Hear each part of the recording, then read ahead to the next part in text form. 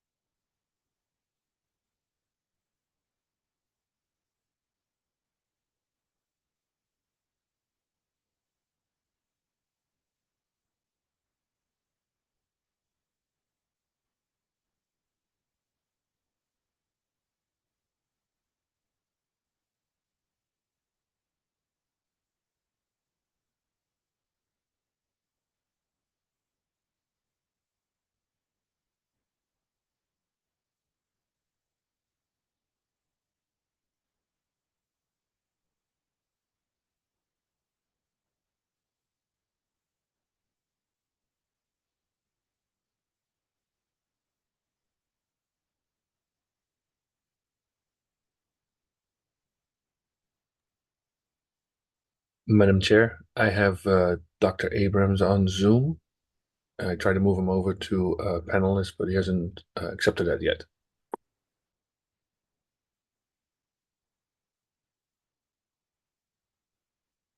I'm here, Dr. Abraham. I'm about to pull up as well.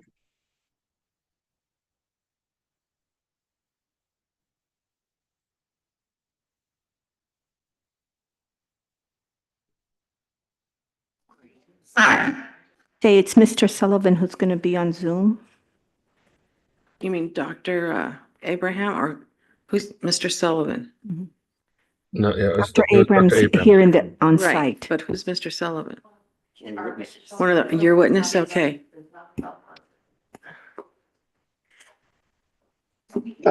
Madam Chair, Cynthia, I'm almost there. I'm here listening, and if you want, you can start. I'll be there any minute, but I'm listening Well, one more. we're taking 15 minutes anyway, Dr. Abraham, to read one of the documents. So as soon as you can get in here, that would be great. Great, parking. Thank you. Thank you.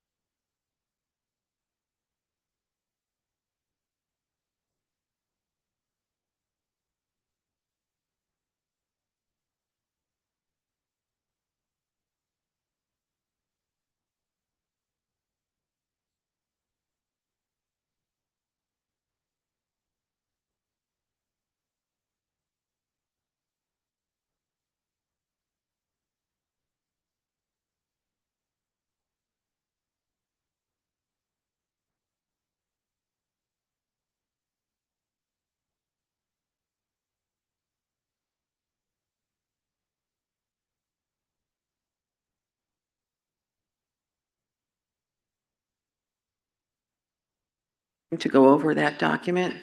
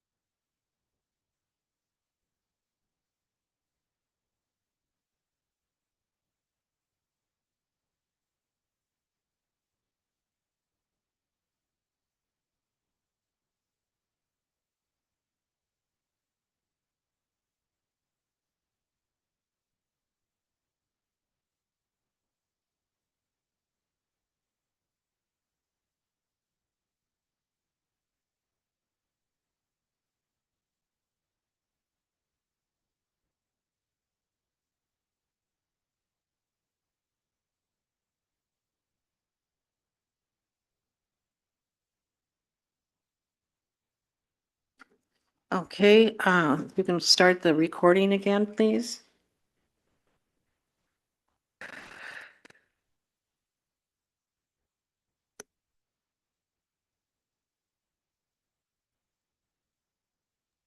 Recording started. Thank you. Okay, we're back on the record. Again, this is for Chiquita Canyon LLC 6177-4 for a status report and modification regarding the order of abatement. And we have some, well, first let me ask, who is here on behalf of Chiquita? Good morning, Madam Chair. This is Megan Morgan on behalf of Chiquita Canyon LLC. Okay, and on behalf of the executive officer? Good morning, Madam Chair. Catherine Roberts, along with my colleagues Mary Reichert and Ryan Manzel on behalf of the Executive Officer. Thank you. All right, we have some exhibits before us, and let's go ahead and mark them. We have the Declaration of Srividya, I'm hoping I said that right, Viswanathan, and that will be marked as O. We have the Declaration of Patrick Sullivan, which will be marked as P, as in Paul. The proposed findings and decisions for the modified stipulated order for abatement will be Q, and the red line will be R, as in Robert. All right, we also have exhibits that are the photographs, starting with number 43 and going to 50, all photographs. Then we also have a statement from a member of the public, Mr. Mohajer, and that will be marked as P as in Paul 4.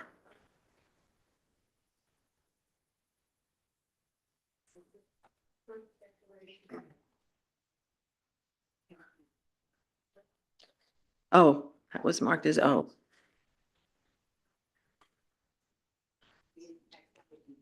Correct. Just a clarification, Madam Chair, is the finding a decision coming from the district? The findings and decisions are coming from the respondent. Yeah, so I'm just I'm wondering sorry. then whether it's Q or whether it should be a different. So the findings are stipulated at this time, but they were submitted by the respondent, so I think a letter is appropriate. Thank you, Ms. Roberts. Okay. All right, with that, are you going to have how many witnesses? We'll have 2 witnesses today, Madam Chair. And the district? The district will have 2 witnesses as well. Okay, so those witnesses can stand, please. And so, Madam Chair, one of our witnesses, Mr. Sullivan, will be attending On Zoom. virtually. I do not believe he's on Zoom yet. He had a conflict this morning, which is why he's attending remotely. Okay, So he'll so, have to take the oath all right. after. So do we have him on the Zoom right now? I don't believe so. Okay, so he's going to join us later? Yes. All right, so those who are here that are going to be witnesses, if you can please raise your right hand. Do you swear under penalty of perjury that you will be telling the truth, the whole truth, and nothing but the truth? Okay, thank you. And do we have any members of the public? Madam Clerk?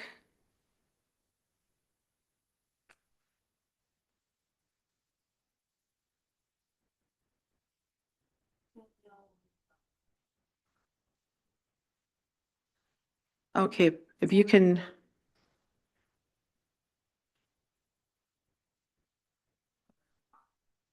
Okay, yeah. So if, when you do, if you can notify me, let me know so that we can pull them into the hearing. For those who are listening, if you want to present any testimony, you will have to take the oath. If you are just going to be making a comment, you do not have to take the oath.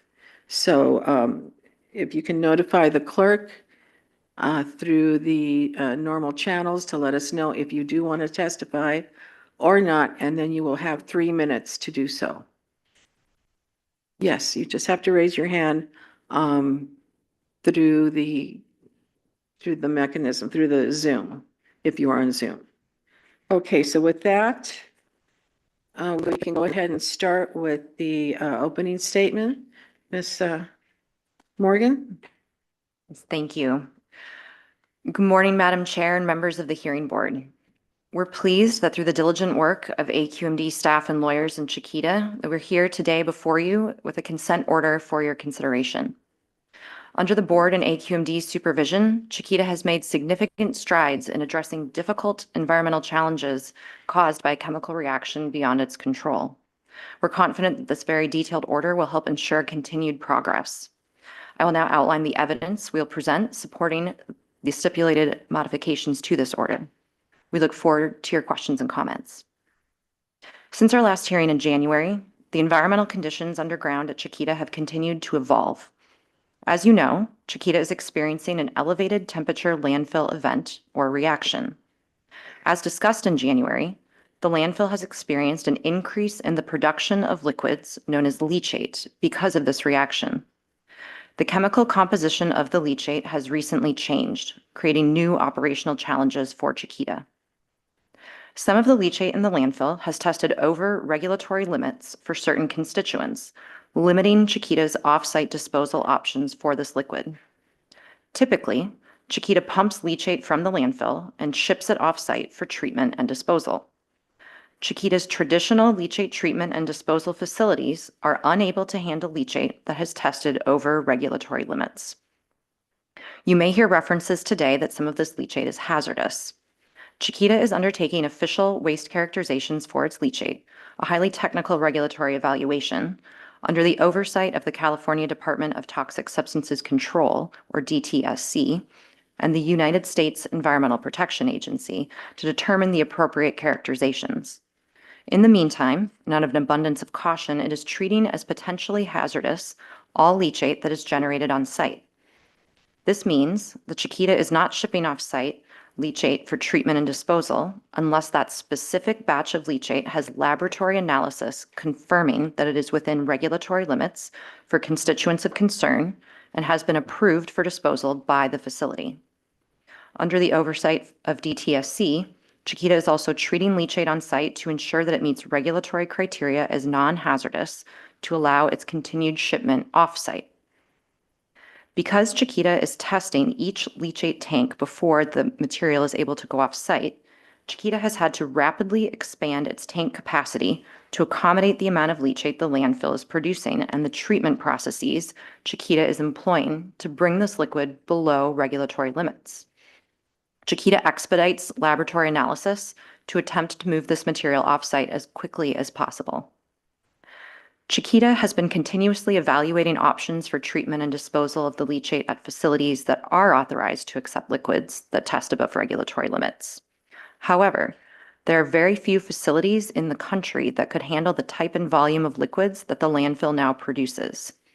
The only options that Chiquita has identified to date with any capacity are out of state, and even those do not have the ability to receive the amount of leachate Chiquita is producing. Importantly, Chiquita cannot turn off the landfill's generation of leachate. As the board knows, the below-ground reaction cannot be immediately stopped by any known technology, and engineers are working constantly to develop ways to slow the reaction with the goal of minimizing and ending it. Pumping leachate from the landfill is an important part of the effort to reduce the reaction. Chiquita and its engineers and contractors, under federal, state, and county oversight, therefore have to balance leachate pumping with the need to accumulate, test, and ship off-site hundreds of thousands of gallons of liquid each week. In order to ensure proper disposal of the leachate produced by the landfill, Chiquita has had to temporarily slow down the removal of leachate from the landfill.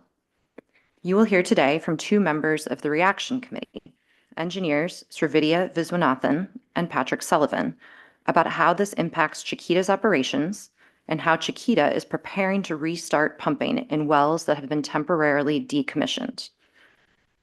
The temporary slowing of leachate pumping has enabled Chiquita to rapidly deploy significant resources and onboard numerous consultants that have expertise in both potentially hazardous liquids and managing this type of quickly evolving situation. Since the January hearing, Chiquita has taken many steps under the oversight of regulators, including DTSC and the U.S. EPA, to address the changing constituents of its leachate and protect public and environmental health and safety. These include expanding on-site tank capacity for leachate. Chiquita is expanding tank capacity for leachate that is awaiting confirmation that it can be appropriately disposed of off-site. You will hear testimony today from Ms. Viswanathan and Mr. Sullivan describing the changing layout of Chiquita's leachate tank infrastructure. At this time, Chiquita has increased tanks on site from approximately 48 at the end of 2023 to over 200. On-site treatment of leachate. Chiquita is operating under an exemption to DTSC regulations and under the oversight of DTSC to accumulate and treat on-site leachate that is potentially hazardous. This allows the leachate to be further treated and disposed of off-site at Chiquita's usual treatment and disposal facilities. Chiquita is aggressively pursuing treatment options and working to fine-tune its treatment systems to maximize efficiency and effectiveness. These efforts have been successful, and Chiquita is now treating leachate to below regulatory limits. Identifying additional off-site disposal facilities for both hazardous and non-hazardous liquids.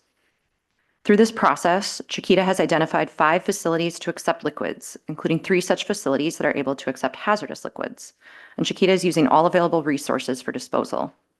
In total, Chiquita has conducted outreach to approximately 30 facilities, many of which did not have available capacity. Chiquita is also actively working to obtain capacity from at least 3 more. Hiring additional consulting firms to manage the liquids on site at all phases. Chiquita is not a hazardous waste disposal facility with specific expertise in this area. Instead, Chiquita has retained at least 7 independent consulting firms with expertise to assist in ensuring proper management of the waste, including by managing the new tank farm, facilitating treatment, and coordinating off-site disposal. Maintaining pumps in critical landfill gas wells and at sumps. You will hear testimony today that the strategic placement of operational pumps at the perimeter of the landfill has been deployed to reduce the chances of leachate seeps. And finally, sampling of the stormwater basin and groundwater monitoring wells. This additional sampling allows Chiquita to evaluate whether leachate has moved off-site. At this time, there are no indications that leachate has moved off-site. As a result of the changing constituents in the leachate, DTSC has issued violations to Chiquita. Chiquita has been in active discussions with DTSC to address the evolving situation on site and seek their expertise and guidance in both potential disposal facilities and on-site treatment options. The U.S. EPA has also issued a unilateral administrative order that requires Chiquita to take additional mitigation measures designed to slow and stop the reaction. These measures contain numerous steps that specifically address leachate management, including preparation of a comprehensive leachate management plan. Similar to DTSC, EPA also has extensive experience in addressing these types of issues.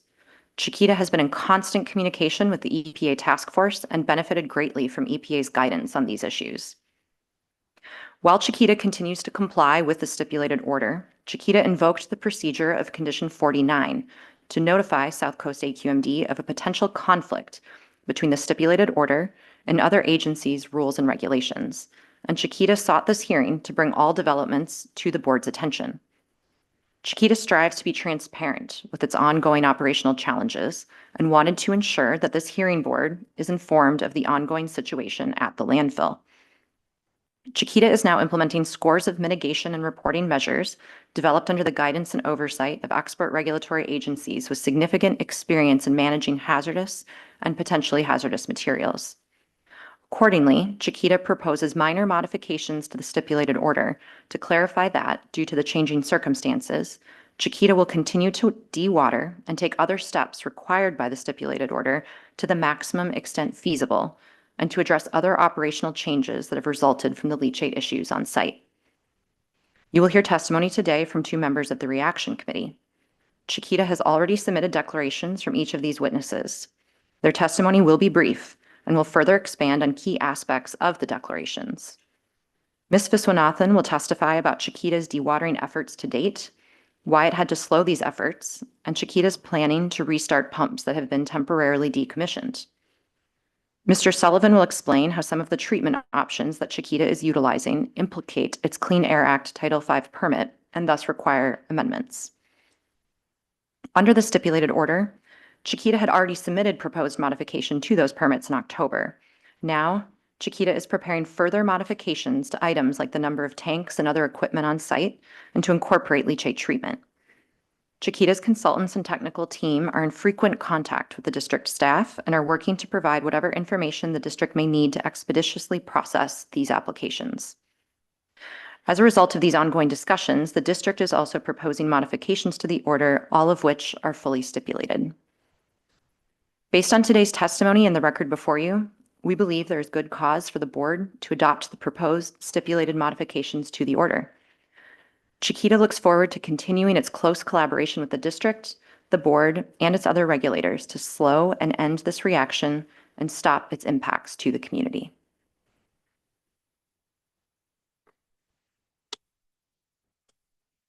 Okay, Ms. Roberts. Thank you, Madam Chair, and good morning, members of the board. Today's hearing has three primary purposes.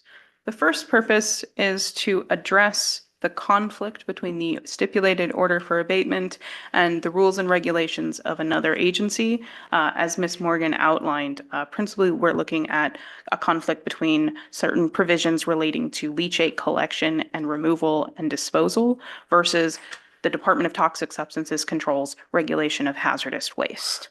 So that will be the primary focus of today's hearing, and the parties have proposed stipulated modifications to resolve that conflict and ensure the order can continue without conflict with any other agency's regulations.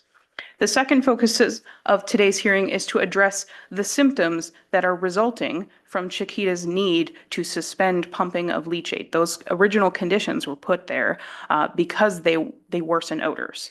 And as a result of the suspension, we are seeing increased odors. We are concerned about increasing emissions into the community. So additional stipulated modifications today are proposing to increase the frequency of monitoring within the community, as well as increase the transparency for getting that information and data published in an easy-to-read format, accessible to the public. Those modifications are also stipulated to by the parties. And finally, the third focus of today's hearing is to address the new violations that have resulted from Chiquita's initial emergency actions to address this. Principally, Chiquita, in order, as a result of the leachate, has dramatically expanded their leachate collection, their landfill gas collection and flare system, and that does violate their existing permits. So in order to correct that violations, we need permit applications to fully evaluate those ongoing modifications. And that includes significant ongoing testing for us to understand the impacts, particularly with air emissions, of those modifications to those permitted systems. Those also are stipulated modifications submitted today by the parties. The submitted modifications by the parties do encompass all of today's focus. We do emphasize that there will be a further status hearing that will be a broader focus, looking at their entire compliance with the whole of the order. This is more of an emergency hearing, just dealing with this narrow focus of the leachate conditions that were temporarily suspended by Chiquita Canyon. And so while this order will continue to evolve, we feel that the proposed modifications today are sufficient, and there's certainly good cause for the board to adopt them as stipulated to by the parties. Thank you. Thank you, Ms. Roberts. Okay, Ms. Morgan, did you want to present your first witness? Yes, our first witness will be Ms. Viswanathan.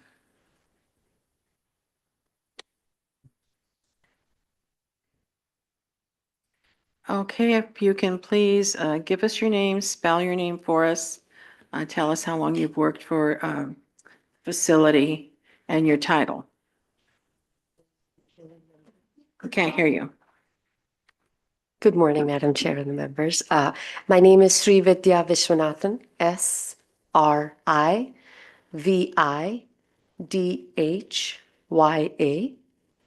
Last name Viswanathan.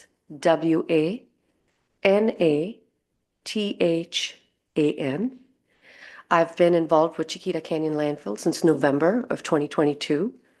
And I work with SCS Engineering. I've been the currently the director of engineering. And Ms. Viswanathan, did you take the oath this morning? Yes, I did. And you executed a declaration in this case on March 19th, is that right? That is correct. And the hearing board has marked that as Exhibit O. Can you remind the board the role of dewatering pumps in landfill gas wells? Sure. Dewatering pumps, when installed in landfill gas wells, serve to remove liquids that have accumulated in the wells. And as these liquids are removed, they open up perforations in the well, which improve landfill gas removal. How many dewatering pumps had Chiquita installed in the wells? 44. And is it your understanding that the landfill has turned off these pumps? All but 2. Are there also pumps in the sumps that remain in operation? That is correct. And how many? 10. Can you explain for the hearing board what a sump is and why that is important that Chiquita has left those pumps on? Sumps are dedicated low points in the collection system where liquids travel, and you add pumps to remove those liquids. Chiquita has left the pumps that are in the sumps, which are generally along the toe of slope, to minimize leachate outbreaks and seeps on the side slopes. And Chiquita is proposing to modify Condition 13, specifically to clarify that currently along the western slope, there are 2 sumps with multiple pumps operating temporarily until a final design is implemented. Is that right? That is correct. In your opinion, is this proposed modification reasonable? Yes. Turning back to the dewatering pumps, when did Chiquita first turn off the landfill's dewatering pumps? I believe it's February 8th, 2024. And why did Chiquita turn off the pumps? It's my understanding that some of the constituents, including benzene, exceeded regulatory thresholds from the leachate and in the leachate. And as a result, they did not have access to the disposal facilities or even transportation that would take the liquid to these facilities. So the facilities could not accept the liquids, and there was no place for the liquids to go. When you say there's no place for the liquids to go, were there tanks on site that could accumulate the liquids? At that time, there were some tanks that had been brought on site to account for the liquids that were being removed by way of the 44 pumps, but not for this situation. And so because of that, Chiquita had to slow down the removal of leachate from the landfill. Is that right? Correct, as an interim measure. So let's discuss now Chiquita's actions to expand the leachate accumulation infrastructure on site. You mentioned that Chiquita has had to do so. Is that right? That is correct. And prior to the reaction, Chiquita had 5 tanks for leachate on site. Is that right? Yes. And you mentioned that Chiquita expanded its tank system in 2023 to accommodate increased generation and recovery of leachate. Is that right? That is correct. And do you know about how many tanks the landfill had at the end of 2023? I believe that number is 48 tanks. And Chiquita has further expanded its tank system since then. Is that right? Yes. Do you know about how many tanks the landfill currently has? As of yesterday, I think 217.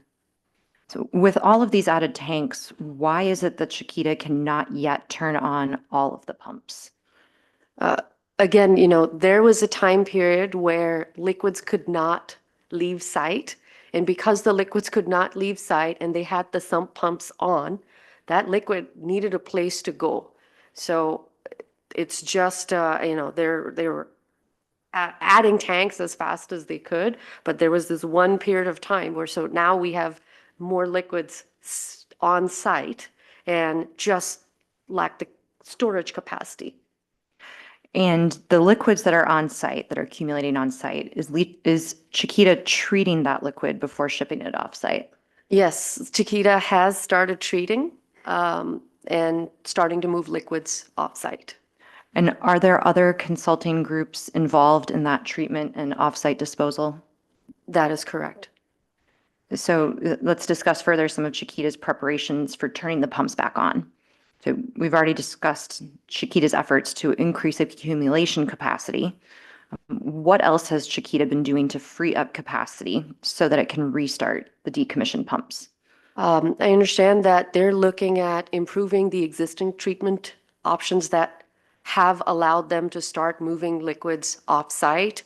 They're exploring alternative treatment options. They're looking at other facilities that can accept these liquids. And are the pumps currently in the wells and ready to go back on? No, the pumps are not sitting in the wells. The pumps that were removed are outside the wells. However, all the infrastructure that's outside the wells, like the air lines and the force main, they are still in place. Once Chiquita has adequate capacity, could you describe Chiquita's plan to increase the number of pumps that are installed and operational? Yes. Once the balance is restored of facilities that can accept this liquid, or the treatment system is expanded to allow liquids to move, pumps will be reinstalled in a phased manner. So we're anticipating about 4 pumps a day, and potentially in a matter of 2 weeks or so, we will be able to get back to the January pump numbers.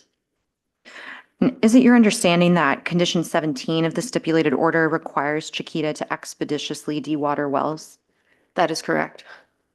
But to address the changing circumstances and out of an abundance of caution, Chiquita is proposing to modify condition 17 to require that Chiquita expeditiously dewater wells to the maximum extent feasible.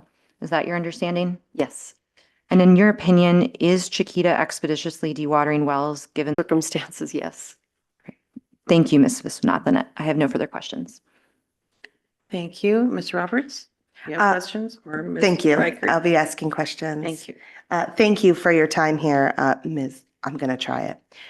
Viswanathan? Viswanathan. Viswanathan. You got it. Okay, thank you. I really want to do it correctly. In terms of, you mentioned that you kept the sumps operational, but not the pumps. Can you explain the importance of keeping the sumps operational? Yeah, so the sumps I'll try to divide this, and there are sumps that they're in the waste mass, but they're at the toe of slope, okay? And then the pumps that have been turned off, the majority of them, they are within the waste mass, but they're in wells. So the pumps that have been turned off, they're within the waste mass. The pumps that are active, they're the ones in the sumps. 10 out of the 12, they're in sumps. And so they're at the toe of slope. And what happens is any liquid that makes it to these sumps, they're dedicated low points. They're intended to bring liquids to them and actively remove liquids. And what's important to note is, for example, if you have a toe of slope and you've got a sump at the bottom, and previously you had a well with a pump active, this pump would have more than likely influenced the area around it and moved the liquids. Now that this pump's not active, this liquid is more than likely going to go to this sump. So you'll see an increase of liquids recovered in these sumps. So it's important to keep the sumps operational. And that's going to help prevent it from leaking just out of the sides and Correct. And out of of the side ground. slopes. Okay, thank you. How much are you currently pumping out from the sumps and the 2 wells that are active for dewatering? As of 10 days ago, that number was close to 100,000 gallons per day. 100,000 a day. Okay. Yes. And that's peak number. That's the peak. Okay. Yeah. And so can you describe the process of how you are determining whether the leachate is able to be shipped off site? How are you testing the leachate to determine whether it's able to be sent to a treatment facility? I'm not on the team. I'm not that that's not- expert, but I can, based on my site visit and the questions I asked, I can share that what they're doing is they have a dedicated team for monitoring. They have appropriate bottles with the right preservatives, and they collect the samples, put them in iced containers, ship them over to the testing lab, and the testing lab runs them overnight, and then the following morning, the results are sent to Chiquita for them to determine which one can go, does it meet the levels for acceptance at the disposal facility. Okay. And are you aware of how much they're able to ship I'm sorry. off-site right now? You don't? That's okay. If they did turn on the pumps today, all of them, how much would, so we have 100,000 where we're at, but if we turned on the pumps, do you know approximately how much that would produce?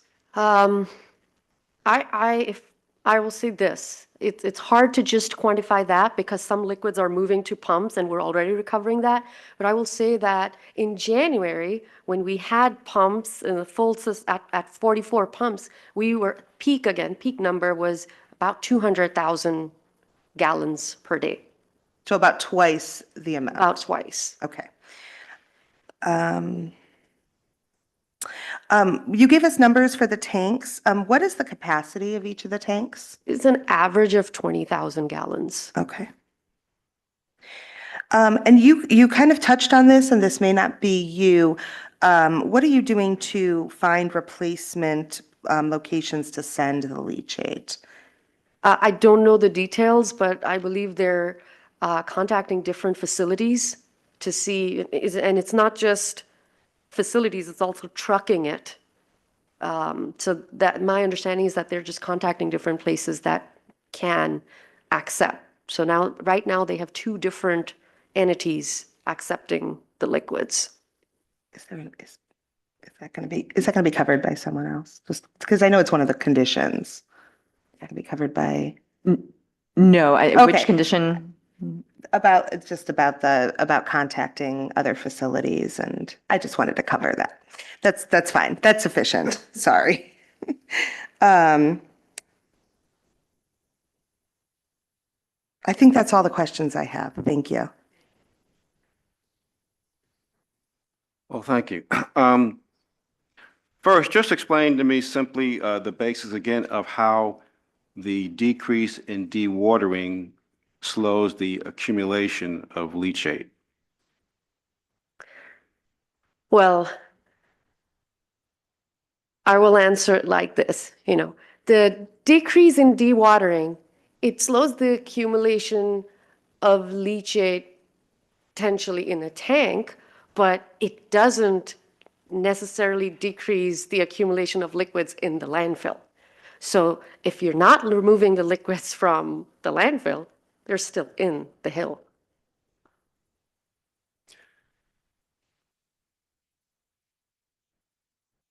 So, I mean, your declaration talks about this will slow the leachate accumulation. So by that, you mean in the tanks? Because you just said it won't affect what's actually in the hill just now. That is correct. Like if you're not removing it and there's not enough tank capacity, then you are decreasing what's being removed out of the hill. All right. Now, you state Chiquita is now accumulating some of this leachate on site. By this accumulation process, what are the dangers to the community of any increase in air or liquid contaminants by that accumulation process?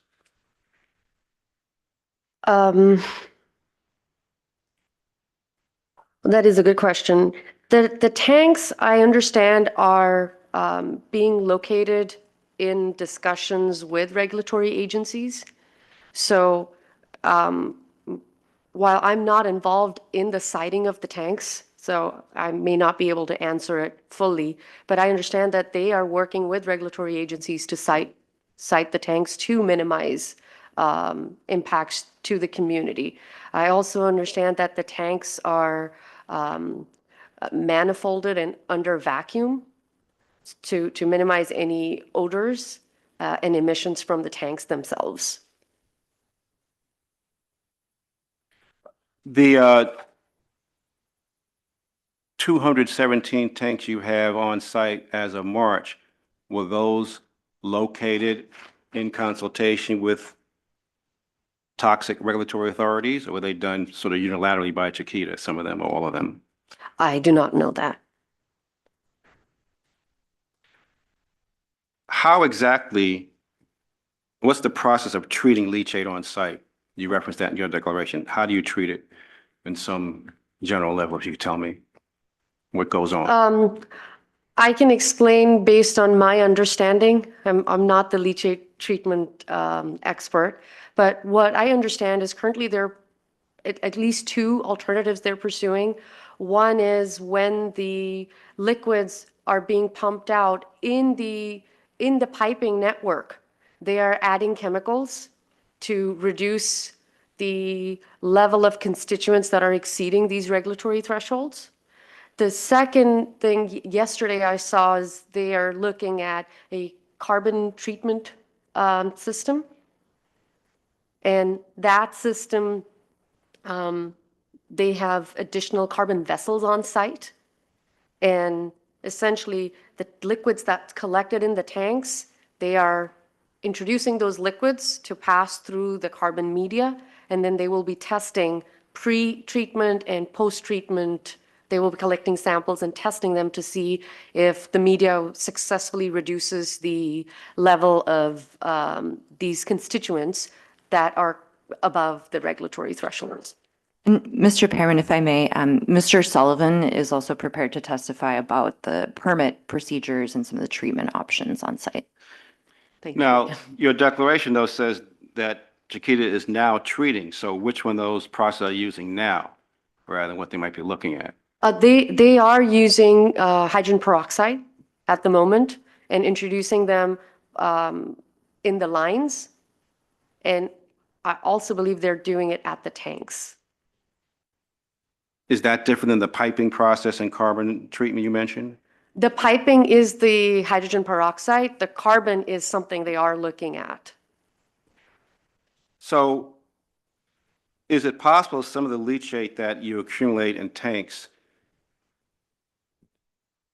is not so toxic as to require a special off-site disposal? In other words, some of the leachate does not have to be treated because in its native sense, it's not toxic? That is correct. And again, while I don't have the details on that, I do understand that they are testing because some of it can go off-site. And when I spoke to certain people on site yesterday, I understand that they've got tank labels and a system so that they're not mixing a tank that held the has liquids with the non-has. So they're maintaining that kind of segregation and they're tracking the movement of liquids. So the way that works, if you know, is you just test some small portion of a tank. And if it passes muster, you sort of assume the whole tank is not toxic. Is that how it works essentially? That is how sampling works. Okay. You've read the Exhibit X, which is the pro's stipulated findings and decision? I have reviewed it. Well, I have a lot of questions. And I don't know, since I don't have to go back and forth, I'll ask you some questions. If you can't answer it, then will. just say so. Do you have a copy available Yes, for the witness to look at? So yes. Are you looking at the red look at line? the red lines, if you Okay. don't mind. Yeah, that'll be easy. I appreciate it. So on page 9 would be my first question.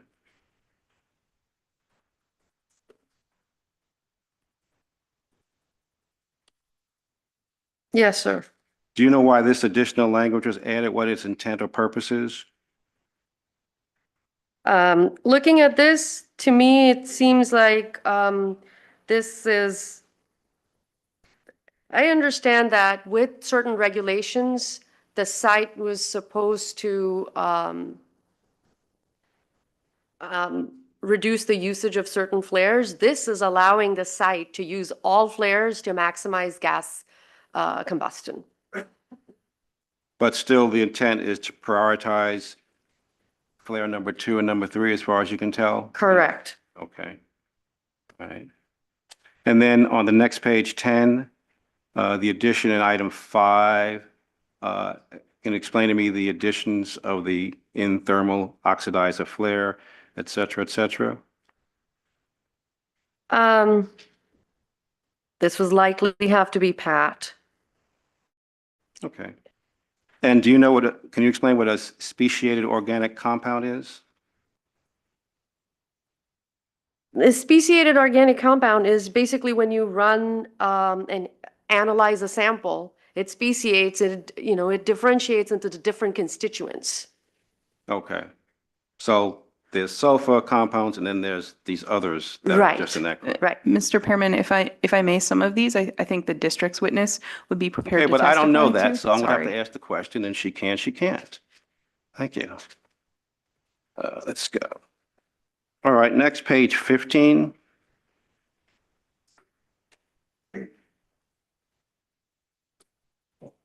And so this item of the list of hazardous and non-hazardous liquid storage and treatment facilities. And I know in your declaration, you had made a statement that once there is adequate capacity for off-site disposal, you will increase the number of pumps in operation. So your counsel alluded to this in her opening, but since that's not testimony, how do you see expanding, if at all, the off-site capacity? Are you aware that there's more facilities that you might utilize, or it's only because you can treat more and therefore less is toxic? How do you see that adequate capacity becoming adequate as you described it? Again, I'm not on the team that handles this, but I would say both. Both increasing the number of, if you treat it and it meets is under the regulatory threshold, then it'll likely be easier to send it. And as a temporary measure, they may have to do it to create that additional, to move the liquids that have been accumulated at the facilities.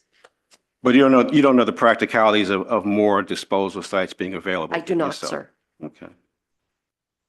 The next page on 16, and it starts at the bottom of 15, where 9A describes the reaction area shall be defined initially by the boundary, et cetera. Then it says the boundary of the reaction area shall be modified to include, and this continues on the top of page 16. And what's been added is, and readings of temperature probes once data is available. So I'm just hard to understand that this is defining a boundary. So I don't understand how you define a boundary by temperature probe readings, but maybe I'm missing something. Can you explain that concept to me? How that impacts the boundary definition? Is it that if you have certain temperatures, you'll adjust the boundary? I'm kind of not following. Yes, actually, yeah, you are, you're right. So under a different regulatory agency, the site is adding temperature probes at specific locations. And what this is simply saying is, we already use certain data to help us review the boundary on a monthly basis, and we submit it to the AQMD as part of the monthly report. What this is going to do is include the data from the temperature readings to allow us to revisit. It's another parameter to review. All right, that helps clarify. Thank you. On page 21, there's no change, but this is from the existing order at item G, which lists a number of studies. And do you know the status of these various studies and investigations? Are they completed, ongoing, finished? Any idea? I do not recall right at this moment. I'd have to go through this to identify exactly which one. Okay. Maybe when your testimony is finished, you might look at that in case no one else can answer it, but Sure. I appreciate that. Yes, yes. And then you've added, or it has been added at page 25, another report, the development of a model to estimate the quantity of liquid left in the landfill. Kind of explain that to me. I don't understand the quantity of liquid left in the landfill in isolation is an odd phrase. So what does that mean? And what is the timing, if you know, when this model might be developed? Well, it says by no later than May 21, you submit a plan. Okay. So just explain that model to me a bit more, because estimating the quantity of landfill liquid by itself is kind of an odd statement. Well, I think what is being asked here is we know that the liquids are impacting gas recovery. Not having the pumps in the existing system is impacting recovery. So perhaps it's just to develop an understanding of, hey, how much more liquids do we have in the landfill?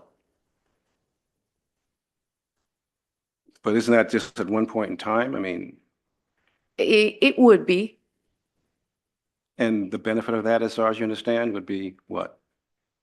I can't speak to it. It's not something I've ever done before. Typically, when we see sites that are impacted by liquids, the focus is more on the infrastructure and not necessarily to calculate how much is a hill, because there will be some that there is something called field capacity, which is almost like saying there is some liquid that the waste will absorb. And it's the free liquids that we remove. The liquids that the waste has already absorbed, which is the capacity, that's not what we're going to remove. So typically the focus is on the systems. Okay. Page 26, item 13. So where it says you'll continue to operate the two sumps. So that reflects the decommissioning that's going on now? That decommissioning has already happened. This is in reference to the 5 trench collectors that were installed and had, I believe, 1 pump. But when they worked on the west side and the scrim, they installed 2 large sumps with 6 pumps, 4 in one, 4 pneumatic in one, and 2 electric in the other. So, and even those features are going to get modified when the final design for that area happens and the new cap is constructed. Thank you. And then further on in that paragraph, it says additional landfill gas collection equipment shall be operated as construction is completed.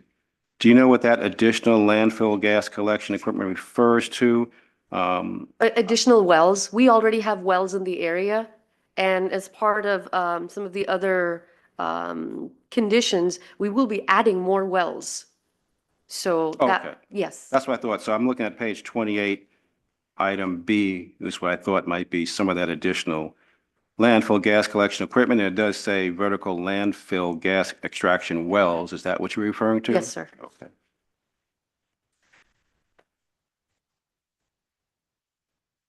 And do you know on page 28, A, if that study due by January 31st was provided? It is, Yes, that was provided. okay.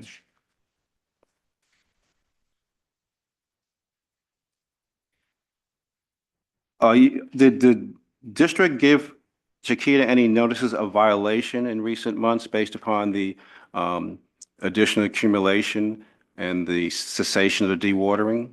I do not know.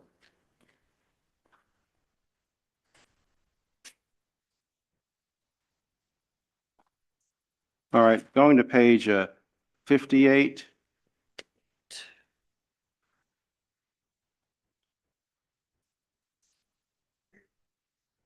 And just in general, to my mind, and it looks from the order too, this is a new concept of collecting the condensate and the landfill gas condensate injection. Can you kind of explain what that means from a technical standpoint and why it's relevant to our work today? Sir, can you point me to where? Page 58, beginning at paragraph 54. 54, the treatment shall Yes, so I can explain this. In a typical landfill, which is not impacted by liquids, you remove gas from the wells. When that gas moves through the piping, it drops moisture. It's much like if somebody's drinking a soda and the can is sitting and all of a sudden you see moisture on the outside because it cools and it drops moisture. Similar to that. So you've got a piping network, it drops moisture. That moisture, that liquid is called condensate. Then there's a separate liquid stream in landfills when the liquid that's generated within the waste. As it decomposes, it drops moisture, and that liquid trickles down through the waste mass, and it's collected from the bottom of the landfill through the leachate collection piping. That's leachate. So typically, these two are handled separately, and they're not commingled. In Chiquita's case, because of the free liquids accumulating within the wells, even though it's being pumped, at some point, there is commingling of liquids from the condensate and liquids. You're not able to distinguish them and keep them apart. However, what they're referring to is, in this case, how the system is set up, there is a certain point where the moisture from the liquids from the well field, it drop prior to going into the flare system. They can be injected at the flare station. So there is a certain point where all of this moisture drops, and then gas goes into a hydrogen sulfide treatment system. And any moisture that drops after that point is condensate. And so that's what they're referring to, that condensate is okay to be injected in the flares, but the rest of it, don't inject it in the flares.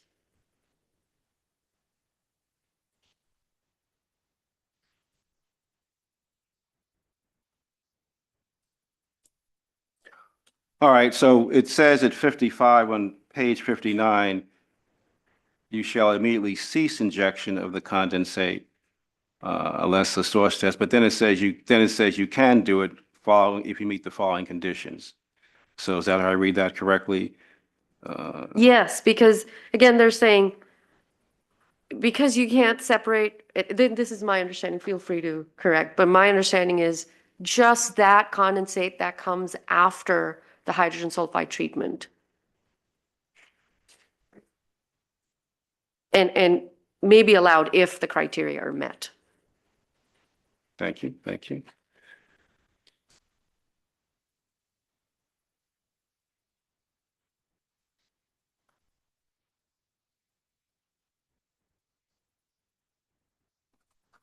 And then I'll spare you some, page 63 though, item 66. And there was reference in the opening about a monitoring system to monitor that leachate does not navigate off-site. But is 16 a different type of monitoring system? Yes, 66 is for monitoring, remote monitoring the well field and not the liquids. Okay. Thanks very much. Thank you, Mr. Pearman. I have a question. Overall, you're telling us about all of these processes that you have, the pumps, et cetera, that you're trying to control the leachate. Are there areas within that landfill as a whole that are still leaking, that are still expelling the liquid that is toxic to those residents? Not to my knowledge. So you're telling us that the pump system that you have introduced is controlling every single ounce of liquid that may be coming from that landfill. Is that correct? There may be areas that are under a cover that I can't see. But to my knowledge, the pumps that are in the perimeter, there have not been any seeps. Okay, and so there's no other processes or other protocol that you're utilizing on any other part of the landfill. Is that correct? Not to my knowledge. Okay, thank you. Any other questions, board members? Mr. Balagopalan? Thank you, Madam Chair. Ms. Vishwanath, I had a question. What is the impact of turning off 42 of the 44 pumps on the landfill, basically on the leachate? To put it simply, if you have free liquids that you were pumping and you're no longer pumping them, then the liquid levels within the well will increase and they will block some or all the perforations, limiting gas extraction. And what else? Besides the gas collection, does the pressure build up? It can build up, You absolutely, see type of geyser type reaction You that I could. saw before. which is why the reinstallation is going to be a phased process. Right. And you were out there, you said yesterday? Yes. And you said you didn't notice any seepage? I didn't see any seepage in the areas I visited yesterday. And which area did you go to? I went to the reaction area on the top deck. And then I went by the flare station. So explain to me how turning off 42 pumps has not resulted in any seepage? I can only attribute it to, in terms of seepage, I can only say that, as I explained, that the pumps that are in the sumps, they're probably collecting more because this is only around the perimeter. So those are probably collecting more liquids, and it's probably why we've not seen any new events, but, I experienced odors yesterday in that area. So, and I can't say that we may not see, when we reinstall pumps, not see more challenges of pressurized liquids discharge. So the toe of the landfill where the Yes. sumps are, that's where it normally is supposed to flow, the leachate, correct? Unless you have a pump uphill. If you Uphill. have pumps on the top of slope, then the idea is don't even let it get to the toe. Right. That's the idea. Almost the sumps should serve as backup. Right, so then now it's all because the 42, it turned out, they are flowing to the sump. Some. Yes, not all of it. So it's now, the whole purpose of the dewatering is to prevent the ETLF condition. Correct. And so this now is making it worse, the ETLF condition at the landfill? Potentially. So it's going to cause more emissions of DMS and benzene and so forth? I can't say yes definitely, only for the reason that they are installing more wells. So those additional wells are collecting gas. And so I think we need to get all these wells back online, drill more wells, do more dewatering to understand what this interim situation has, what kind of effects it's had. I know it's sort of like catch-22. The only reason, because of the back end of the toxic nature of the leachate, you cannot ship out, and so so you stop pumping, and that is probably making the situation worse at the landfill. Absolutely, which is why they pushed so hard to increase the number of tanks. Right, but and you said it might be about 4 weeks before they slowly add 4 pumps at a time back to also. 2 weeks, yes, sir. 2 weeks, okay, I didn't see that in the order that, I'm trying to see what is the interim solution while you're dealing with the other problem, which has happened, unfortunately, but there's still the existing problem that, is getting worse potentially, and nothing has been really been done on that situation.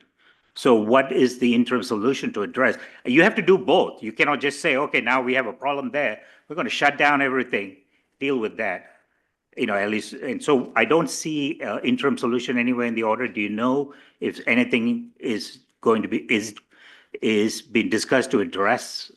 I think they're continuing to add tanks, just because they're testing treatment options and successfully moving a small batch, they have not stopped accumulating tanks. So the goal is, as they build tank capacity, to start reintroducing some pumps back into the system. And that's not, and I understand that, and you've gone to about from 217 tanks, but that's tanks accumulated, probably stored on site.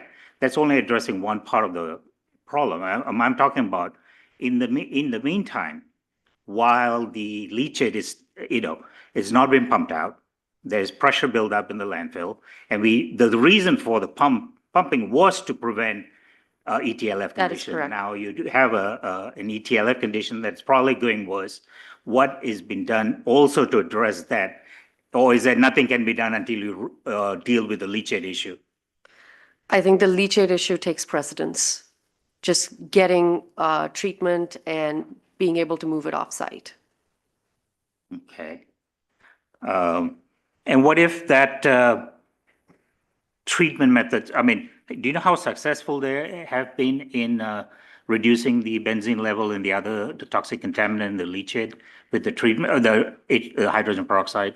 I don't have numbers, but I know that they have started moving liquid in batches. They're treating it now and moving liquids. They have been successful in moving liquids off-site. Do you know approximately how many gallons have been No, moved sir. outside? At what point do you think, using 2 weeks, that it'll come to a situation where you can start putting pumps back? No, the 2 weeks was for the time period it'll take to reinstall the 44 pumps, but that is from when they have freed up some capacity on site. So what's the magic number for capacity on site that one has to look at?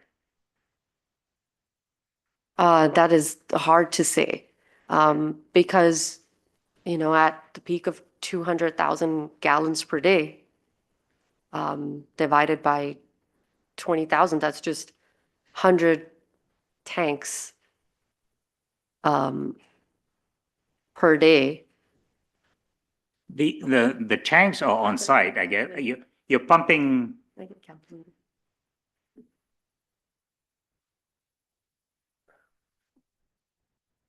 Might need it. Thank you.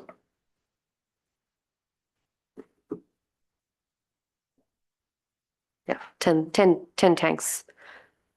10, what? That's like, I was calculating, at the peak, they were 200,000 gallons per day. Okay, with a 20,000 gallon capacity, that's 10 tanks, but that means for a week, it's 70 tanks. And if you don't have a place to take it, that number will keep growing by 70 tanks a week. Now, the tanks stay on site, right? You pump from the tanks into the trucks and they take it offsite, or you actually remove the tanks offsite? No, the tanks stay on site. Right. The holding tanks stay on site, and the trucks haul them Haul and them. take them to disposal facilities. Right. So as you empty, you fill it up again. So Correct. So when is the steady state? I mean, what, I think previously, I think Mr. Sullivan's testimony was 100,000 a week. Now and then it increased to 1 million a week gallons, the leachate. So was the sort of the problem, because the landfill couldn't handle 1 million gallons of leachate until it added more capacity. And then as you're adding capacity, you ran into issues with the toxicity. Right. And that has put a Right. crimp on the thing. And what was it, when was it discovered? February 8th, 8th. right? That the Right. pumping was turned off, Right. right? And now we are in March, 21st. But within this period, they have found at least one solution. And as of yesterday, they're testing another solution, and they have been able to move liquids. So which is the carbon adsorption? The second one that they're testing is the carbon, but the first one is peroxide. So have they started the carbon adsorption testing? Yes. Okay. And can you point to me in the order, if you know, where it talks about that testing and what, and expanding it if it's proven successful? Do you know if it's No, I listed do not. anywhere in there? No? No, I Okay. do not.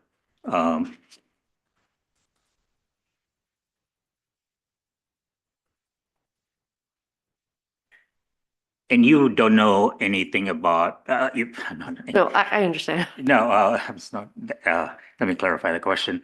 As far as the M&M monitoring that's going on, whether you don't have any No, data, whether there's an increase in benzene and ethyl benzene in the air? I cannot speak to it. Right. So is it fair to say that until Chiquita deals with the leachate issue, the dewatering will not, continue as it was planned? Correct. They do need to find that pace at which they're, and it's promising now that they've already moved some liquids off-site. Okay, all right, thank you. I have no further questions. Any other questions for this witness, board members? Okay, thank you very much. Madam Chair, I had I have a few questions as well. okay, could I just ask a couple brief questions and then you can do redirect? Okay. Do you know what the current usage of the tanks is, like how full they are? My understanding is they're at capacity. They're Like currently they- at capacity. Okay. And then how long does the treatment process take? So when you start treating it, how long does it take till it's? I do not know. You don't know that. Okay. All right. Thank you. I have a couple more questions as well. I want to clarify a couple points that you made earlier. One in particular, some questions that the chair asked about leachate seeps. And are you familiar with Chiquita's process that's required by the stipulated order to inspect the landfill twice a day for leachate seeps? Yes. And those are documented in leachate seep reports, is that right? Yes. And those reports are submitted to South Coast AQMD once a week, is that right? That is correct. And so any leachate seeps that are observed during those inspections are either immediately covered or promptly collected as required by the order and documented in those reports. Is that right? That is correct. Thank you. And then Mr. Balagapalan asked a question about any sort of interim measures that the landfill is taking while it is having these leachate issues in order to mitigate the ongoing ETLF conditions in place of dewatering. And you did mention, and could you perhaps add a little bit more about what Chiquita has been continuing to do to expand its landfill gas collection and how that may offset some of these impacts? Chiquita, in the previous stipulated order, they had presented a plan to add 70 wells in the reaction area.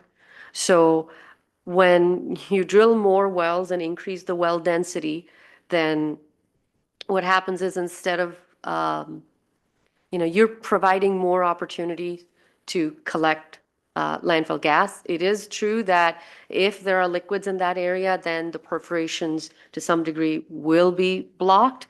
But again, increasing that well density allows us to extract more landfill gas to perhaps to some degree offset and alleviate, remove heat through removal of landfill gas. And Chiquita has continued to expand the system and add wells since the January hearing. Is that right? That is correct. And in accordance with the stipulated order, Chiquita is submitting weekly reports on well drilling activities to the AQMD? Yes. All right. Thank you. I don't have any further questions. Thank you. Okay, it's 10:30. Let's go ahead and take a 15-minute break, and we are off the record for 15 minutes.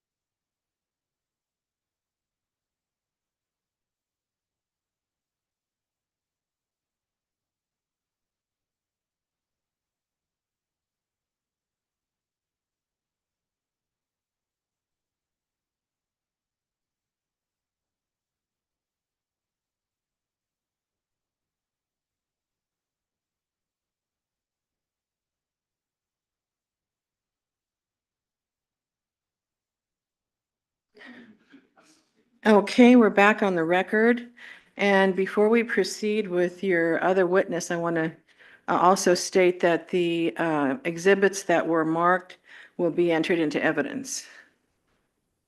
Okay, and with that, you can start with your second witness, Ms. Morgan. Yes, Mr. Pat Sullivan should be on Zoom and I believe needs to take the oath. And my colleague, Ms. Barton, will be questioning Mr. Sullivan. Okay. Mr. Sullivan? Yes, I'm here. Okay, if you can raise your right hand, do you swear under penalty of perjury that you will be telling the truth, the whole truth, and nothing but the truth? Yes, I do. Thank you so much. Okay, you can proceed. All right. Good morning, Mr. Sullivan. Can you please state and spell your name for the record? My name is Patrick Sullivan. First name Patrick, last name Sullivan, Sullivan. Thank you. And you testified before this board during prior hearings on this stipulated order. Is that correct? Yes, I have. And you serve on the reaction committee? I do. Can you please remind the board of your area of expertise on the committee? Yes, my expertise and my role on the committee is related to the air quality related issues, so air quality permitting, compliance, air monitoring, as well as landfill gas collection control related issues. And you executed a declaration in this matter on March 19th. Is that correct? Yes, I did. And this was entered as Exhibit P this morning. So we heard Ms. Viswanathan explain that Chiquita has had to greatly increase the number of on-site leachate tanks. Is that correct? Yes. Can you please explain why Chiquita has had to increase the number of its on-site leachate tanks? Really, there's two primary reasons. The first reason really is the reaction, and this is obviously something we've discussed many times at these hearings and have already been discussed somewhat today.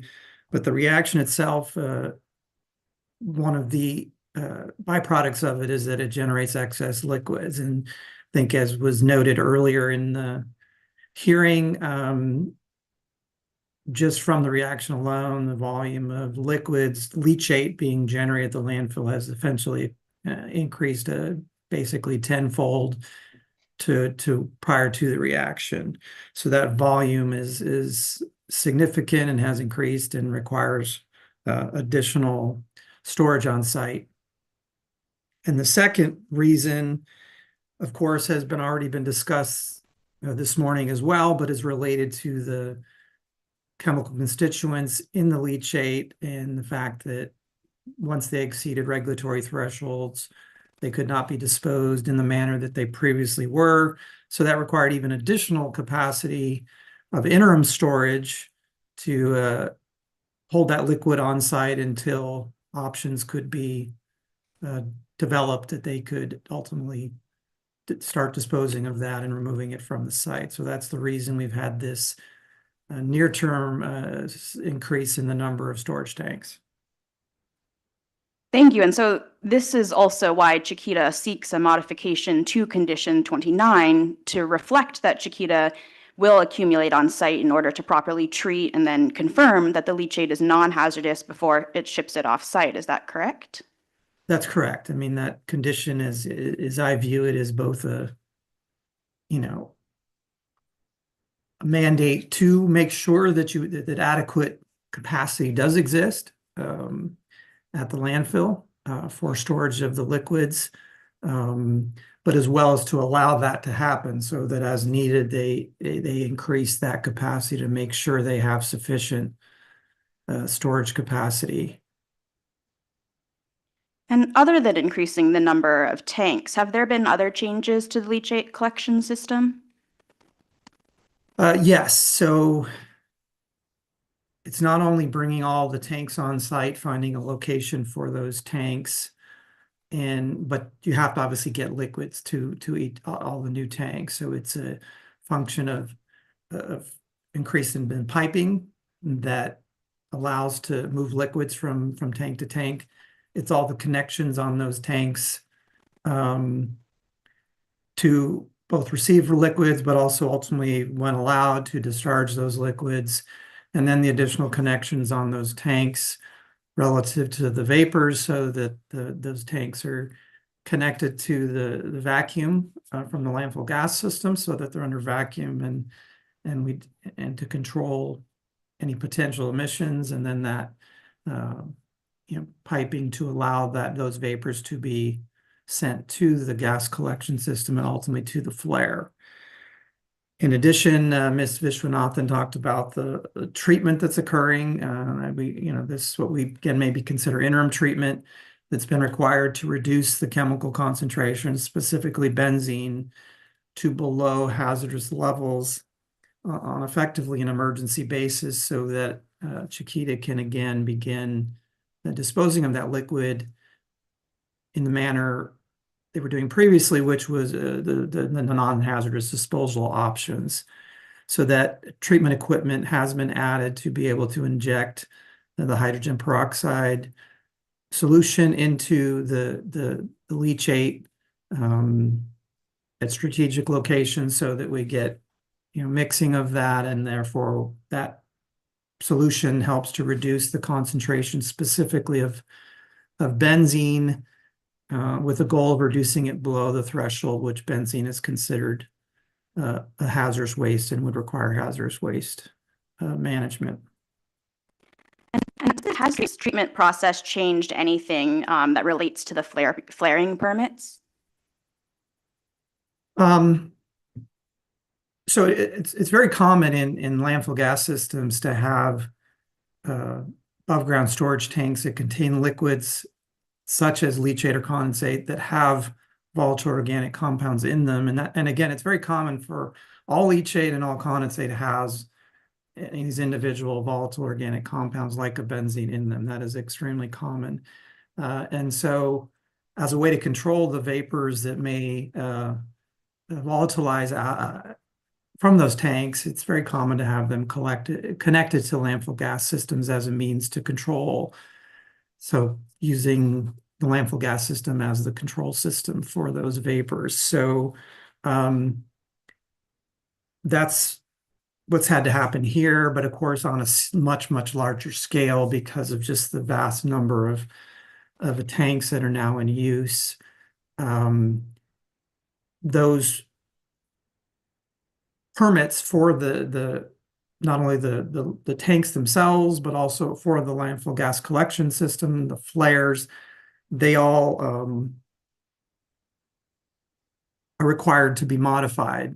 And this order in other conditions and mandates the specific permits that the district would like to see modified to specifically allow that activity to happen, the collection of the leachate vapors, the application of vacuum to the tanks to pull those vapors into the gas system, the transfer of that gas to the flare system for combustion in the flares. So multiple individual permits, permit units, as the district has defined them in the facilities permit, will have to be modified to accommodate those changes. And based on your experience and your expertise, how do you believe that this off-gassing that you've described, the vapors, impacts what then ends up coming out of the flares? So remember, we're talking about a liquid here. These are chemicals that are dissolved in the liquid into the aqueous phase. And during the process of moving those liquids in and out of tanks, and then the time when they spend in the tanks, you can have volatilization. So individual chemicals, because of their volatility, will come out of the liquid phase and into the vapor phase. And it is those vapors that we use the gas collection system then to control. As I mentioned, it's a fairly common occurrence. Some facilities just send those vapors to a separate treatment system like a carbon absorption unit, but we're we're utilizing the gas collection system here, both to apply the vacuum, but also as the ultimate control system. Because we're talking about volatilization from the liquid, really what we expect that most of these vapors contain are mostly air with low levels of particularly volatile chemicals that are likely to come out of the liquid phase. Not all chemicals do. Some chemicals are extremely soluble, meaning they like to stay in the liquid phase, and at the conditions that exist, they're less likely to volatilize, but there definitely are some that will. But we think there'll be lower concentrations of those constituents will absolutely be in the vapors, and that's why we're collecting them and not allowing them to be emitted out of the tanks. And two, that's why we're sending them to the flare to be ultimately burned along with the landfill gas. But we expect the concentrations of those individual volatile organic compounds, such as a benzene, for example, to be lower than what we see in the raw landfill gas, which is already collected and then subsequently burned in the flares. So we do think this current system will do a good job of controlling the vapors that are generated from those leachate tanks. And you just mentioned previously that there will be some permit modifications needed for the collection system and the flares. To your understanding, are some of these permit modification applications already in process? Right. So we've had conversations with district staff on this issue. We have biweekly meetings with the staff now as mandated under the order. And as part of that, we had discussed those permit modifications. We already started working on some of those. Some there were moving targets, as for example, the number of tanks was constantly changing, and so the district permits, as everyone knows, are very, very specific. They want things to be very clearly defined in numbers, so there was some moving targets, but we also wanted to make sure we understood exactly what the district engineering staff were looking for. So in those biweekly meetings, we were able to get some good feedback. So I think we kind of have understood what they're looking for now, which permits need to be modified in what ways. And now the new revisions to the order are going to obviously mandate and memorialize, frankly, what we had already started working on. And as I alluded to earlier, because of the way the district permits things, so each flares have a separate permit. The gas collection system is a separate permit. The liquids handling system is a separate permit. Because they're all a separate permit unit within the district, within the landfill's overall permit, they each have to be modified.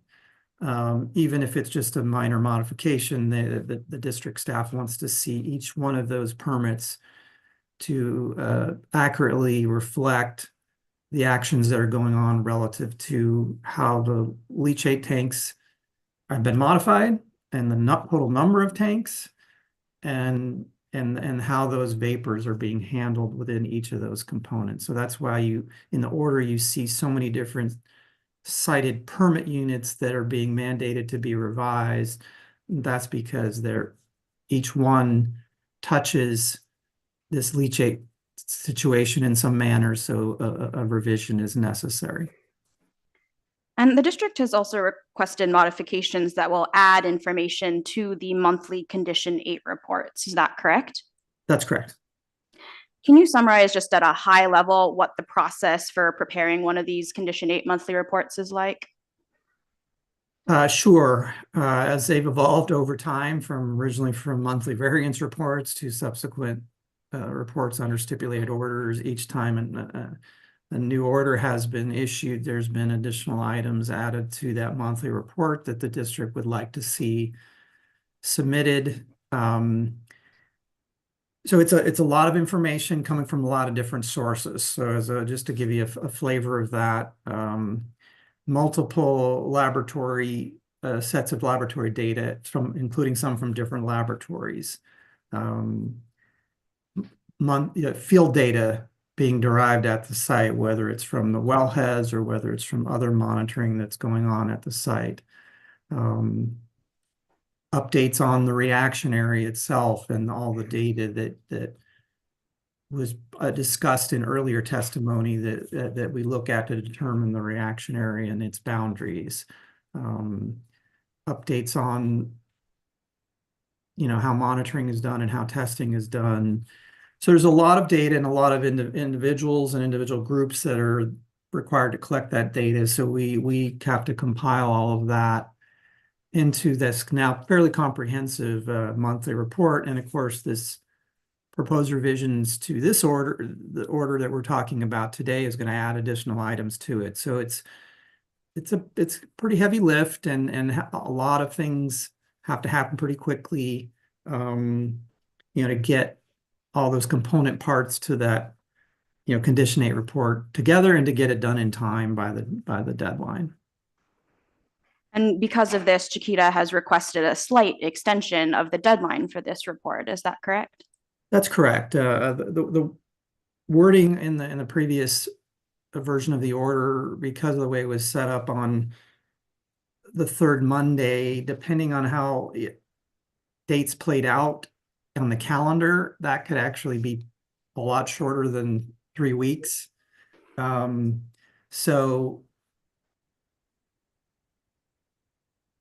we asked for it to be clearly defined as the 20th, so that we effectively had 3 weeks, because in those months where the third Monday was, only maybe a little more than 2 weeks out, that really was a tough schedule to get all of that together. And if we're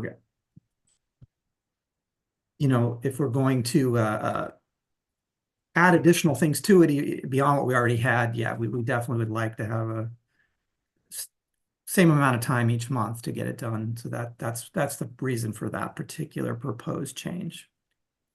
And in your opinion, these proposed modifications to condition 29 and the permit modification conditions and condition 8, are they reasonable?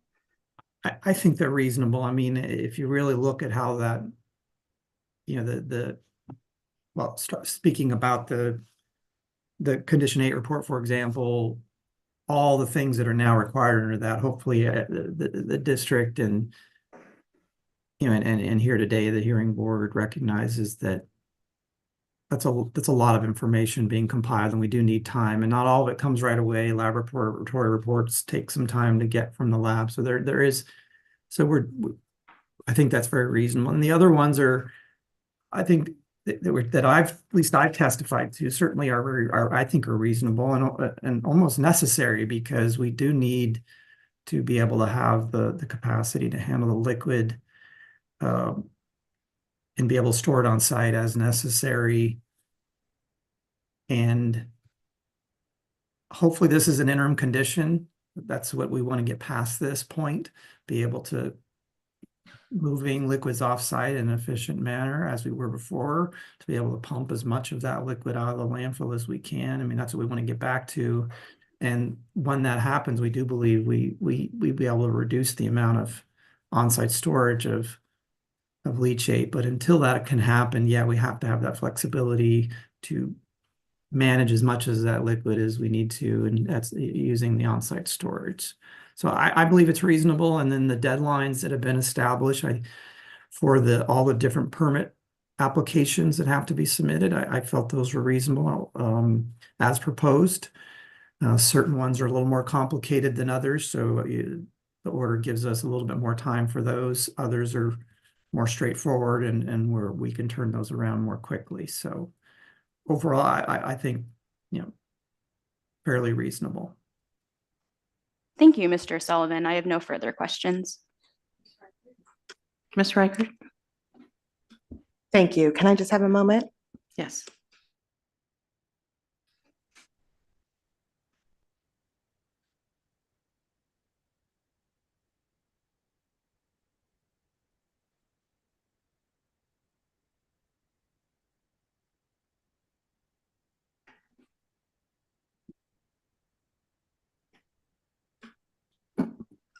Mr. Sullivan, thank you for being here today. You testified about the permits being in process. Can you just discuss kind of what you have done so far on those permit applications? Sure. Do we want to pull them up and go one by one, or do you just more want of a general? Just a general, yeah, overview. Okay, so collecting data. So let's, as an example, collecting data on the number of tanks that are being used and the different components that are being added to the tanks, collecting data on the treatment processes that are being incorporated into it, so that we could adequately describe those in the application. Ultimately, we decided that the number of tanks was changing too quickly to just try to permit a specific amount. So what we're going to request is a maximum that we think we would ever need. And I think that was what we concluded was the only way to handle it, because it seems like it's changing quickly. And obviously, we know about the peroxide treatment. We got information on that process, how it works, and the equipment used to inject the peroxide. But now they're trying to come up with a carbon absorption-based system. So we've collected information on that. And if they elect to are planning to use that, then that would need to be included in the application. So that's an example of the kind of the data collection side. We've updated our calculations of emissions for the number of tanks that have been added. So that will increase the estimated emissions that we have from the overall liquids handling system. Because even though we believe those vapors are being, collected and then sent to the flares, obviously the flares don't destroy every ounce of every one of those constituents. They destroy a certain percentage. So there are some additional emissions, and we have to account for those. So we've updated some of the calculations for those. And then part of it was simply exchanging information with district staff in terms of what they needed for the specific permit applications. For example, the permits that are just for the collection system, do we just need to mention a brief application just that mentions the fact that leachate vapors are going into the system, or do they want more detail, et cetera? So it's really more of an information thing. Started filling out the forms that go with each district permit application. Has a series of forms that has to go with it, both for the authority to construct, permit to operate, but as well as a revision to the Title V permit. Since Chiquita is a Title V facility, every application that we submit has to include not only the permitting for that specific permit unit, but then the revision of the Title V permit. Started our fee calculation worksheet so that we know what the fees are and can start that process of being ready to pay for the fees for each one of those, because they'll all have a fee associated with each one of these applications. So that's kind of the stuff we've done so far. An estimate of like percentage wise about how far along you are? I'd say on some, probably 50% in. Others, we haven't made progress on the application, but we know what we have to do, and they're not complicated. So while I might say, okay, we're only 10% in, the remaining 90 is not a huge lift.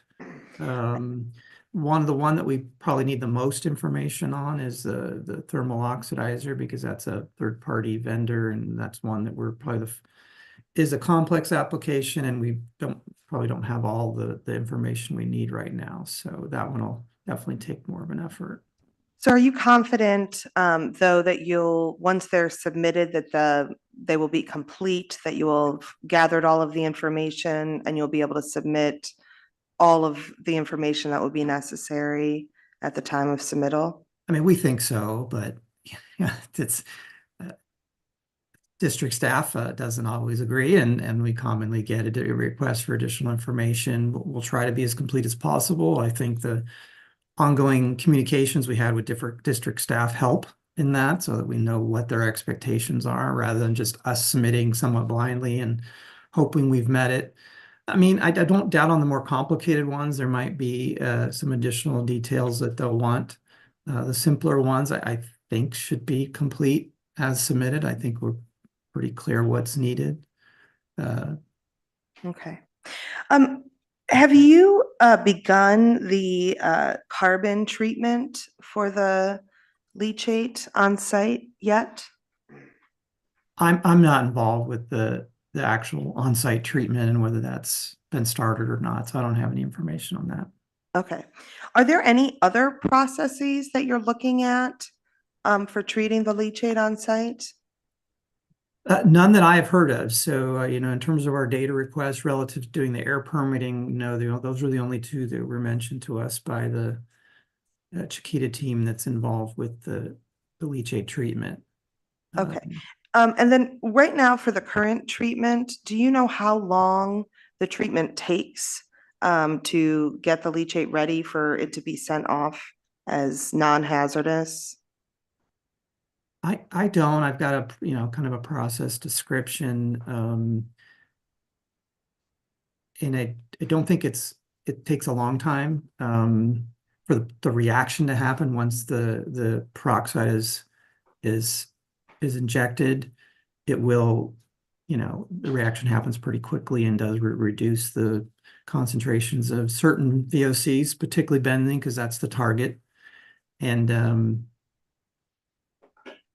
but of course, it depends on the untreated concentration and what that is and how much they need to treat to get it below the threshold, which would be considered non-hazardous. So when you say not very long, I don't know what that means. Is that hours, days? I think hours, you know, hours. treatment is applied. But remember, it's a continuous process. Right. Leachate is continually generated, so that new leachate has to be treated by the same process. The batch, they're doing some in line and then some in the leachate tanks. So I think they're still working out the most efficient way to deliver the peroxide, get it, make sure it gets mixed. So I think they're trying to improve that process. No further questions at this time. Thank you. Thank you, Ms. Reichert. I do have a question, and it's kind of off subject here, but I want to include it based on the fact that a member of the public submitted a document to us. How long have you been consulting to Chiquita, Mr. Sullivan? Probably 20 years, I believe. Okay, so in that you're pretty range. much aware of the operation and the problems that they have had ongoing during that 20 years, correct?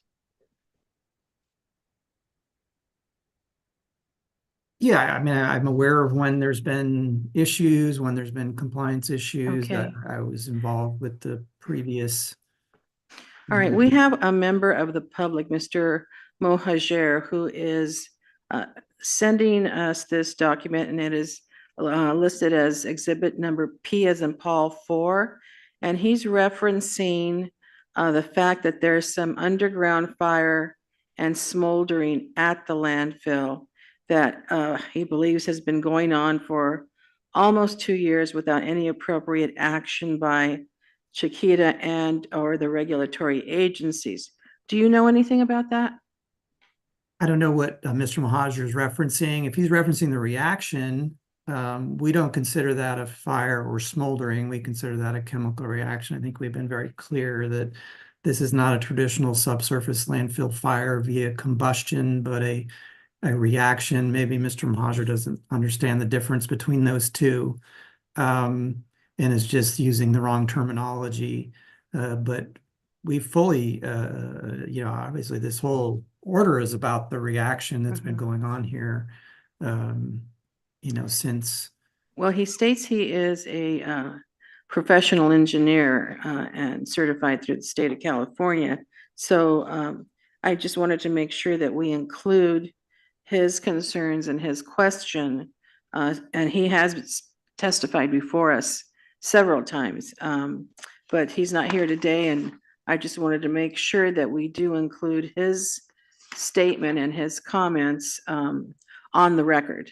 And if you knew anything about it, that it would be most helpful, because this is a whole other issue that would be concerning.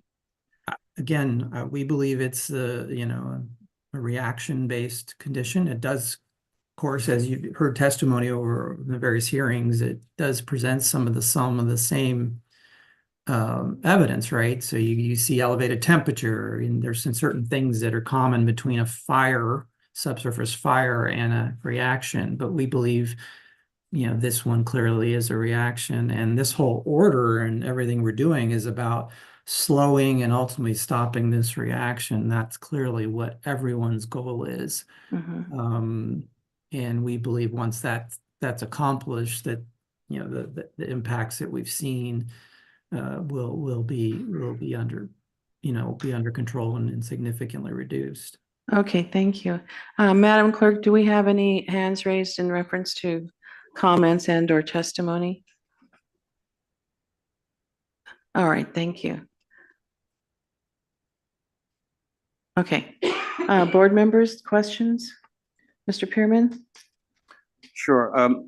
First, just a comment. If we were to grant this order and it proposed a status conference on April 24th, 25th, I'd like to have someone be able to discuss the leachate treatment on site.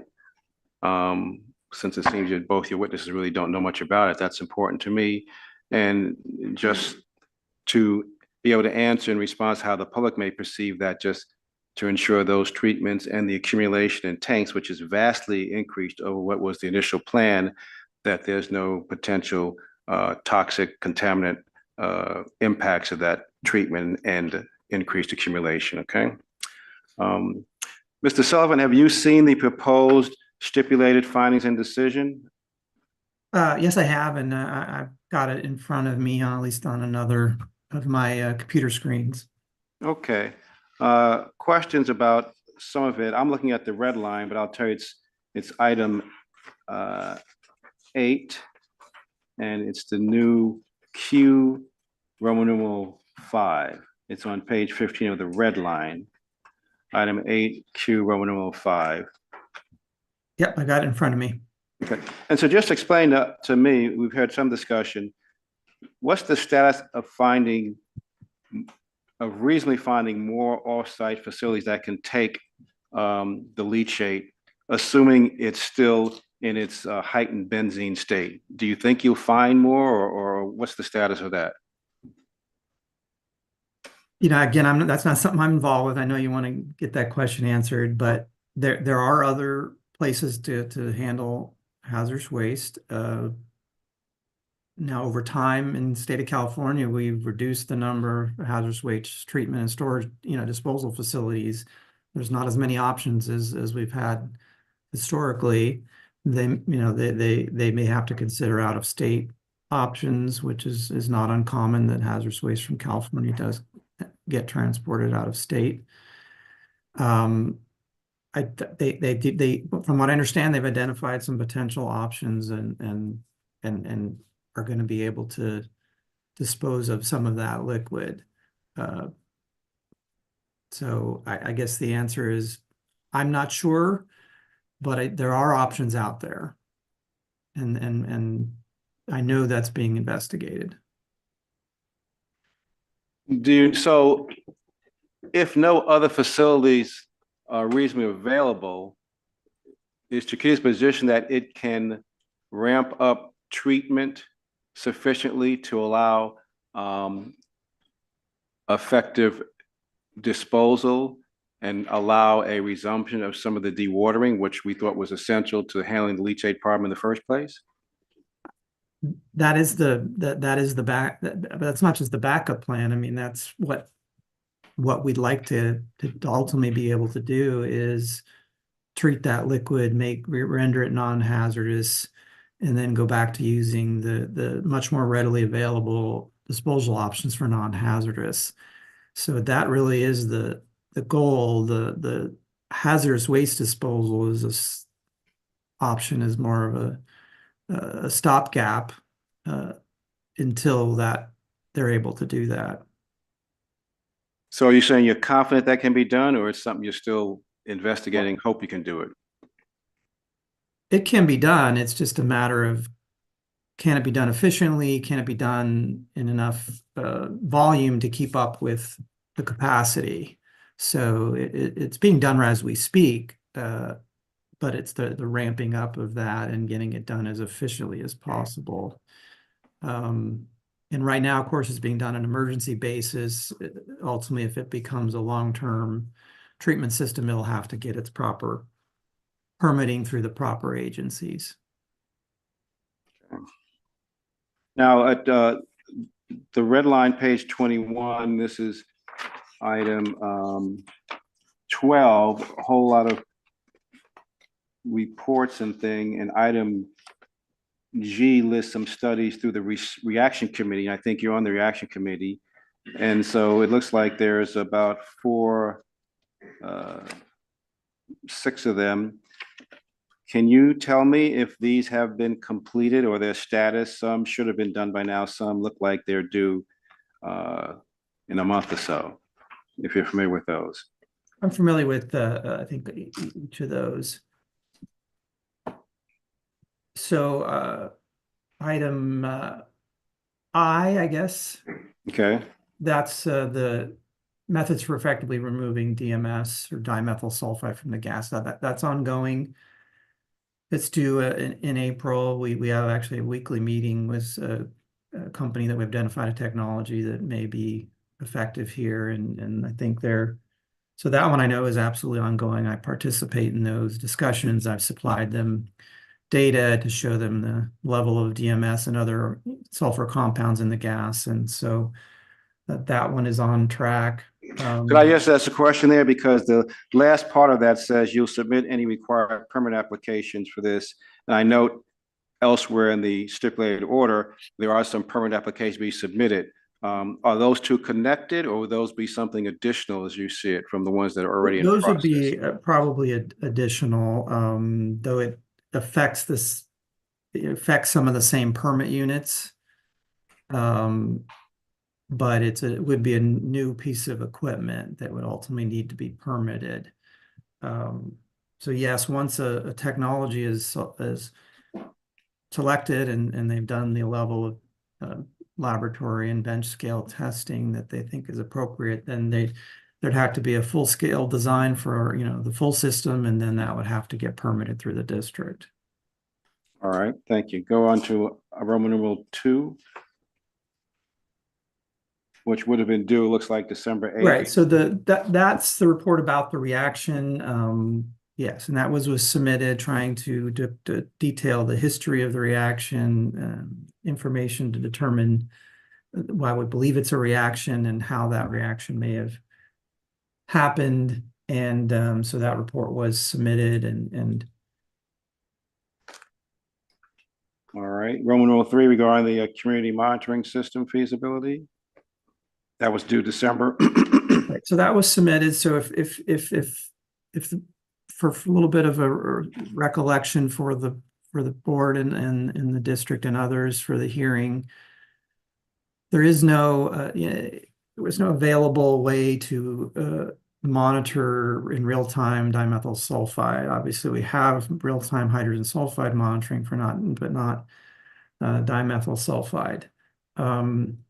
So the attempt was to try to determine a surrogate for it. And the feeling was, well, dimethyl sulfide is one of the constituents that makes up total reduced sulfur compounds. And we can do real-time monitoring for the total sulfur. We tried to do, so we set up two of the stations with real-time monitoring for total reduced sulfur, and then did laboratory testing for dimethyl sulfide, trying to develop a correlation between the two. And if the correlation was found, then we could continue to use the total sulfur reading as the surrogate. Unfortunately, we couldn't detect dimethyl sulfide low enough with the laboratory samples to be able to develop a correlation or a correlation factor.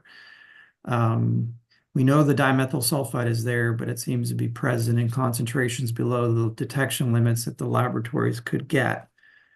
I believe the district actually went out and did some testing using its VAN technology, and they did detect dimethyl sulfide, but in a sub part per billion levels, and the laboratories weren't able to do that. So what we concluded in that report was that correlation test, really was not successful. We couldn't develop a correlation factor with the total reduced sulfur. I guess the good news is the current version of the order, not the revisions we're talking about today, but the previous version required that Chiquita install micro gas chromatographs at 2 of the monitoring stations. And those units will be able to do real-time DMS. The vendor was able to include that in there. So we will be able to then have that with the new micro GCs that are going to be installed. Thank you. Item 4 is the best management practices. I think that was discussed before. Yes. The item sub 5, the known health risks on DMS, due by January 15th. Yes, that was submitted. That was completed by another consultant, but they submitted and prepared that report. Okay. Item 6 is another health study, August. Okay, so that's not due yet. That's underway as far as you know? Yes. Yes. All right. And then this new edition, Roman numeral 7, did you hear the testimony of your other Chiquita witness earlier? Yes, I did. So just help me understand this development of a model to estimate the quantity of liquid left in the landfill. That just by itself seems like an odd phraseology, but what do you think that means? So obviously there's a concern about the amount of liquid now that's being generated and accumulating in the landfill. We only can tell the amount we're collecting, right? We don't know the amount that's being generated, and therefore and there's no way to measure the amount that's continually present in the landfill. So the idea of the model was to try to develop a way that could be estimated. And so we understand the concern is, this is really, we've said this many times, the goal here and the need here is to remove as much of that liquid from that landfill, because that's the fastest way to get heat out of the landfill to reduce and slow down the reaction. So the liquid remaining in there is a concern, and probably a greater concern now that we have the issue with having to shut off pumps during this interim period where we have had the hazardous waste related issues. So the model is intended to a way to estimate that the hope is that the model ultimately, with its various input parameters, however it's set up, would be able to estimate that on an ongoing basis. So you would plug in the variables that we do know and can measure, and then have that help us estimate it. We've talked about that within our reaction committee. Several of the individuals who are kind of have some expertise in that include Mr. Bob Dick, who is our expert in reaction landfills, and several of and one of the other consultants, Neil Bolton, who is obviously one of the landfill gurus. They've talked about that and have already strategized on what that might look like. We're still in the planning phase, but we understand what the objective is. Obviously, we got to now try to put together a model that can do that and allow us to have that predictive ability. All right. I appreciate you using ongoing, because it seems strange to just look at what's left at one point in time. And so you're suggesting, since you don't understand the reaction fully, you don't know if something might be generating more liquid over time. So that's why I think it has to be ongoing, not just a one-shot study. But it seems like that is, in fact, despite the language of left in, that's really what you have in mind in terms of the assumptions and references that might be part of that. Right. That's That's how I see it, that it's a model that can be used for ongoing predictive purposes. Yeah, there's not much value in creating a model that only predicts conditions one time and can't ever, be used going forward. Okay. Then item 15A on page 28. Just want to see if that survey schedule has been provided in terms of the additional 70 wells and the associated piping.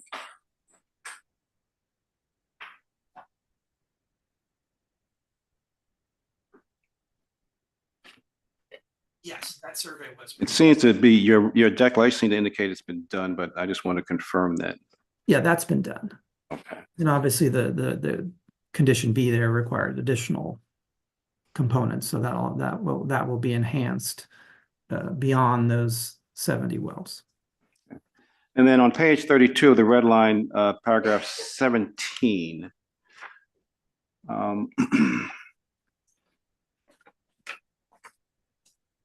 So I take it this was designed to reflect that initially you were supposed to dewater a lot, but now because of the problems with the accumulation and the storage and disposal, you've got to minimize that.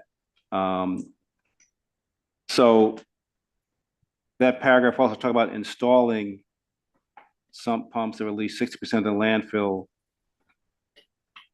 And then if you determine the installation was basically, not feasible, you would never do that. So my question is the word installation the right word, or is it utilization? That you've got the pumps, but you can't use them until you fix this situation? Or am I missing what you're referring to there? Well, certainly the addition of the language to the maximum extent feasible was meant, as you described it, to say that we have some limiting conditions here in the near term. So even though we have the infrastructure, we have the pumps, et cetera, we can't operate all of them, but we'll do it to the maximum extent feasible based on the conditions that exist at that time, taking into account those limiting factors. So that's the way I read that. Well, let me ask you this question. At present time, have you installed dewatering sump pumps covering at least 60% of the landfill gas vertical extraction wells in the reaction area? Yeah, so that deadline of installation was, I believe was met. It's a function of not being able to operate them, therefore not being able to dewater all of those wells. So giving us a little flexibility here during this interim period. All right. Well, I asked both counsel later, but it seems to me A should say utilization, if that's really what you mean, that this allows you to stop using those already installed pumps, unless there's something different going on there. So the district's understanding is that A actually might not be operative any longer.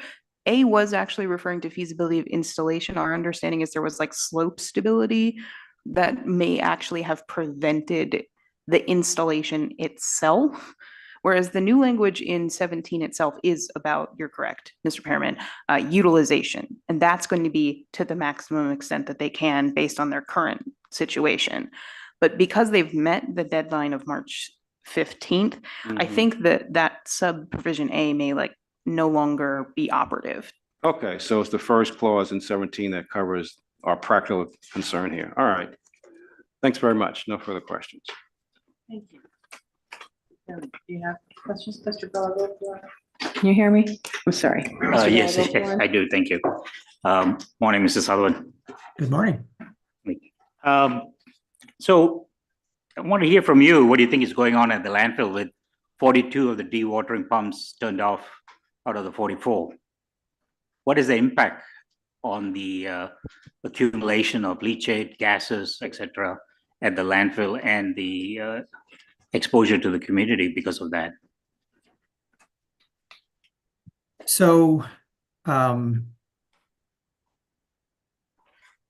several things are happening. So as we are not able to, dewater the landfill itself to the degree we need to with pumps shut off, there's more accumulation of liquids in the refuse mass. So that's going to have, a dual impact of as the accumulation continues, it'll start to impede some of the gas collection by liquids covering some of the perforations in the gas extraction wells and making it more difficult to draw gas from those wells. Second, obviously that's our primary heat removal device is to getting liquids out of the waste. So we're not doing that to the level we need to. So that's going to, limit our ability to slow the reaction during this period while this condition continues. It's necessitated on-site storage and significantly expanding the amount of on-site storage because of the liquid we are collecting, not having a place to dispose of it, and having to accumulate larger amounts of liquid. Right now, we haven't seen, the direct impacts to the community. For example, I think earlier there was a question about, are we seeing higher concentrations of contaminants in the air in the community since the liquid situation has occurred, since the pumping was shut down? And we're not. Could that occur ultimately? Possibly, but hopefully we'll see that. And obviously we're trying to get this situation under control. So we haven't seen that impact. As Ms. Vishwanathan testified, we haven't seen the leachate seeps being released, because we are trying to collect from those leachate sumps at the toe of the slope. So far we haven't seen the impacts that are then, potentially leaving the site and impacting the community. If this continues, that's hard to predict. But and we've said it many times, it's critical to get back to removing that liquid. That is the best way to slow this reaction. So we're going to continue trying to get to that point and get to the point where we not only can get back to pumping, full time again, continuing to expand that system and pump is even more. And we'll be monitoring during this whole time. So we believe we would see the, additional impacts if they occur, whether they're related to air or whether they're related to, leachate seeps, et cetera, and some of the other impacts. So, and this revisions to the order have some, added conditions to for example, there's a condition that has us testing the leachate vapors and confirming that the tanks are being properly controlled and that those leachate vapors are being collected and sent to the gas system. So there's some provisions in here that'll help us, confirm that we're doing what we're doing. So I wish I could predict the future. Our hope is that this situation gets resolved as quickly as possible so we can get back to doing what we need to do, which is remove that liquid as efficiently as possible. If it continues longer than we'd like, I can't predict what the impacts might be, but we will be monitoring and being able to see what those impacts are. Okay. You said predict the future, and you talk about the future. What is the future? What are you talking about? Weeks, months? Can Chiquita walk and chew gum at the same time? You got issues, with extraction of the leachate, and you have storing the leachate. It seems like from this, what I'm seeing is one is taking precedent over the other.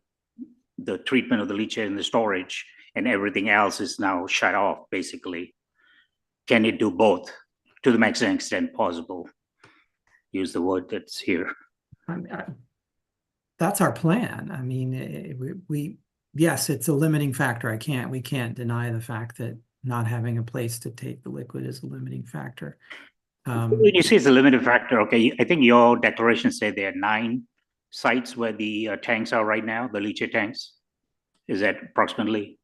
Yeah, approximately. That's And are there room to add more capacity? There is some room, and they've continued to add tanks, just for example, over the period of time when I drafted up my declaration to the point where I finalized it, they added, 6 more tanks at the facility. So they have added and will continue to add as needed. But they're also trying to get the ability to dispose of this liquid off-site. So I wish I knew the exact timetable for you of when everything will happen. We can get back to, fully extracting the liquids from the landfill. I don't know that. Let me Absolutely, that is the plan. And there is nobody, Chiquita, the consultants and contractors, that is clearly the direction that everyone is going and wanting to go, is to get back to the point where we can be removing that we liquid. hear that time and time again when the petition comes before us, but every time is a different, and it's beyond your control. I understand, but it appears that should be better management that can handle both. It's shutting down 42 of the 44, which was considered essential to handling the ETLF situation, but that's completely almost shut down. Two basically who knows how they're operating. So let me ask you this question on specifically on the treatment.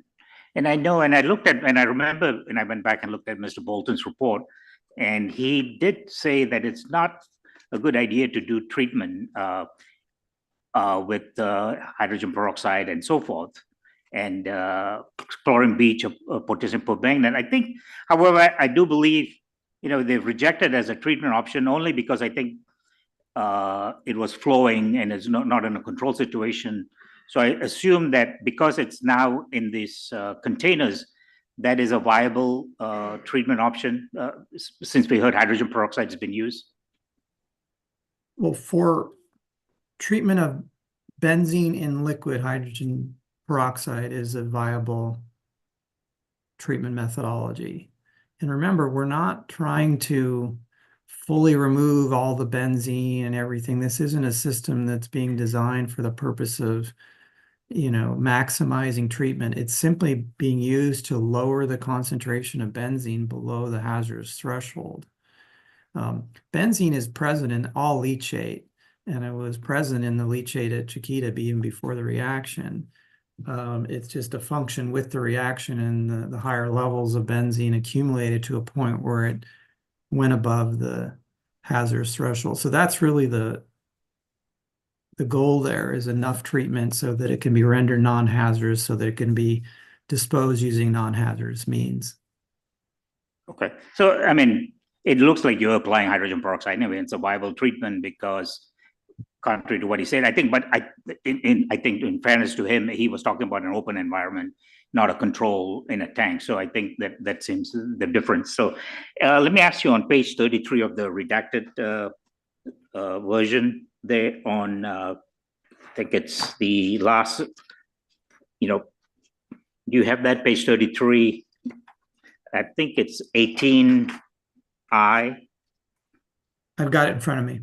Got it. Okay. It within 40 days of approval, or revise the dewatering guidelines according to the comments received by email March 13. Do you know what is that referring to, and resubmit the? So what is that? What is that condition? What does that entail? Immediately, I don't know the specifics of what was in the email. What I do know is that there was requests from district staff that there were comments on the dewatering guidelines. So they had reviewed the previous submittal, had given us comments, and then requested that we address those comments in a revised version. So this email is from the district to Chiquita. Is that what it is? Your understanding? The March 13. Right. And therefore, this order condition is just memorializing that has to be done. Okay. Now, I think you also said you're also the air expert.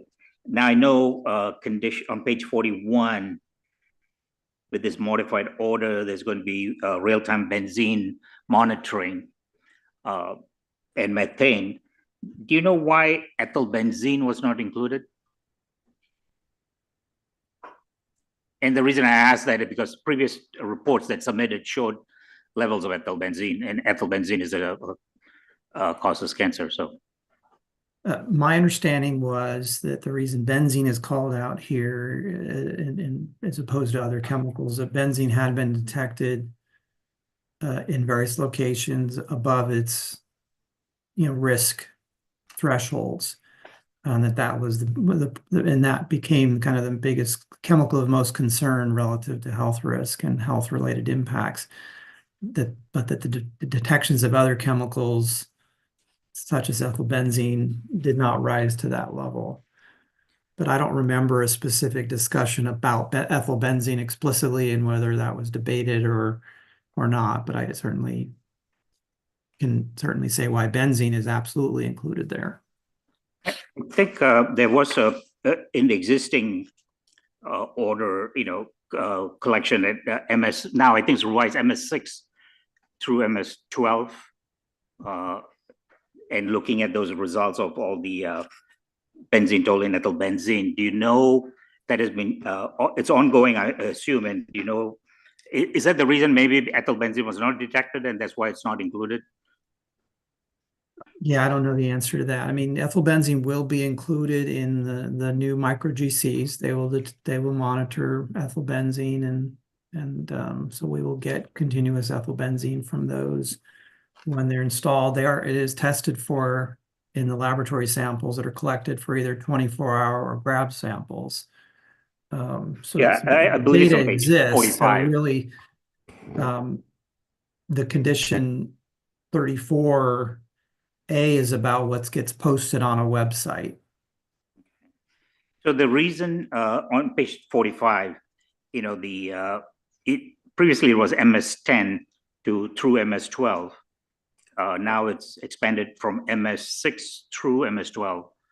Do you know why that expansion? So a couple things. First, it was MS10 and MS12. So just those two stations. And those are the two stations that have been identified by the district that will get the micro GCs. But in the interim period before the micro GCs could be installed, the previous order mandated that we increase the frequency of the 24-hour samples at those two locations. So that's what the previous order had. So that was a kind of an interim condition of increased sampling until the micro GCs. But the new order is because of broader risks in the community and concerns that at other locations within the community, is to now take that same increased frequency and apply it to other stations. So now it's going to occur at all of the offsite stations. So that's why it now says MS6 through MS12. So that's all of the individual offsite stations will get that increased frequency of 24-hour testing. Okay. Just a few more questions. The areas where the leachate is stored, I know we've seen some pictures as part of the district exhibit. They're vented, have collection, vapor collection, going to a flare, I take it. Is it at all the tanks at all the different locations, or is it specific to one area where they have ventilation or collection of the headspace? So in terms of where the sampling is going to occur?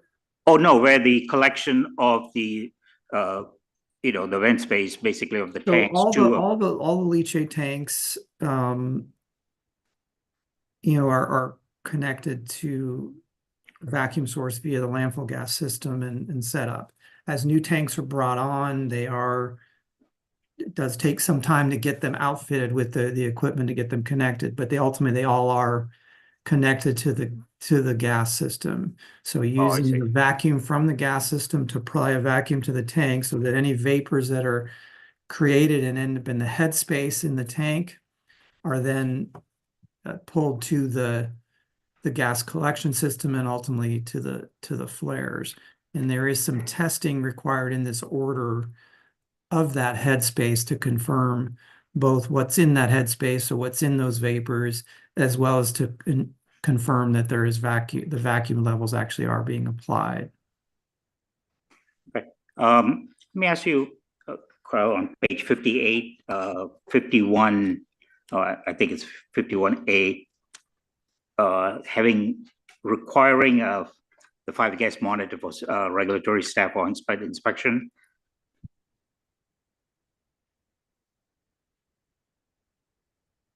Correct. So, Do you know, don't this gas face mask have to be fit tested to the individual? Okay.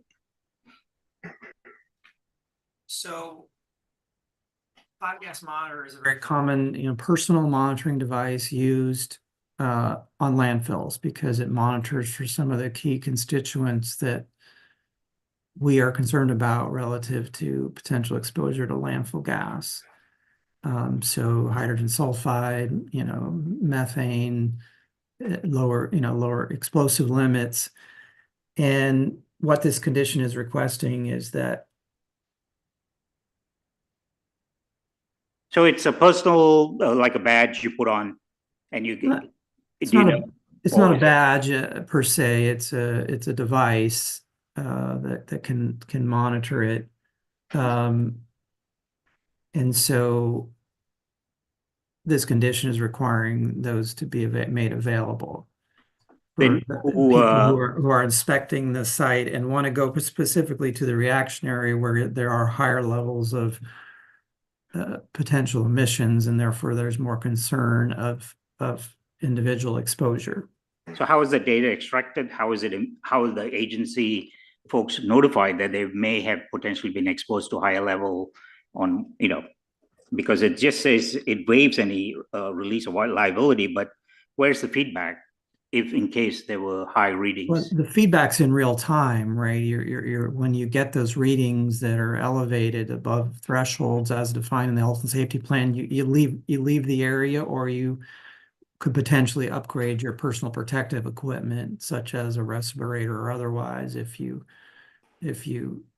chose to continue to be in that area. So that's how health and safety works. It's real time monitoring, telling the individual you may be exposed or that levels are approaching a level that would be in excess, for example, of OSHA thresholds for occupational exposure, and therefore it's a. So they're alarmed, you're saying? Yeah. You know what unit, what it is, what's called? Those is it those? I always call them the 5-gas monitors. I mean, I know there's probably a make and model that. Yeah. Okay, that's fine. Okay. That's what I've always called them.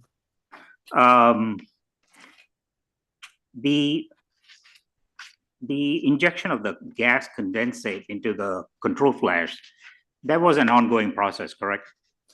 Before?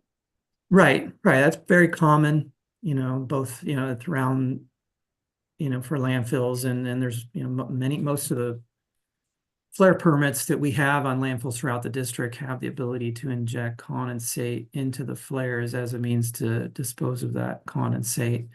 So that was pretty common, and it had been being done at this facility. So what had happened, of course, along with the increase in benzene in the leachate, we saw a similar increase in benzene in the condensate. So is the number of condensate tank then if it increased because of the additional liquid in the gas room? No, not necessarily. I don't know specifics. There may have been somewhat of a small increase in the amount of condensate, but I don't think the condensate has been, because the amount of condensate is dependent on the volume of gas being moved through the system, and it's not as affected by the reaction, though the reaction is because remember, the condensate is the moisture that drops out of the gas. And so if the gas has higher concentrations of things like benzene, which it does because of the reaction, then the condensate will have higher concentrations. And so that's what happened with the condensate, rendering it potentially hazardous, and that's what this order sets, a series of conditions that have to be met before we can begin injecting condensate again. And Mr. Bella, if I can interject, Yeah. do you know how many more questions you have? I just have a couple more. Okay, then we can break for lunch. Right. And so 55A, which talks about doing the analyze the condensate. So that is, so it's below the threshold. It doesn't mean even, it might be below, for instance, the TCLP reading for benzene is below 5, so it meets the standard, right? But it doesn't mean that there's no benzene in there, correct? It's just below the threshold. Oh, correct. Condensate's always had benzene in it. Has All benzene, landfill yeah. gas condensate has benzene in it. So the requirement into source test will give more information what exactly is been emitted then? Right. Are we Okay. seeing an excess of emissions because of the injection of the condensate? Then probably the just two more questions and I'll be done. On page 62, it says, and it's number 64, that's a new condition, shall follow the direction of the EPA to prepare leachate management plan in accordance to the UAO. Do you know, what that, is it a leachate management plan is, or how it's changes from what it was previously presented? So Chiquita was issued a unilateral administrative order by EPA, and among the various requirements of that order was to prepare and submit a leachate management plan. And the order outlines some of the elements that they want to see in that plan. It's similar to things we've already prepared for the facility. So it'll be more kind of combining several different existing documents we have, and some things that in fact have been mandated by the stipulated order into kind of a more kind of comprehensive plan for how leachate is going to be managed at the facility. Okay. So it includes both the collection of the leachate or the treatment of the leachate, or is it just dealing No, mainly? it's everything. It's everything. Okay. It's collection, it's storage, treatment. it's And treatment, treatment. it's final disposition of the leachate. And the last question, number 66, there's April 19th, the committee was supposed to recommendation regarding the remote monitoring. Is that a feasible thing to do, the remote monitoring of the pressure and so forth? It can be done, and there's systems out there that do it. The ones that are kind of commercially available, they're not really designed for reactionary gas. That they're designed for a different purpose, and the materials they use will probably not withstand the elevated temperatures and other conditions in the reaction. So what we want to investigate first before we committed to exactly what we're going to do is how can we design a system that will not only do these things, which we know can be done, but make sure that that system can function within the conditions in the reactionary and the wells there. So that may be an instance of the types of sensors we use, and that they have to be able to withstand the temperatures that we see, and then it's a function of also what are we going to do with the data once we collect it? When we get that real-time data, how are we going to use that to make adjustments to the well field? I said last, but let me, all the requirements for permitting, well, I know the permitting staff need that. Is it preventing, I mean, there is a timeline. It's not preventing from Chiquita to do what it needs to do as far as adding controls and so forth while you're submitting application for the permitting and so forth and waiting for approval? I mean, frankly, most of these things have already happened to some degree. Okay. So we've effectively done them without a permit. As part of these applications, we're mandated to pay the extra fee for installing without a permit. So it's not limiting what? It's not been limiting. Limiting I what you mean, have to do.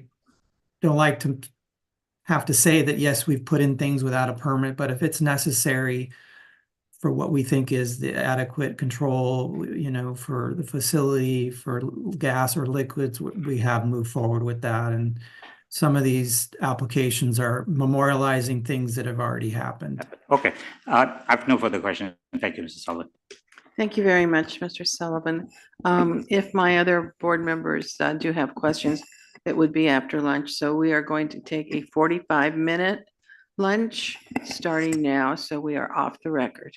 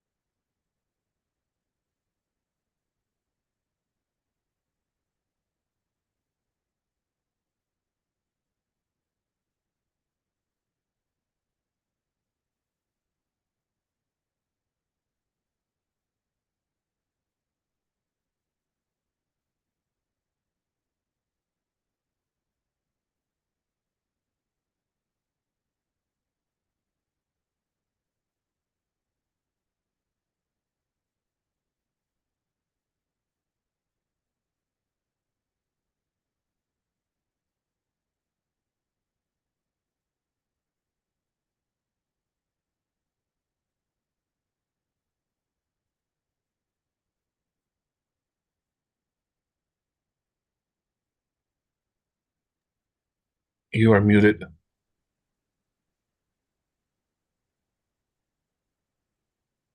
Rosalinda?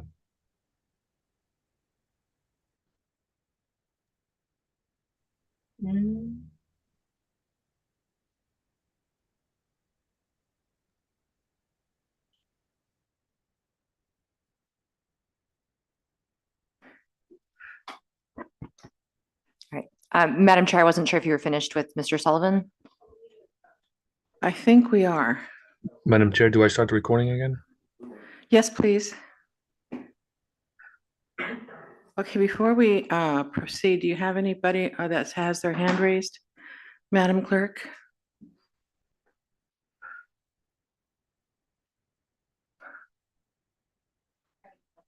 Okay. Yes,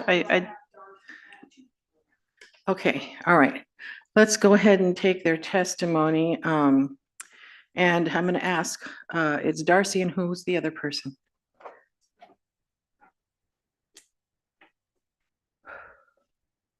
Okay, Abigail and Darcy, are you going to be presenting testimony or are you just going to be making a comment?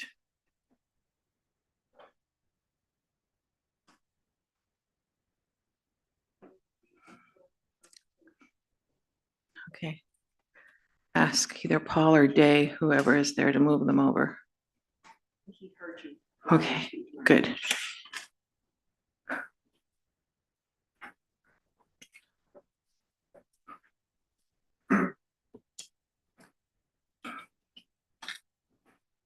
I hope everybody had a nice lunch. Yes, it's Darcy and what was the other one? Abigail? Yes, hi, Yes. can you hear me? Who is this? This is Darcy Stinson. Okay, and do we also have Abigail? The question to you both is, are you going to be presenting testimony or are you just going to be making a comment? If you're going to be presenting testimony, then I need to swear you in. If not, then it's just a comment. You don't need to be sworn in. Maybe both. I have no issue with being sworn in. Okay, and is it Abigail? Yes, it's Abigail DeSessa, and I'm happy to be sworn in and have you determine what it is, a comment or testimony. Okay, all right. So, do you both swear that you're providing, I guess it's testimony / comment, that you are going to be telling the truth, the whole truth, and nothing but the truth? I do. Yeah, I do. Okay, thank you. All right. The first one was Mr. Darcy. Is that correct? Madam Yes. Clerk? Madam Clerk? Okay. All right. Yes, state your name, please, and spell it for the clerk. Yes, my name is Darcy Stinson. That is spelled D-A-R-C-Y. Stinson, S-T-I-N-S-O-N. Okay, you have 3 minutes on the clock. And if we can put that up, Day? Yes, okay. Let me know when I can start. Okay, you're a resident in the area of Chiquita Canyon, is that correct? Yes, I am. Just over the hill. Okay. All right, you can start now, sir. 3 minutes. Yes. Yeah, so I've been listening to this meeting previously. Some of the questions, I don't know if questions or testimony, but the leachate, I've been having a lot of problems understanding the leachate treatment of this hazardous waste, literally right in my backyard. I didn't move near, I don't know if you guys have any control over this, but I didn't move near a hazardous treatment facility. I was certified in the military for certification and transportation of hazmat materials. I know what a lot of this entails, dealing with transporting all sorts of classes of hazmat materials. And doing it here on site, I don't know if there's something I haven't heard a question or anybody ask is there any risk of any of this treatment of this material to any of the residents or anybody near the landfill? And why does it have to be done here? Why couldn't it be done somewhere else where there's not a population of people? I've called some hazardous storage facilities within the United States, and some of the places I've talked to said that they'll take in whatever amounts of stuff. I've heard the landfill say that they're full, that this leachate has no place to go. These tanks that they're storing at the landfill, is there not a place that's away from people that they can store these if they're having a problem trucking them somewhere? I brought up to the landfill, why don't they have an assistance with a brokered agency to broker people that are licensed to transport hazmat materials? Why they can't do that? I do appreciate your board. A lot of the people there asking a lot of very good questions. I appreciate that. We are suffering, like insanely suffering in our community. I know myself, countless times it's been hard to breathe. One time particularly, I couldn't breathe, and that scares me. I had the thought of going into my house and all of a sudden I could breathe. What if somebody doesn't? What if it's a kid that didn't have the thought to try to remove themselves from the situation? And can this potentially kill us? Can we lose?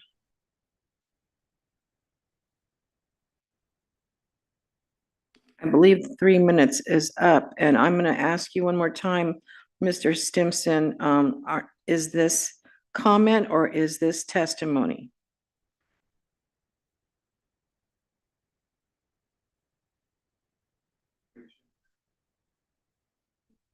Where did he go? Yeah, but we still should be able to hear him. He just has to unmute I himself. think Can you hear me right now? Yes. Sorry, it said that you guys muted me. So I would say both testimony and comment. I mean, these are things that are happening. It's got to be, I believe it's got to be either or. Okay, testimony. Okay. I swear to it. Okay. All right. So, therefore, do you have questions for this member of the public? We don't have any questions at this time. Thank you for your testimony. Ms. Roberts? no questions. Thank you, Mr. Stinson, for your testimony. Board members? Mr. Balagopalan? Mr. Simpson, you mentioned that you're very close to where the treatment is occurring. My understanding from what I've heard, it's more of a water phase type treatment. And what kind of are you getting odors from the treatment? What are you experiencing from the treatment of those hazardous materials? I would say I don't know if it's treatment or just what's going on at the situation, but it is getting worse every day. Like every day, the concentration is getting worse and worse and worse. Whether that's part of the treatment, I don't know, but we get sick. We get, where you can barely breathe, coughing, throwing up, nosebleeds, severe headaches, like almost to the point of passing out. We've had to leave our homes countless times where we couldn't be in our homes. It comes in our homes and you can't get away from it. So I don't know if it's the treatment process, but in my opinion, that stuff needs to get taken out of here ASAP and stop putting us at risk of all these things that's going on. What's going on now is not like what was going on 10 years ago. But mind you, with the AQMD, we're still smelling trash. We're still smelling like they're in their normal operations. And I feel AQMD is only focusing on the leachate issue. I know that's probably not your question, but we're still smelling the trash odors of the current operations, as well as the leachate, strong, just like you can smell pockets. Sometimes it comes like it's in a bubble, and you can maybe not smell anything, and then all of a sudden, boom, you're nailed. But mind you, sometimes you get a severe headache, you can feel it a lot of times before you can actually smell it. So there, you might not smell any odor, and you can feel it, like you just get hit by a Mack truck, and then the odor comes later, and it's like, well, how is that associated? So I would say yes, we all the above for it's bad. It's very, very bad. And you asked something about I think you asked kind of like the location. Like, I'm less than 1,000 feet of the landfill, I think, from Birdseye, literally just up over the mountain. I'm on Lincoln, right on the corner. Mr. Stimson, have you or your family received any medical care in reference to your symptoms? Yes, multiple. I've been prescribed nebulizers. Something oddly enough is I don't know if people have talked to you about pneumonia. Like, people have been getting pneumonia out here. I've been treated for pneumonia multiple times. Funny fact, I'm 41, I believe. Sorry, brain fog, but I think I'm 41. My doctors prescribed me to get a pneumonia shot. And the odd thing is they said somebody your age should not be getting a pneumonia shot. However, you get pneumonia all the time all of a sudden. So we suggest you getting a pneumonia shot to prevent this from happening. This wasn't something that was always. This is just in the past couple of years. And I've talked to multiple doctors. They're aware of the landfill situation. But as for data, you get tests done, and they can't really find stuff in the data. And the other thing is, when I leave my home and I go out, sometimes like I could have a massive fit, coughing, the whole bit. And then I leave and I'm out in town, like Santa Clarita, Valencia area, and I get seen by the doctor. I'm sitting in the doctor's office wondering why I'm there, because I don't have any of the symptoms anymore. It's when I'm at my house, when I'm like in it. And so my mental health doctor, she asks me about it all the time, because it's not just a physical health issue. It's also a major mental health issue. I get super involved panic attacks. I get super like major anger, that overwhelms me and just succumbs. I freak out, and this mentally has taken a massive toll on my system, massively. And it's hard, and my doctor knows. So yes, there's a lot of doctors stuff. I've been prescribed inhalers, nebulizers, a CPAP machine. It's funny, I have sleep apnea. I have a CPAP machine. And I don't know if any of you guys know what that is, but Yes, we do. And I'm going to stop you right there, Mr. Stimson, okay, since we do have another person who's waiting. But I thank you for your testimony. Thank you. Okay, and the other one is Abigail? Okay. DeCessna, is that was her last name?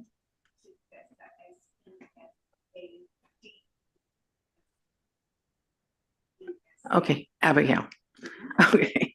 Mr. Cessna, are you going to be giving testimony? I'm going to ask you that question again, or is it just a comment? I will give testimony. Okay, thank you. Go ahead, you've got 3 minutes. My name is Abigail DeSessa, and I am a county landfill lab rat. Chiquita Canyon Landfill has more than a full year of being deceitful, out and out lying, and hiding dangerous situations at the landfill, and yet many government agencies are stating they feel the landfill is working in good faith. How does that remotely add up to working in good faith? My home was purchased with a non-hazardous landfill less than a mile away via air. I did not purchase a home near a hazardous processing dump. Allowing millions and millions of gallons of hazardous waste to be processed right next to our homes is simply inexcusable. No expense should be spared to safely remove it from the property to be handled away from the residents, schools, and businesses. For more than a year, we have been told testing will be done and reports will be created. We need more information. It took nearly a year to get all these government agencies involved, and yet we hear the same story. As a neighbor of mine noted at a recent meeting, the definition of insanity is doing the same thing over and over again, expecting a different result. For other government agencies listening, no one is debating that there is a all hands on deck being offered to the landfill. However, we are stating that the people are not being given an all hands on deck offer like the landfill has gotten.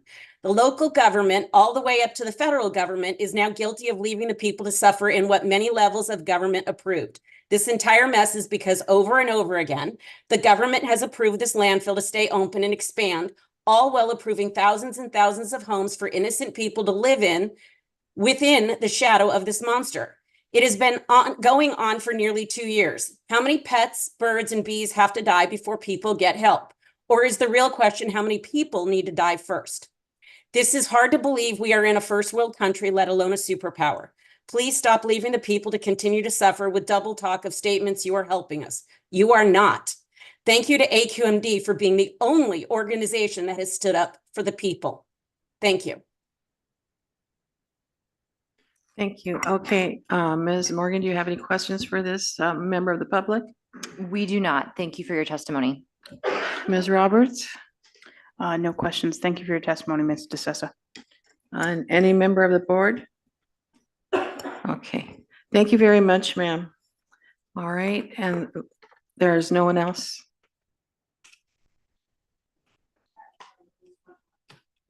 Okay. Evans?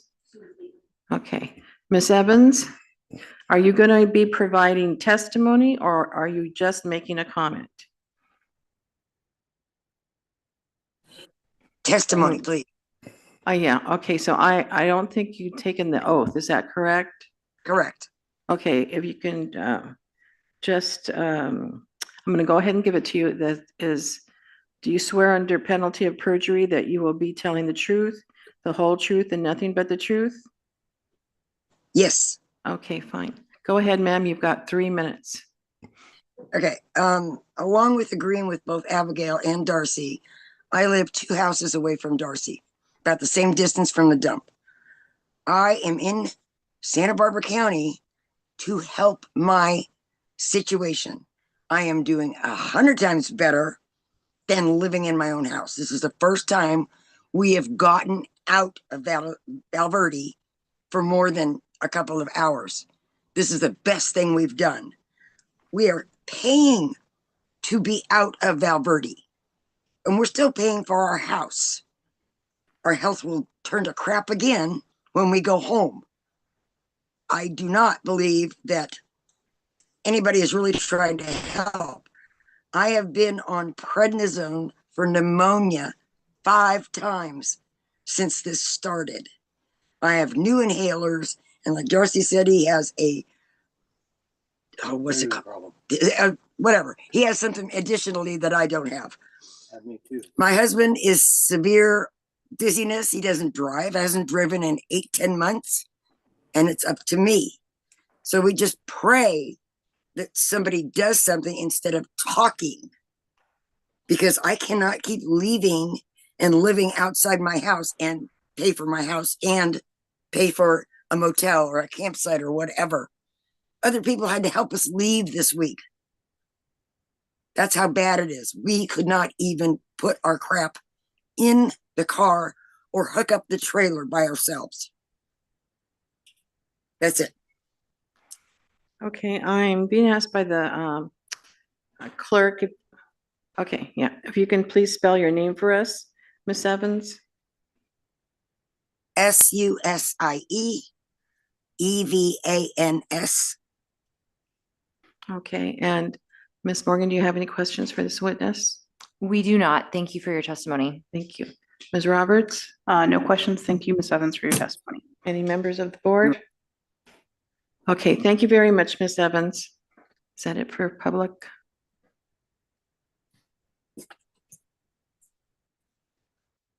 Okay, thank you. All right, we can go ahead and proceed. Did you have another witness you wanted to present?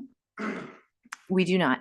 Okay, Ms. Roberts, did you have any witnesses you want to present? Yes, we would start with Mr. Beitong Chen. Okay.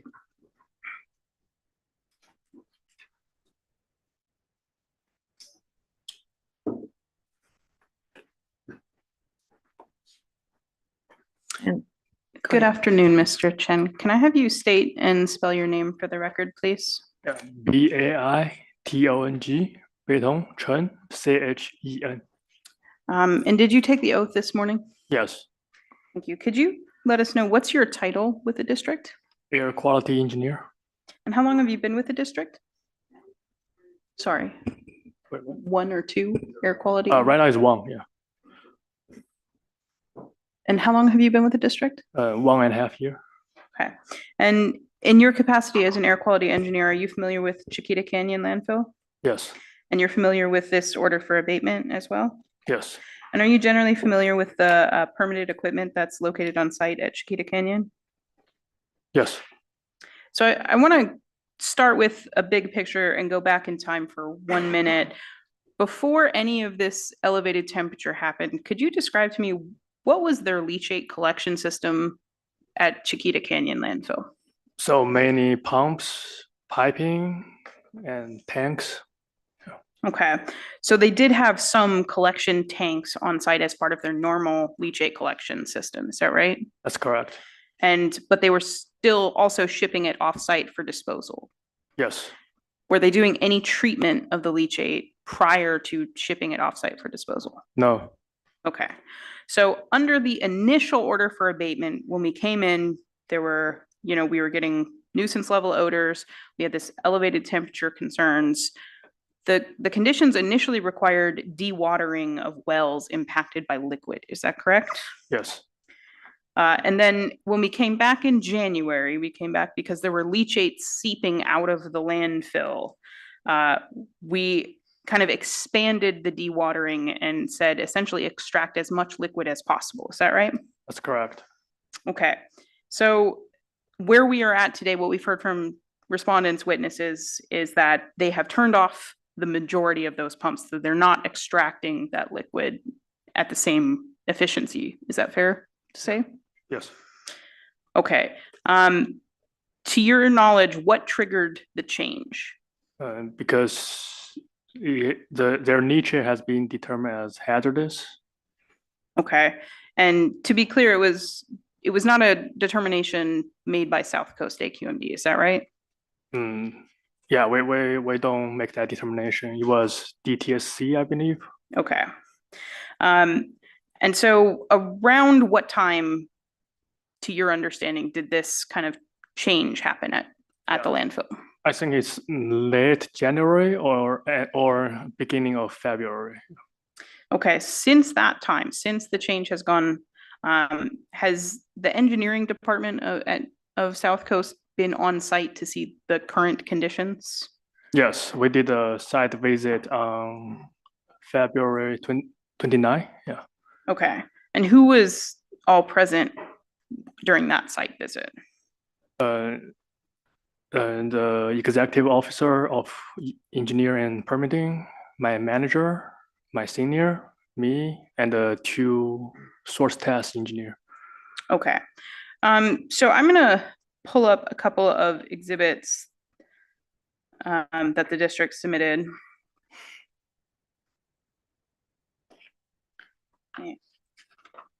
Okay, so this is exhibit 43. Are these photographs that are submitted, that the district has submitted today, are these photographs that were taken as part of engineering site visit in late February? That's correct. Okay. Can you just describe what exactly are we looking at? What is this? So the picture here is a tank farm. I believe it's located at the southwest corner of the landfill. And I think this is also the first tank farm. Okay, so is this the only place where tanks are currently located on site? Currently, no, there are several areas also have tanks now. Okay. So there's multiple different areas, but this is like kind of one example of one tank farm, as we're calling them. Correct. Okay. So I'm going to go to the second picture. Are the tanks, to your understanding, are they connected directly to the lines within the buried waste at the landfill? They are connected to the leach collection system. Yes. Okay. And are the tanks connected to each other? This is, I think, Exhibit 45. To my understanding, some of them are connected to each other to balance out the liquid level within. Okay, so there's sort of a complicated interconnection where some of the tanks are connected directly to the lines that are buried essentially in the waste mass, and some of the tanks are connected to the other tanks. Correct, yeah. But you don't know that all tanks are uniformly connected to all other tanks, is that right? That's correct, yeah. It has been changed so much, yeah. Okay. And so to your understanding, when they are still disposing of, when the leachate has been treated and they can take it off site, they're not removing any of the tanks. They're bringing in trucks to the tank farm and pumping from the tank into a truck at the tank farm. Is that right? Yeah, that's correct. And is that an example of what we're seeing in this picture? Right. Okay. Correct, yeah. So this is like the silver is the truck that would be disposing of it and coming off site, and the blue is the tank that would remain on site. Right, right. Okay.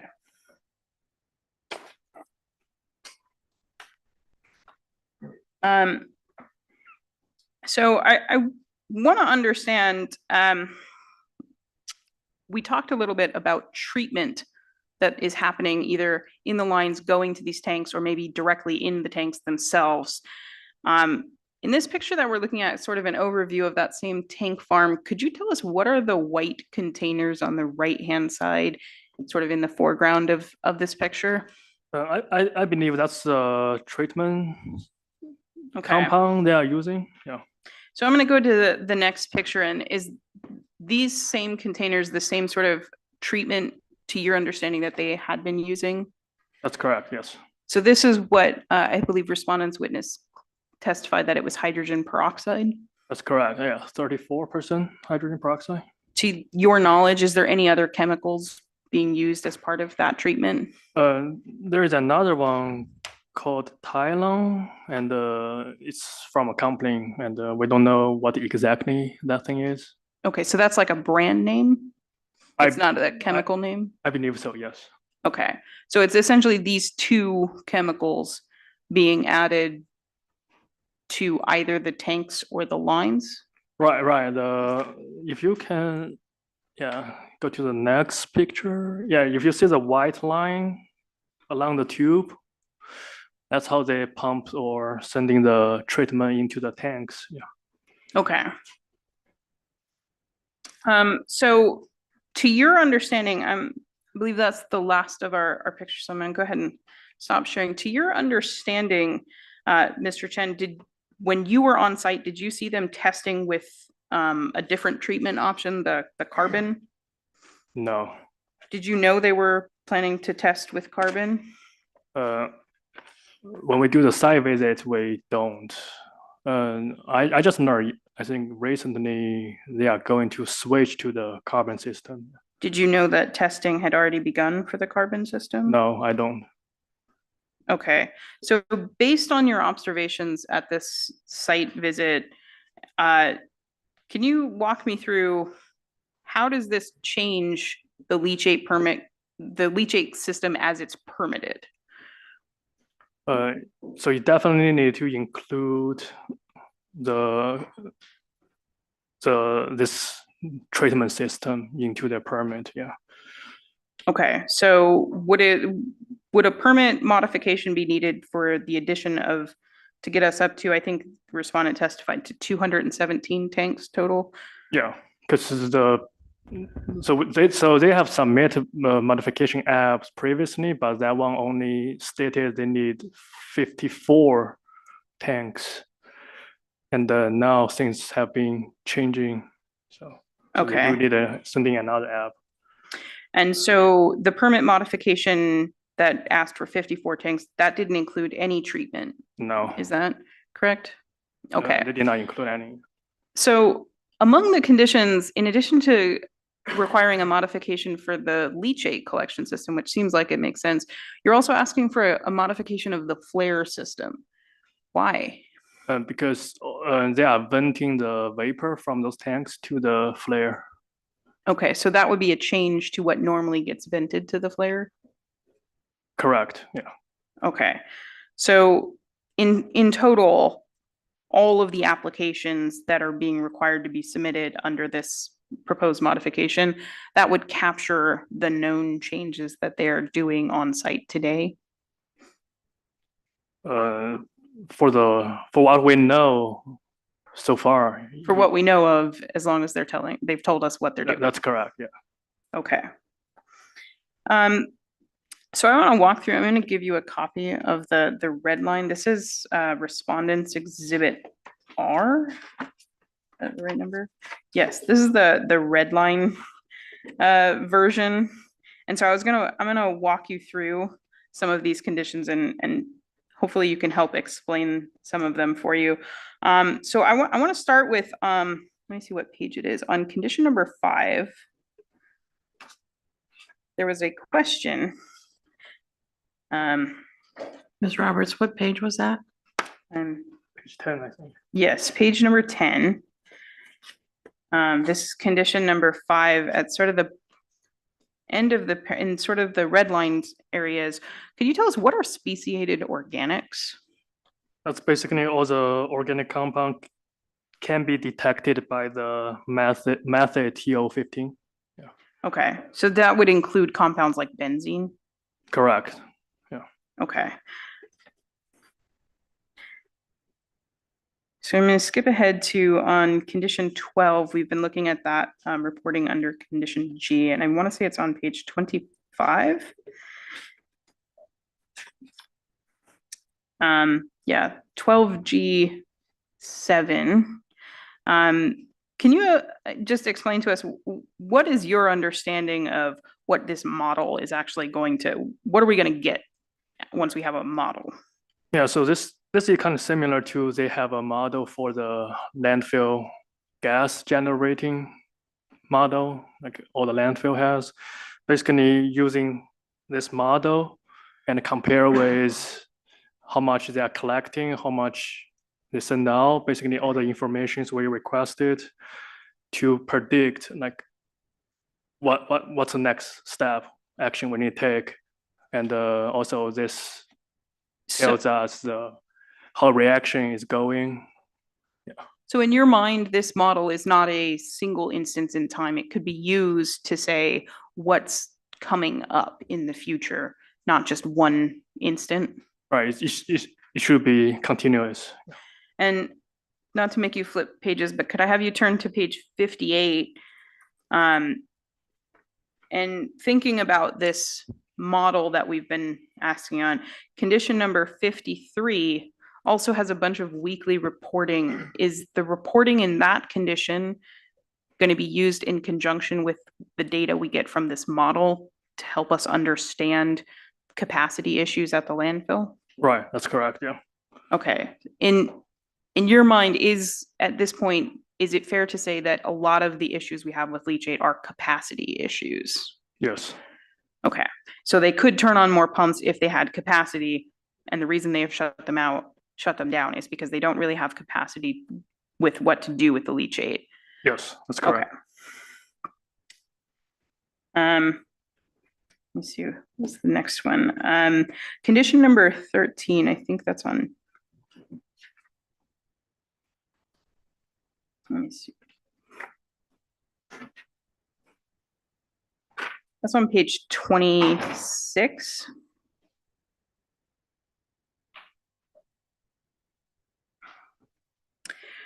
I think, so your understanding of, could you tell us what does additional landfill gas collection equipment in condition number 13 mean? And the wells. Okay, so this is when they install additional wells, then essentially operate them and start collecting. Correct. Okay. So going downward on that same to condition number 15B, which is on page 28. Can you tell us what's condition 15B requiring? Requiring an average of 3 wells per acre within the reaction area. So And 2 wells per grade, minimum of two wells per grade. so in a general sense, what's the goal of this what is the point of that? So the facility has enough, so have a good well density as well as good dispersion spread out the landfill. Do you know generally what was Chiquita's well density before this elevated temperature landfill? Yeah, well, we estimated to be around 1.2 wells per acre. Okay, and so we're in the reaction area, we're going to go up from about 1.2 to 3 wells per acre. Is that right? Yes. Okay, and in coming up with this condition, this going to 3 wells an acre, did the South Coast AQMD consult with any other experts? Right, we learned that from other landfill operators, landfill experts, as well as regulatory agencies. Yeah. So to your understanding, is it fair to say there's sort of a consensus within both, on the industry side of other facilities, as well as on the regulatory side of that controlling odors is about controlling gas? That's correct, yes. And it is the idea of increasing this well density, almost tripling the volume of wells in this area, is that designed to essentially get us on a path out of odor nuisance? That's a goal, but 3 well per acre is just the initial estimation. We will see from there. So that's the initial goal, and we might come back later to further build upon it. That's correct, yeah. Okay. So looking at, I think there was some discussion with Mr. Sullivan on conditions 34 and 36. So if I can have you turn briefly to page 41 of the red line. And condition 34 is just dealing with what data is going to go publicly on a website. Is that correct? That's correct, yeah. And so that does include benzene as well as the H2S. Is that correct? Right. That's those 2 compounds are a major concern from the previous. Okay. And so I want to scroll down a little bit to condition number 36 when we're talking, it's 36B, which is on page 45. When we expanded the testing that's going to be done in the community, that test results will go into what's on the website. But the testing that's done under condition 36, is it just for benzene? No, it's for I believe it's for the TO15. So it's a list of organic compound. Okay, so the public website is focusing just on the toxics that have been of high public concern, but we are testing and getting results for a whole suite of toxics. Is that correct? That's correct, yes. Okay.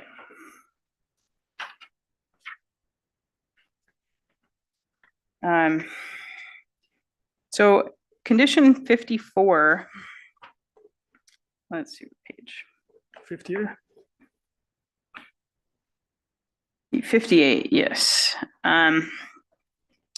So first of all, can you describe what's the difference between condensate collected before versus after the sulfur treatment carbon absorbers?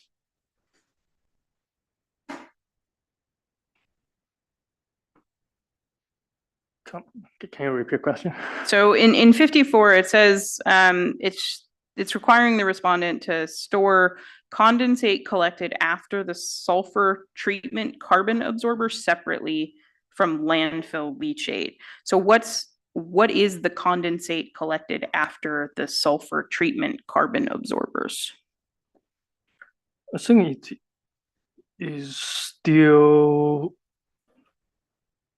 from I don't know the exact differences, but I do believe the condensate collect after might be. So maybe it's better to, so like, let's look at 55 for a minute. On the next page on page 59. It says they may not inject landfill gas condensate into the landfill gas collection flares. But condensate collected after the sulfur treatment carbon absorbers might go to the flares if they follow a bunch of subconditions, right? Yeah, that's correct. Yeah. So the condensate collected prior to what's after the carbon treatment, or the carbon treatment, can eventually get injected into the flares, Yeah, correct? If it's not hazardous, yeah. Essentially, those subconditions are making sure that before it's injected, it would have to be non-hazardous. That's correct, yeah. But condensate collected prior to, that is essentially, I maybe potentially even mixed with leachate, can never be injected into the flares. That's correct, yeah. Even if they test it. Right. Okay. So I want to walk through condition number 56, which is on page 60. This condition is requiring sampling and analysis of various aspects of the tank farm. Could you walk us through what exactly are we sampling and testing there? So mainly the vapor come from the niche. Yeah. Okay. And so this testing is separate from the permitting process. Is that correct?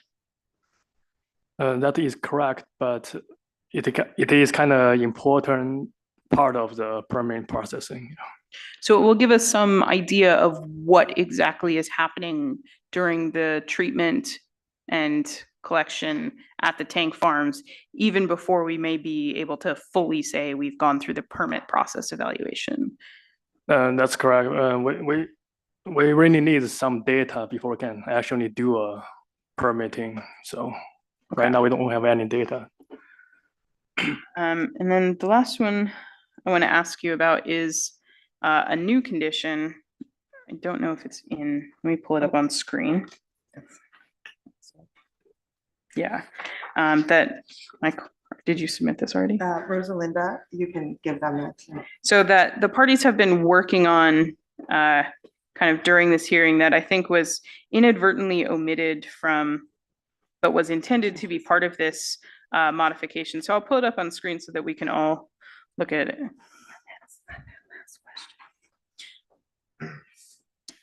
So let me see if I can zoom that in a little bit. So can you just walk us through this proposed condition 68 that would be added?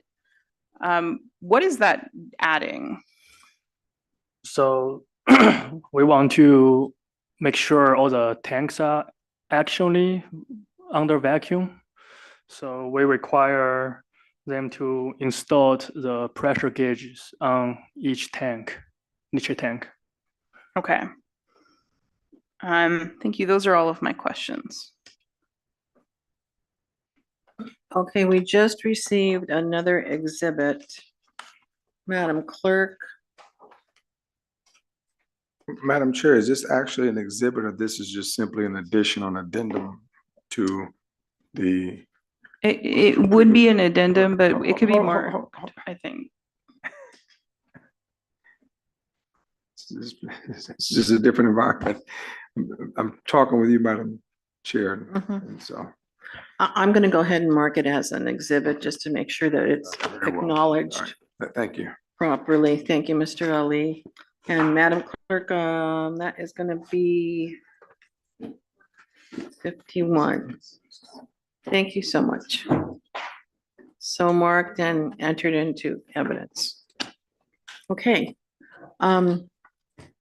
Did you have questions for this witness, Ms. Morgan? No questions, but thank you, Mr. Mr. Chen. Jasinski? No Hello. questions. Hey, how you doing?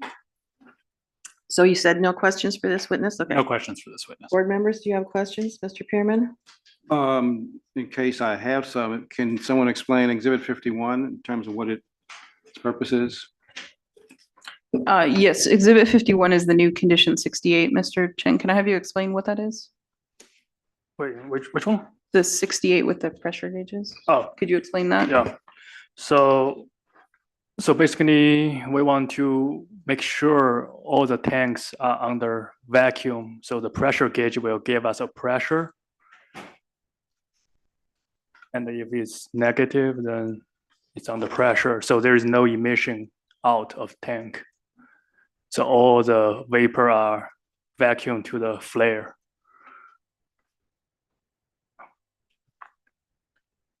Okay, so, all right, so that helps ensure there's no air contaminants issued from the many tanks being provided. Now, what happens if they show a leak? Is there something here that says stop, or what's the ramifications? They need to fix it, yeah. They need to fix the tank, yeah, if there's a leak, or increase the vacuum to pull from the tank.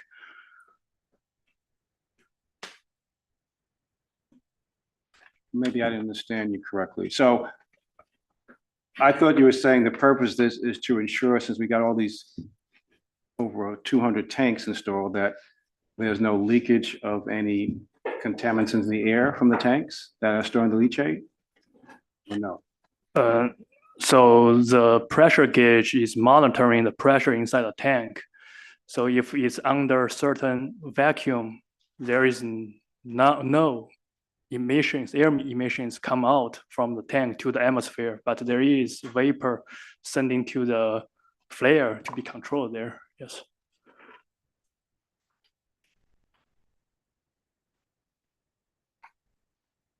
So you're saying either there's no vapor, or if there is vapor, it'll go to the flare. Right, because those tanks are vacuumed by the flare, yes.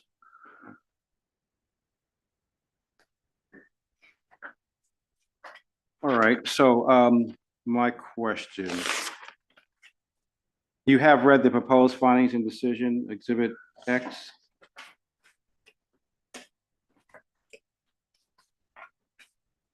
Wait, what? Yes. Yes, yeah. Okay. Just the first comment maybe, but on the first page, we talk about there was a hearing September 6th, and then we say following petition, the hearing board held the status modification hearing pursuant to notice. We should probably say held the hearing on March 21st at 9 a.m., okay? Then page 5. My next question. And I just didn't understand if you know what paragraph 24 means or refers to.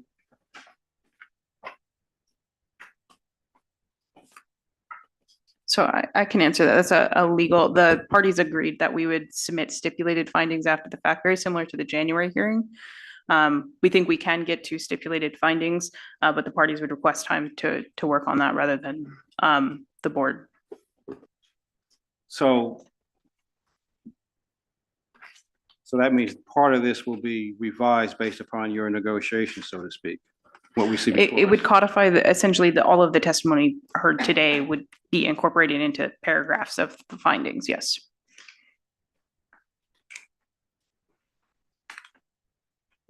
So page 9, sir, will be the next question.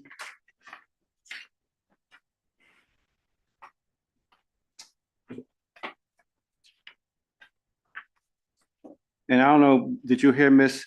Viswanathan's testimony this morning? Yes, I did. So again, I was trying to understand the additional language at the beginning of 4 and trying to understand your view of what they should prioritize, if anything, going forward. Are they still to prioritize the flares as stated in the original order, or does this addition of 4 change their ability to prioritize or not what flares or what operational flares they utilize?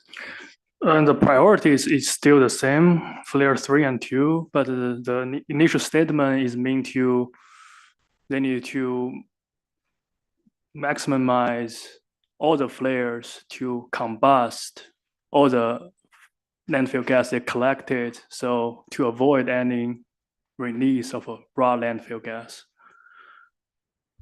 So the first imperative, utilize all flares to reduce or limit the raw landfill gas release. Right. Based on the past report, we have seen the amount landfill gas they collected were lower than the one they estimated. Yeah.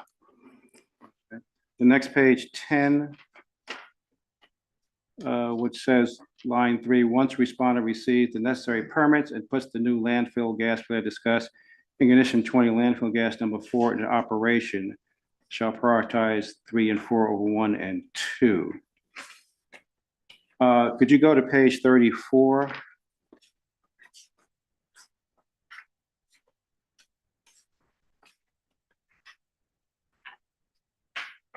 Paragraph 20,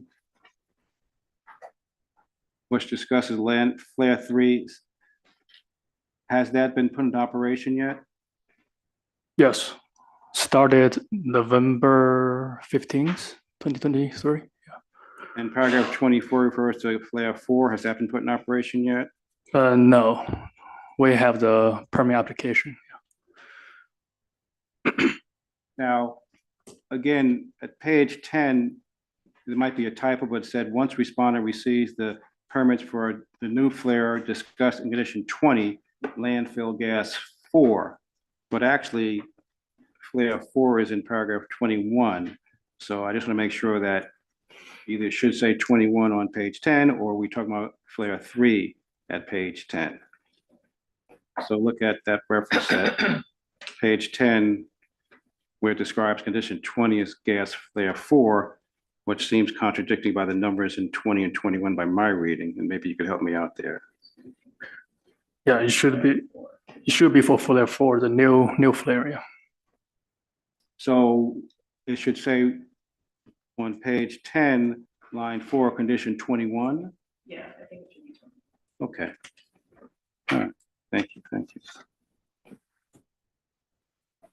And on page 10, sir, again, a question I asked about the additional language about the thermal oxidizer flare and any of the landfill gas control equipment operating on site.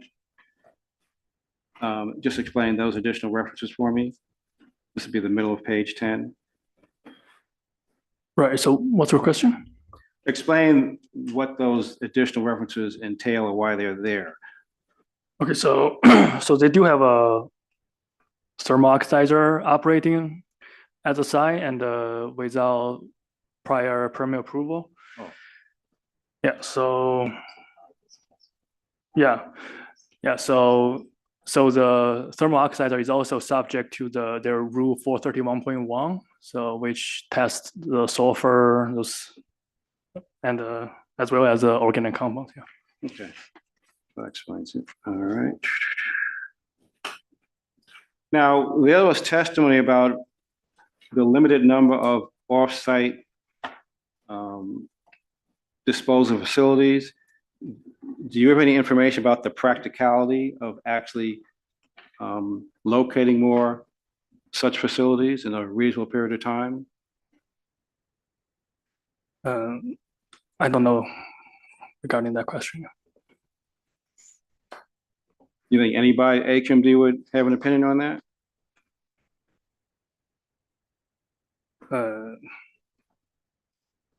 Yeah.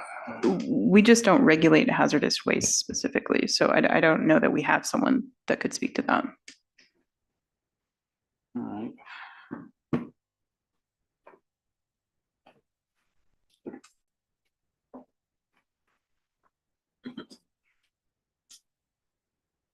Now, looking at a question I asked regarding page 22, where Mr. Sullivan testified that, if I read it right, there was no way to do real-time DMS monitoring, although he said that there was some new equipment that would allow that to be done. Do you recall that?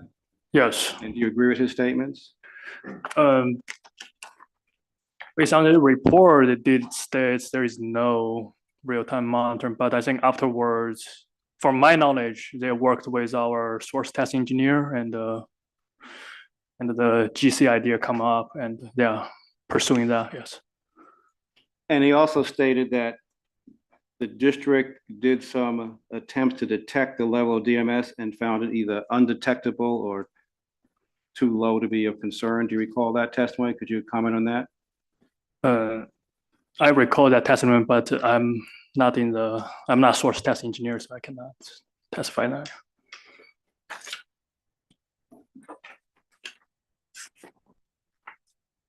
And on page 24, item Roman numeral 5, it was stated that by January 15th, 2024, they would submit a report on the known health risks, et cetera. Was that submitted? Yes.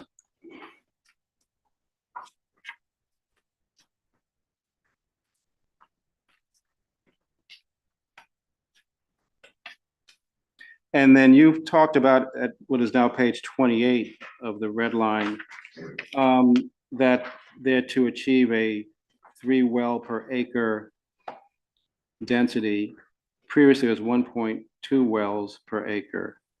So how is it anticipated that that increased density will fix the leachate creation problem, if at all? Yeah, so with a higher density and if they can and a good air dispersion or not air dispersion, like dispersion within the landfill, you can pull all the reduce the pressure as well as pull all the heat from the landfill, and that can ultimately slow down the reaction, hopefully. Well, so that leads me to a question that I think Mohan addressed, that you mentioned we reduce the pressure, but the testimony from the Chiquita witness was this incredible cessation of dewatering will increase the pressure buildup. So given that you meaning the district don't seem to know what's causing the reaction in the first place, how can you tell the people who live there that this won't adversely affect the creation of more leachate, this solution that's going on now of stopping the dewatering? All the wells we ask them to install can also help with dewatering once they turn on the pump. They could.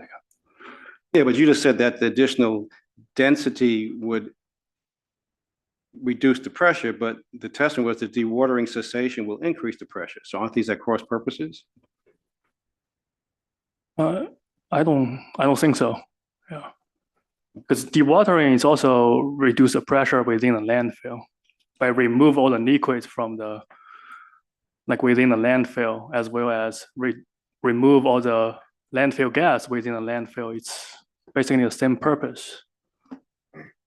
Which dewatering is being stopped to a great extent right now. Right, correct, yeah.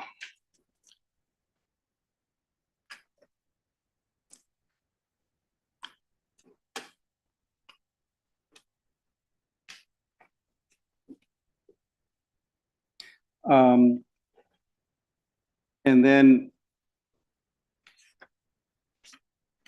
get my notes here. Now,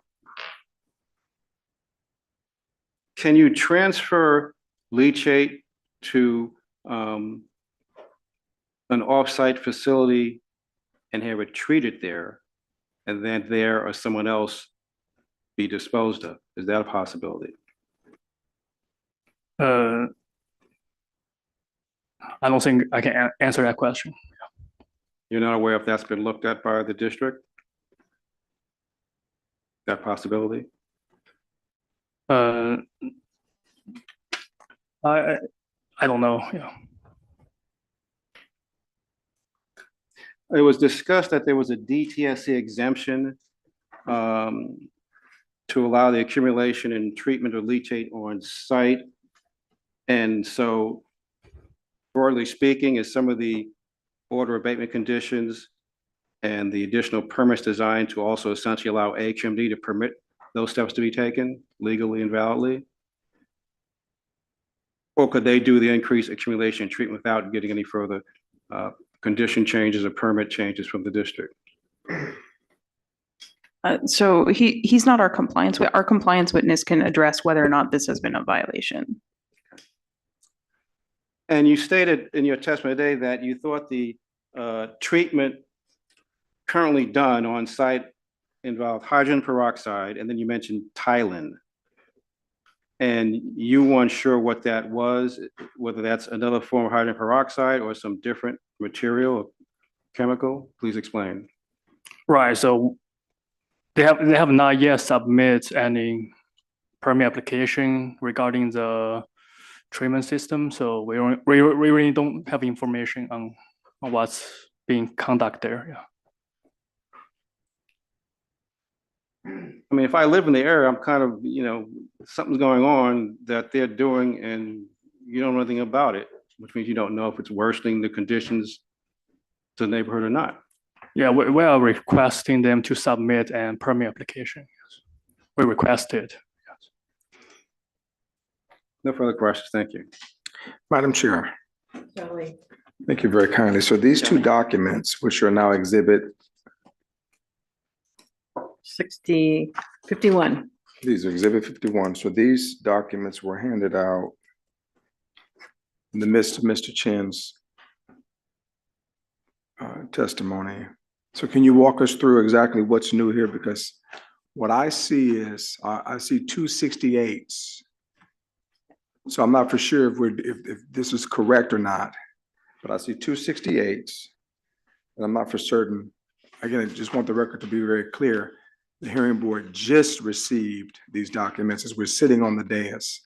And so I'm reviewing them and I see 268. So can somebody explain why we have 268s? Sure. So the numbering is a typo. The point of Exhibit 51, the second document, is just the if you have the printout, the pink red lines, the first number 68 that begins on the bottom of page 62 and then carries over to the top of 63. It's just that paragraph that the parties are proposing to insert into what is Exhibit R, the other proposed stipulated findings and conditions that you received this morning. So does the next 68 become 69? Yes, it does. Just want the record to be very clear. So, Mr. Chen, can you explain the pink? Yeah, so we require them to install pressure gauges on each leachate tank to monitor the pressure within the tank. And how often will you or AQMD review that data? Because they're collecting the data, correct? And then who will review it? Yeah, monthly. They will pursue the condition A within their monthly report. Yeah. Okay. So thank you very kindly. Just want to make sure we're clear because there are people, they never received this document. So I just want him to be able to testify to what has been proffered to the hearing board today. Thank you. Thank you, Mr. Ali. Any other questions? Mr. Balagopuan? Yes, good afternoon, Mr. Baito. Do you happen to know when treatment started, or was it always doing treatment of the leachate before they shipped it out? I actually do not know when it is exactly the day started. I do not know. Yeah. But I don't think they have been. I think after the leachate has been determined as hazardous, then short after they started treatment. But I don't know the exact date. Now, when you say the leachate turned hazardous, the violation that DTSC issued was because it was manifested incorrectly. They manifested as non-hazardous Is that your understanding? Okay. It is part of the, I don't know if you saw the summary violation that was issued. So I don't know that that's in the record. Mr. Pablo It was in Copan. our petition. Is it? Yeah. Okay. Sorry. Okay. So I don't know if you looked at that and not the summary violation. That was in the record. Oh, that was part of the exhibit. Could you point out where you're referring to? It's almost at the very end, the summary violation, before the AQMD NOVs. This is the DTSC violation that was issued.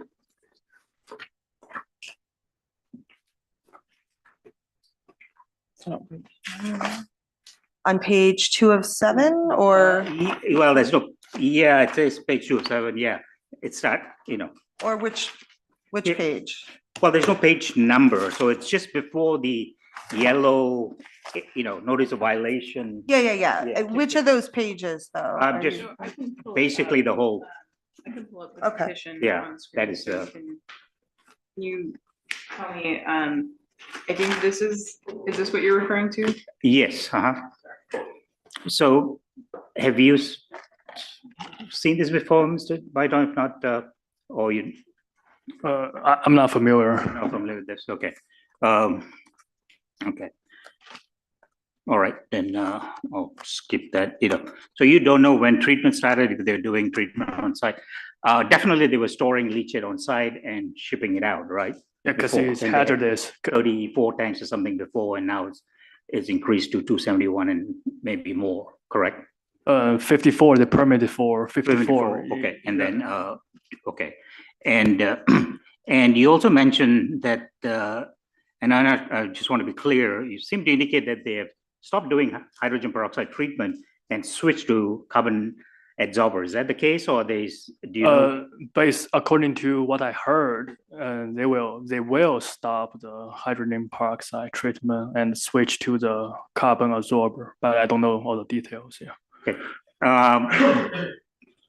Don't you think it's important for the order to have some information, some requirement on the treatment? Because I think you made the testimony, I think Ms. Roberts asked a question and he indicated it's due to capacity issues that they had to stop pumping the leachate because they had, the tanks are getting filled and having issues with shipping it out. So don't you think it is important that there should be ongoing treatment so they can ship out this leachate as non-hazardous, if that's the case, or ship it as hazardous if some sites they can find, they can take it.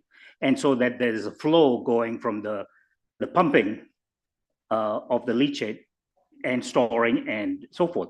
So, but I don't see any condition. I know you're trying to get the permit updated to reflect what's on there. That's well and good, but it's not going to do anything to address the situation, which is the 42 out of the 44 pumps, let me ask you this question, have stopped, correct?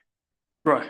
And when you went there on, was it January 19th, February 29th? That's correct, yeah. And those pumps were turned off, to your knowledge, or?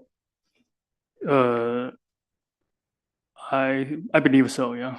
Okay, and did you've been there before, right? Yes. And did you notice anything different with all those pumps shut off? Did you notice any kind of leachate seeping out, anything like that? Odors level higher, lower? What I think personally for me, I only can speak for myself, is the odor is different. Yeah. Different in what sense? It smells like a reaction instead of fresh trash. Yeah. Right. Was it more? I know you're trying to go back in time. Right. When you were there previously, or was it, the reaction gas odor, was it higher or lower than your previous visit?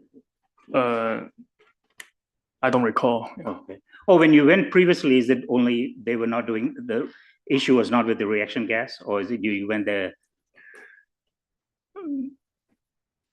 I think the last time I went, it was just for I went as a new engineer training. Chiquita was, I just joined the district. All right. Yeah. I understand. Now, I think Mr. Payman asked you this question, and I'll follow up on it. And page 28, condition 15B, you don't need to, there's an increase from 1.3 or 1.2, 3 wells per acre. That was, and I think they have to do it by January 6, 2025. But however, there's no requirement that they do pumping. They have to install it, right? They're not going to, if they install this, as they install it, they're not going to pump because of the issue with the leachate. So, so it's well and good to have the well density, but it's useless if you're not pumping the leachate out, correct? But to collect landfill gas will also help. Yeah, but you cannot collect landfill gas if the leachate is plugging up the pores and so forth. The leachate, you pump out the leachate, then it frees the gas to flow. Is that correct? Yes. So it is vital that the leachate be periodically or as ongoing be removed. That's correct. Yes. Okay, and that's the so I don't see anything in the order that is requiring them to do both. Vance, do you see? Can you point out to me? All I've heard testimony is 42 of the whatever 46 of the 40 is shut down. There's no pumping. It's also the leachate, except for what's flowing down to the toe of the landfill and the sump area. There's no active leachate pumping from any of the wells, correct? Except for 2. That's correct, yes. That's correct. Okay. And do you see an issue with that or problems you think down the road with not do that happen doing ongoing? That's why we want them to modify how much leachate is left within the landfill and. Okay, that is, doing the model, let's go to that model. The model will give us some idea. Who's developing the model, by the way? I have to check the condition on that. And I think you were talking about the land gem model for landfill gas earlier. Is that? I will just use an example, like this type of modeling is similar. Yeah. Something similar to that will indicate how much, but ongoing. Ongoing basis. Right. But I'm talking about that's down the road, the model has to be developed, tested, and field tested, and so forth to get the validity of it. In the interim, while they have this tremendous issues with leachate not being able to ship out because it's hazardous, and we don't know how long exactly it's going to go on. And I know Swaminathan say maybe in 2 weeks they'll put some pumps back. I don't know. I don't see a schedule put in here saying, put in X number back within 2 weaks and so forth, every 2 weeks or so forth. Because then you deal with the issue of leachate collection and leachate treatment. Do you see any condition that is requiring them to do anything in the interim while they solve the issue with the leachate? Can I just have a moment? Sure.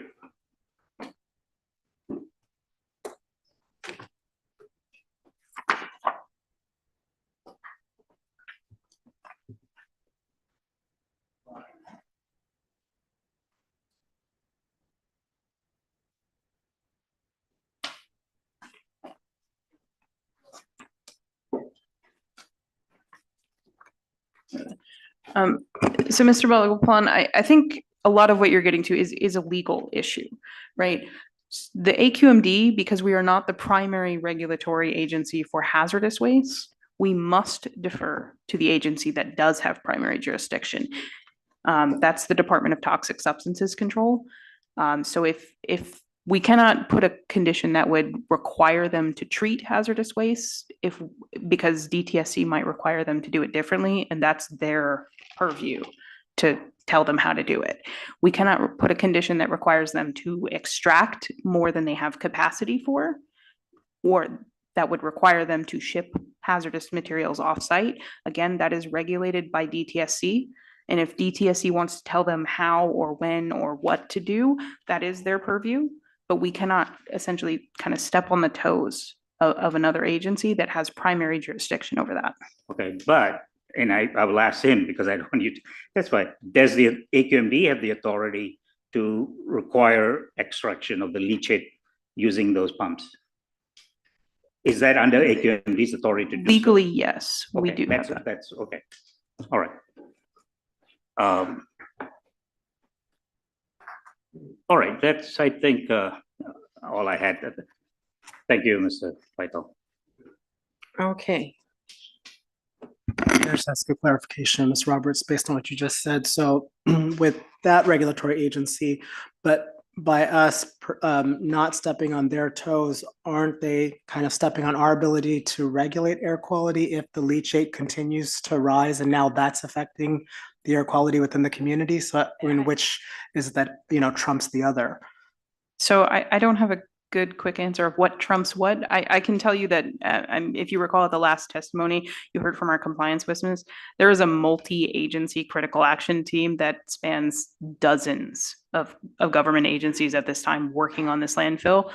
Each agency has its own primary focus. Hazardous waste, we incidentally, right, like if what you're doing has air emissions, we might permit it and we might tell you.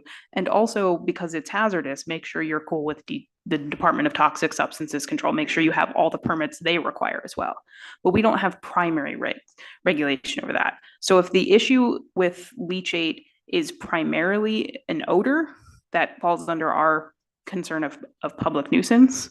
But right now it is primarily an accumulation of hazardous waste. If it has been determined to be hazardous waste by the Department of Toxic Substances Control, that is within their primary jurisdiction to control. Thank you. So has the AQMD had discussions with these other agencies? Daily. There is as I mentioned, our witness at the last hearing mentioned a multi-agency critical action team. They meet all the time. They have weekly standing meetings. They meet in between those meetings. Yes, there is quite a bit of coordination between multiple government agencies at this time. So, are there any minutes or are there any documents that we would be able to see? Because I think that's a real concern of how far can we go and how far do we regulate and what do we have to say about that? Because for me, I would want to know what's going on in that committee and where they are on control for this situation. It's affecting the public if it's multi-agency and we don't know what they're saying. So there are not minutes. Those are essentially a coordinated government response right now.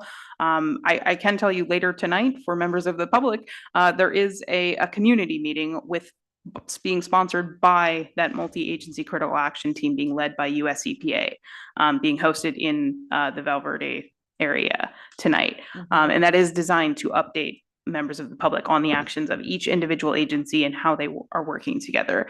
The South Coast AQMD is absolutely participating in that. And And you if may it- attend via Zoom if you would like to get updates from all the different agencies. What time is that? 6 o'clock. And if I might add to that, if you're looking for a document that would sort of summarize some of these actions, the EPA's unilateral administrative order is a comprehensive overview of everything that this task force has ordered of Chiquita, including the leachate management plan that was testified to earlier.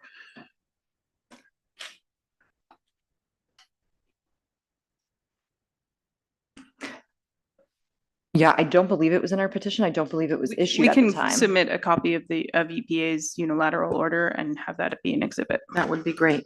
Thank you. Can I ask a follow-up question, and this for both of you legal experts? Did EPA or DTSC say don't pump leachate until we resolve this issue of the disposal of the leachate, treatment and disposal of the leachate on site? I think so. Chiquita has been working very closely with DTSC to ensure adequate capacity and having discussions about possible offsite disposal options, treatment options. And yes, it's as you commented on in the summary of violations. Violations were for unintentionally sending hazardous materials offsite or materials that were testing above regulatory limits. So, I mean, DTSC has been clear that that is not something Chiquita can do. But they did not say shut down 46 or 48, I forget the number now, and only keep two wells, only have two pumps running.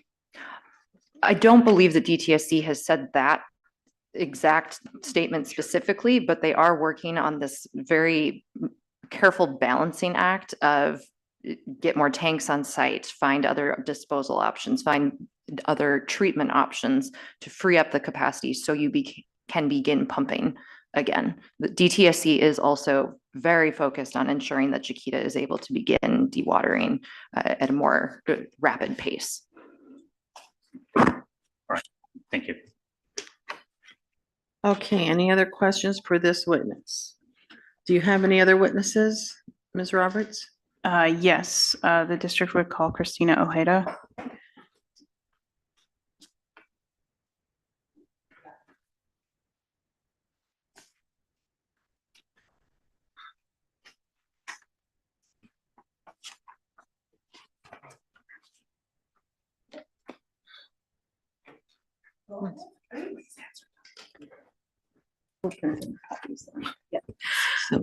Good afternoon, Ms. Ojeda. Can I have you state and spell your name for the record, please?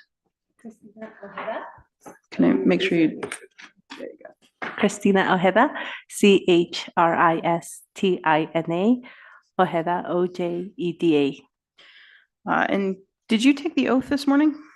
I did. Can you tell me what is your title with the South Coast AQMD? I'm an air quality inspector for the toxics and waste management team. Oh, one, I'm sorry. And how long have you been with the district? A year and 6 months. Okay. And in your time with the district, are you familiar with the Chiquita Canyon landfill? Yes. Are you familiar with the order for abatement at issue in this matter? Yes. So I want to start kind of calendaring from looking from the last time we were here, which was January 17th. Can you give us, do you have a number of how many complaints have we received from members of the public that go to compliance regarding Chiquita since January, our last hearing? Okay. From January 17 up until earlier today, approximately 4,077 complaints have been received by members of the community.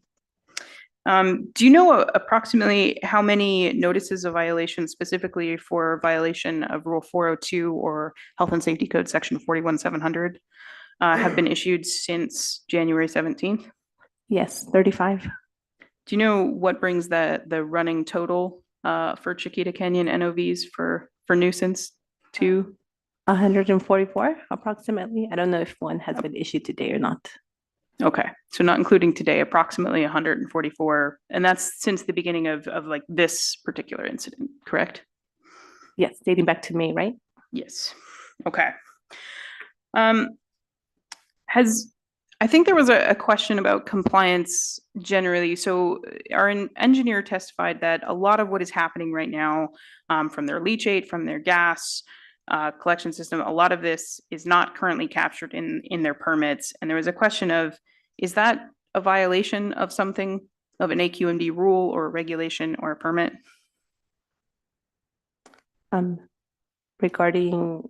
So operating the leachate system as we've been describing it today, the engineer testified that that's not currently in their permit and we need permit applications for it.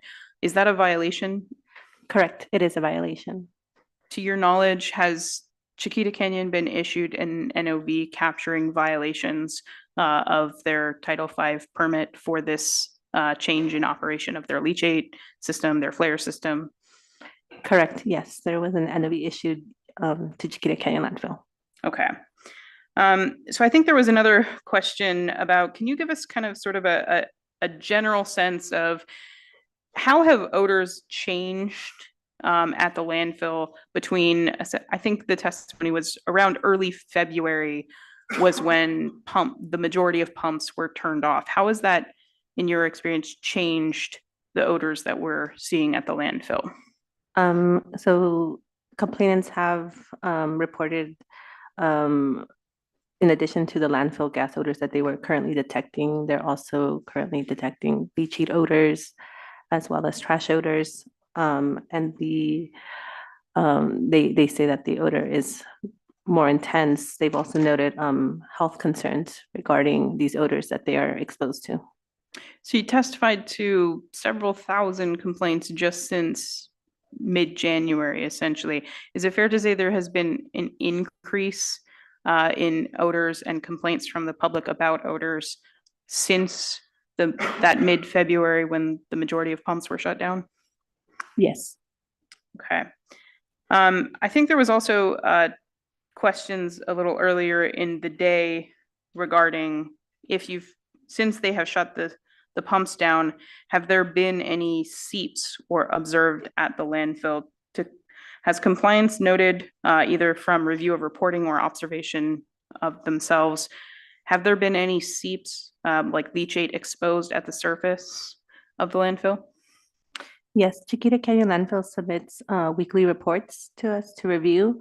And yes, in their reports, in their leachate log reports, there have been seeps found throughout the reaction area along the north perimeter, west slopes, and on top of the reaction area as well.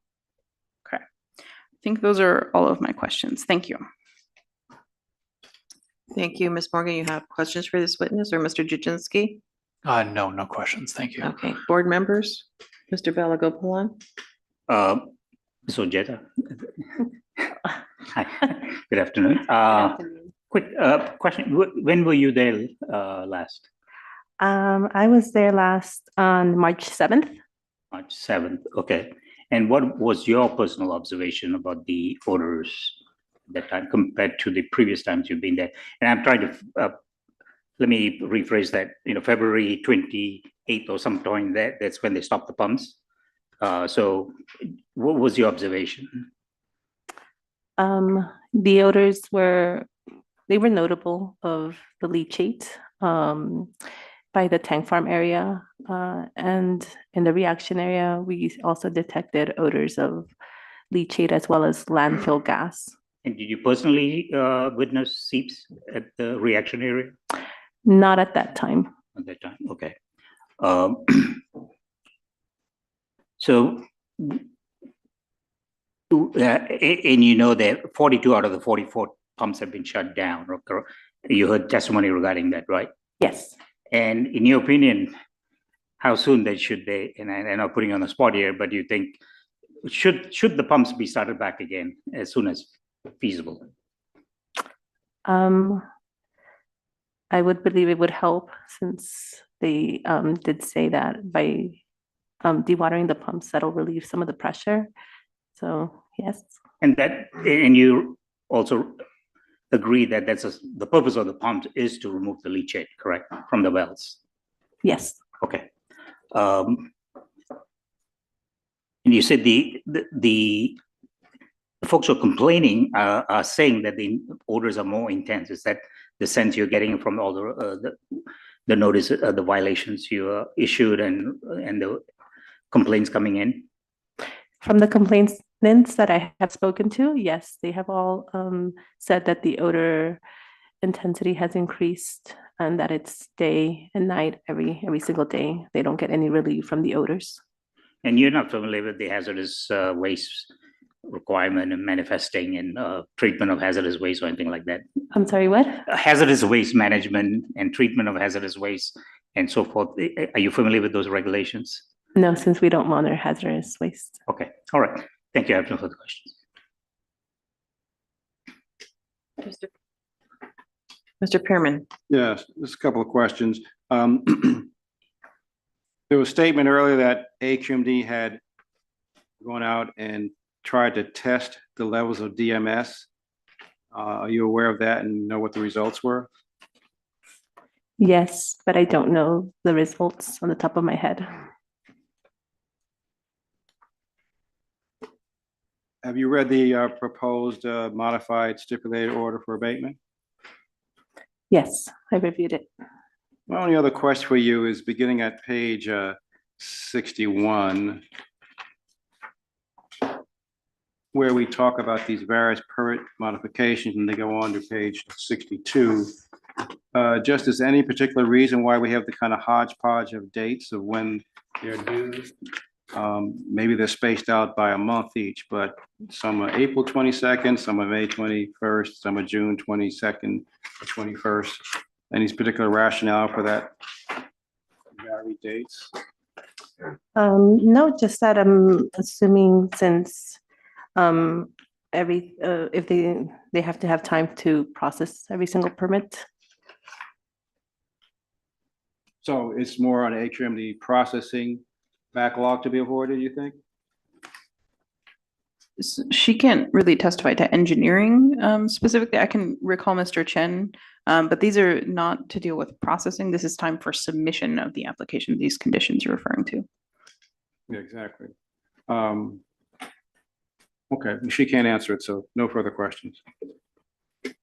Thank you. Any other questions for this witness, board members? I would have a question in regards to your opinion of the overall response from Chiquita. Do you feel that it's a situation where they are doing their best? Or do you feel that there's still a lot to be done and that more corrective protocols need to be applied? I know that the landfill is trying to remediate their issues regarding the reaction, and they so far have complied with submitting the reports and the documents that were stated in the previous OA. Have you spoken to any of the residents that are there? When I go out for the complaints, yes. And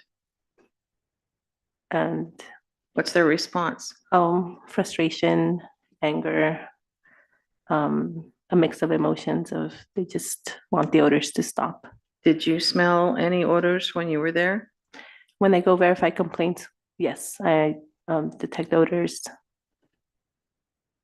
But you still feel that they're doing the most that they can do? I'm sure that they can do more to improve the situation. Okay, thank you. Yes, Dr. Abraham. Just a couple quick questions. Have you noticed a change in the odor since you've been working on this particular case at all, or? From when it first started to now, yes. Okay, and how would you describe that change? It's gotten worse, the odors. And you had mentioned earlier refuse versus chemical reactions odors, was that right? So that's also changed, is it? Did you experience any symptoms or side effects from being exposed to any of these odors or? I'll get a headache sometimes here and there. You had mentioned that y'all received these reports and that they're compliant. Do you feel that the district is doing their due diligence to review that data and to also ensure that those reports are actually meeting the order? Yes. Thank you. No further questions for this witness at this time. Thank you very much, Ms. Ojeda. Okay, do you have any other witnesses you want to present? No further witnesses. Okay. All right then, and we don't have anybody from the public, Madam Clerk? Okay, thank you. Mr. Pearman, did you? I noted in the email that Mr. Gincy has forwarded that EPA unilateral administrative order, and I don't know whether the board or the parties want that as part of evidence or just for our information. It was referenced. That was referenced in one of the conditions. But it wasn't included as a document. And it wasn't included as a document. Mr. Ali? Yeah, we don't have the documents before us, and so I wouldn't want to include it as an exhibit. I believe that the documents all, if they are going to be labeled, ought to be presented to the board and made available to the public, which is, hold on one second. It's 5 hearing board members. It seems to be multiple hearing board members in the room. Whenever we started talking, we've just never seen this before. As I was saying, we do not have the documents before us. And if we have documents, the documents ought to be made available to the public. I don't know whether that's on somebody's website or not, that particular document, but I agree with you that we should also have had a copy.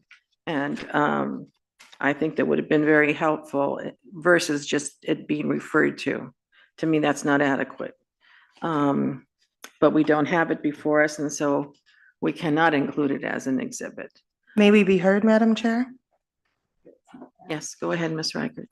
We've submitted it electronically and we are having copies made, but we're just waiting for them to be brought down. How many pages is it? 46. Wow. No. So there's no way that we can go over that in a timely manner. And there's no executive summary? Is it possible to just take notice of the UAO? It is publicly available document. Well, we can take notice of it, but that doesn't do us any good if we can't read it and we don't know what's in it. That's the problem. And that's what we were asking earlier, what was in it, who is saying what, how the agencies are coming across, what are they deciding, where are they on this? All of those questions that we have that are, I think, valid questions, but that document should have been presented, should have been in a package prior to today. If it's 46 pages, I mean, that's kind of impossible for us to go over it at this point in time. And you're saying it's available to the public as well. Yes. Which answers Mr. Ali's question. However, it doesn't answer our question. It doesn't do us any good right now. I'm sorry, Madam Go Chair, ahead. I think since they're making copies, they're going to bring it. I would ask for like a 15-minute break just to quickly look through it to see, so that, since it's going to be presented. With all due respect, Mr. Balakapalan, I believe that we've stopped and we reviewed a multitude of documents that were just presented literally as we were driving here today. There were emails coming in as we were on the road. And it's very difficult to review documents and make an informed decision if everything is last minute, which is kind of the way in which this hearing board operates. All documents are coming in at all times of the night and morning. And so perhaps they're submitting it under the hearing board rule. I do believe we're probably compelled to accept it. Perhaps they can submit it when they're back in a month or so. But I just think it's totally unfair to the public and to the individuals who reside within the Chiquita community. If they too are desirous of reviewing the document, they'd have to wait. I just think it's totally unfair, and it flies in the face of the provisions of the Brown Act that compels government agencies to submit documents so that the public can have an opportunity to review. I've never seen this before. The only thing I can say to that is, well, it wasn't produced by this agency. And do you know when that was made available to the public online?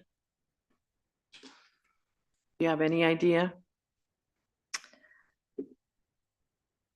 Because I think that's the real question. Who produced it? I believe the day it was issued, which was February 21st. And it was produced by whom? The EPA. The EPA, okay. Yeah, I just may add, I agree with Ms. Ali. A lot of this, we're getting at the last minute and early morning and so forth. However, we asked to find good cause on this proposed, condition. One of the condition, 64 says shall follow the direction of EPA to prepare a leachate management plan in accordance with the unilateral administrative order. So no idea what that is. And I think I've asked about that, what it is, I find. So I would like personally, before I vote on whatever this condition is, just to pursue it. I'm not going to, just to get an idea what it is, so I can see. So, Madam Chair. So I feel comfortable in doing the. Yes, Mr. Ali. Perhaps we recess this hearing to next Tuesday. Recess it to next Tuesday, give us a chance to review the documents. And please, I'm begging, let me get my point out, please. If we receive the documents today, allow us an opportunity to review, but I'm not prepared. I will vote present. But I'm not going to vote on the item. If they walk in this door, and I want the folks in the Valverde community to understand this, as well as folks within the basin, I'm not going to vote on any item if they walk in this door with 46 pages for me to review within the next 15, 20 minutes. It's impossible. I'll vote present. May I be heard, Madam Chair? Yes, Ms. Reichert. This was not an exhibit we intended to present. We were not, that's why we didn't have it ready. We did not intend to present this for the consideration of the board as part of this order. That's why it was not prepared. It wasn't submitted because it wasn't an exhibit that was part of our presentation. The board asked for it, so we scrambled to get it together so that the board could have it.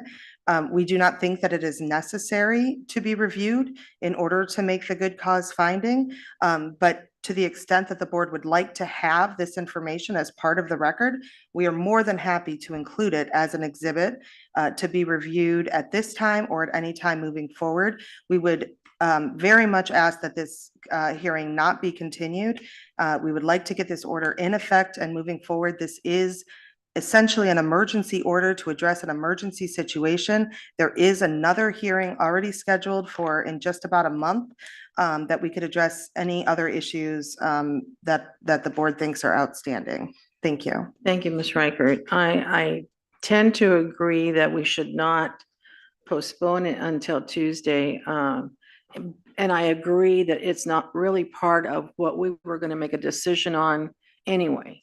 Do I want that information ultimately? Absolutely.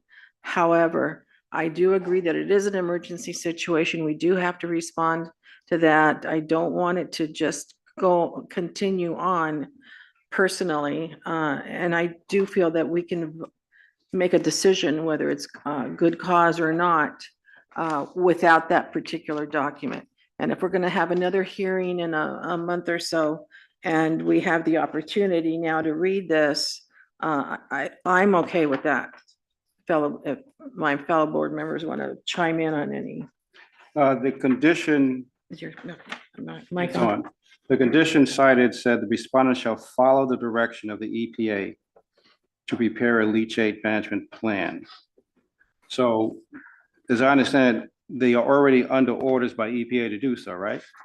So we're not forcing them to do something different or unique. EPA has already ordered them to do that. Only thing the condition says is, and it also says they must submit the final plan to EPA by March 28th. Are you still on target to do that you're aware of, Council? Yes, It's not been submitted yet? it has not been submitted yet. So then all the rest of it says that AQMD should get a copy of it. So I think given that it's not essential to our ruling, I think, and as pointed out, we'll be back here in April. So I would agree with your conclusion, Madam Chair. Any other comments, board members? Okay. Yes, actually, yes. So before April, if there are any documents that either side is desirous of proffering, get them in early. Get them in early, respect the sanctity of the public to want to review documentation early. I think it's completely unfair. And I'm going to be very emphatic and very vociferous about it. Respect the public and get the documents in early. Do not send any documentation to the clerk's office at 7 o'clock in the morning the day before the hearing. Totally unfair. Absolutely and disrespectful to the people of this basin. If that's what we can do moving forward, Madam Chair, I think it's phenomenal. I do understand that there's extenuating circumstances where there's need to work on documents. But if we are here to protect the interests of the public as a special district within this state, then let's start with respect. Thank you. Thank you, Mr. Ali. Okay, so Ms. Roberts. I certainly understand, and just a brief comment for those who are working on the unilateral order. I just wanted to note the condition in our order that is referring to the leachate management plan that refers to just 2 pages in the unilateral order. If you wanted to briefly recess, and it starts on page 21. It's number 22C1, and it's on page 21 of that document through just about the first quarter to first half of page 23. So that's the leachate management plan that's referenced in the abatement order to the extent it's helpful for the board. Madam Chair, I believe Mr. Pearman, attorney member, has provided a phenomenal opinion. We do not need to recess. We need to move forward. If in fact the matter is of an emergent nature, let's move forward and let's get it approved and let's be back here in April. Thank you, Mr. Ali. Thank you, Ms. Roberts. Okay, so we've heard all of the witnesses. Yes, ma'am.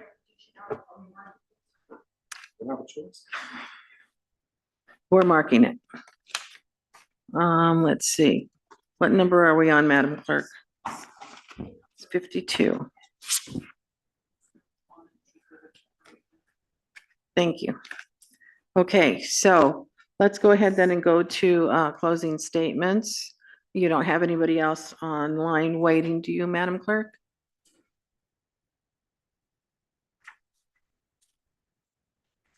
This is the last opportunity. Okay, thank you. All right. Ms. Morgan, did you want to start with your closing statement? Yes, thank you, Madam Chair.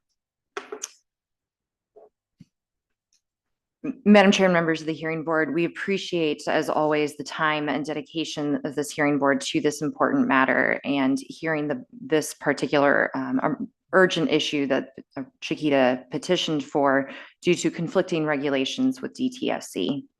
So as you've heard from testimony today, Chiquita is working to dewater as quickly as it can under the circumstances.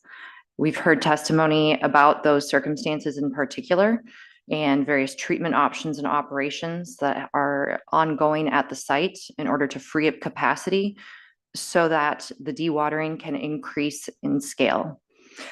What you've heard from the witnesses and throughout the testimony today is that Chiquita is working under DTSC oversight. Chiquita is working under the EPA's oversight. We've just discussed the unilateral administrative order. What we've now included in the stipulated order are the aspects of the permitting and approvals process that are under the AQMD jurisdiction to address this on-site treatment. We've also heard today a bit about off-site disposal options, and there are unique issues that come with off-site disposal of potentially hazardous liquids as opposed to other types of waste. The EPA's unilateral order and DTSC with the multi-agency task force that has been mentioned are carefully reviewing and discussing with Chiquita the off-site disposal options available for both hazardous and non-hazardous liquids.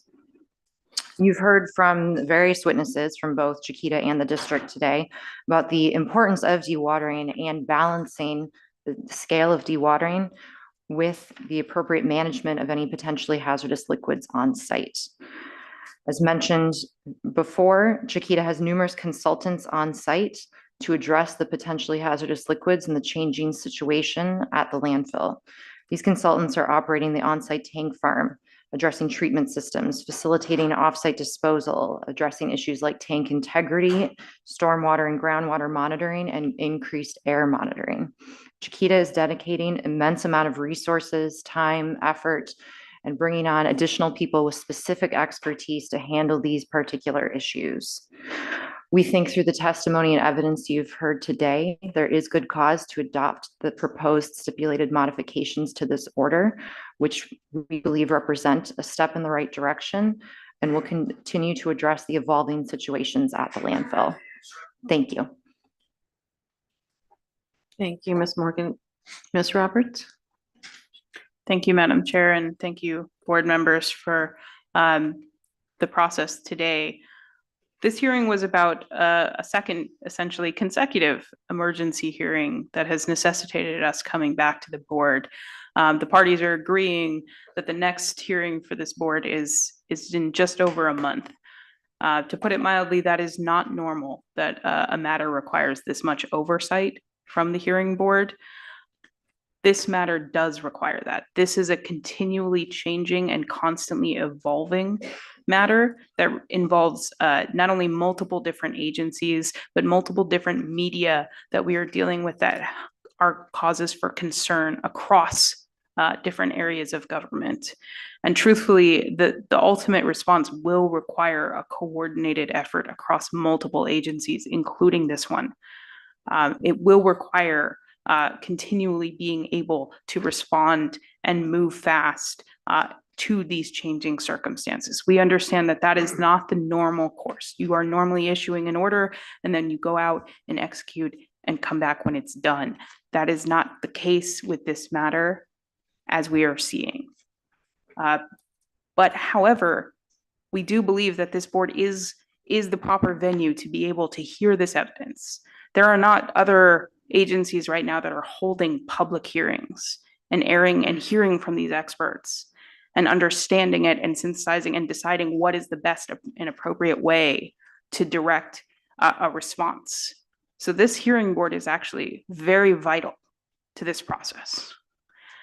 We believe the party's stipulation does address to the best of possible the three main concerns that we came here today with: addressing the conflict with DTSC regulations and the stipulated order to ensure the order does not create a conflict with the regulations of another agency; address the symptoms. We are seeing increasing odor complaints. We are going to increase monitoring. We are going to increase testing. We are going to increase transparency to the public. And addressing ultimately the new violations coming out of their emergency actions. We are going to go through an entire rigorous permitting process through all of to essentially evaluate and regulate their process as it has changed. This order does set that into motion. The parties have stipulated to these modifications, and there is absolutely good cause to move that process forward and adopt this order as stipulated. The district notes that at the stipulation as it includes the new condition that was submitted as part of condition 51. The district would also stipulate to the typographic corrections that Mr. Pearman addressed on page 1 of the order, as well as I believe it was condition 5, which is page 10 of the red line version, which is correcting the condition reference that he pointed out with the witness. The district would stipulate as well to those typographic changes. Thank you. Thank you.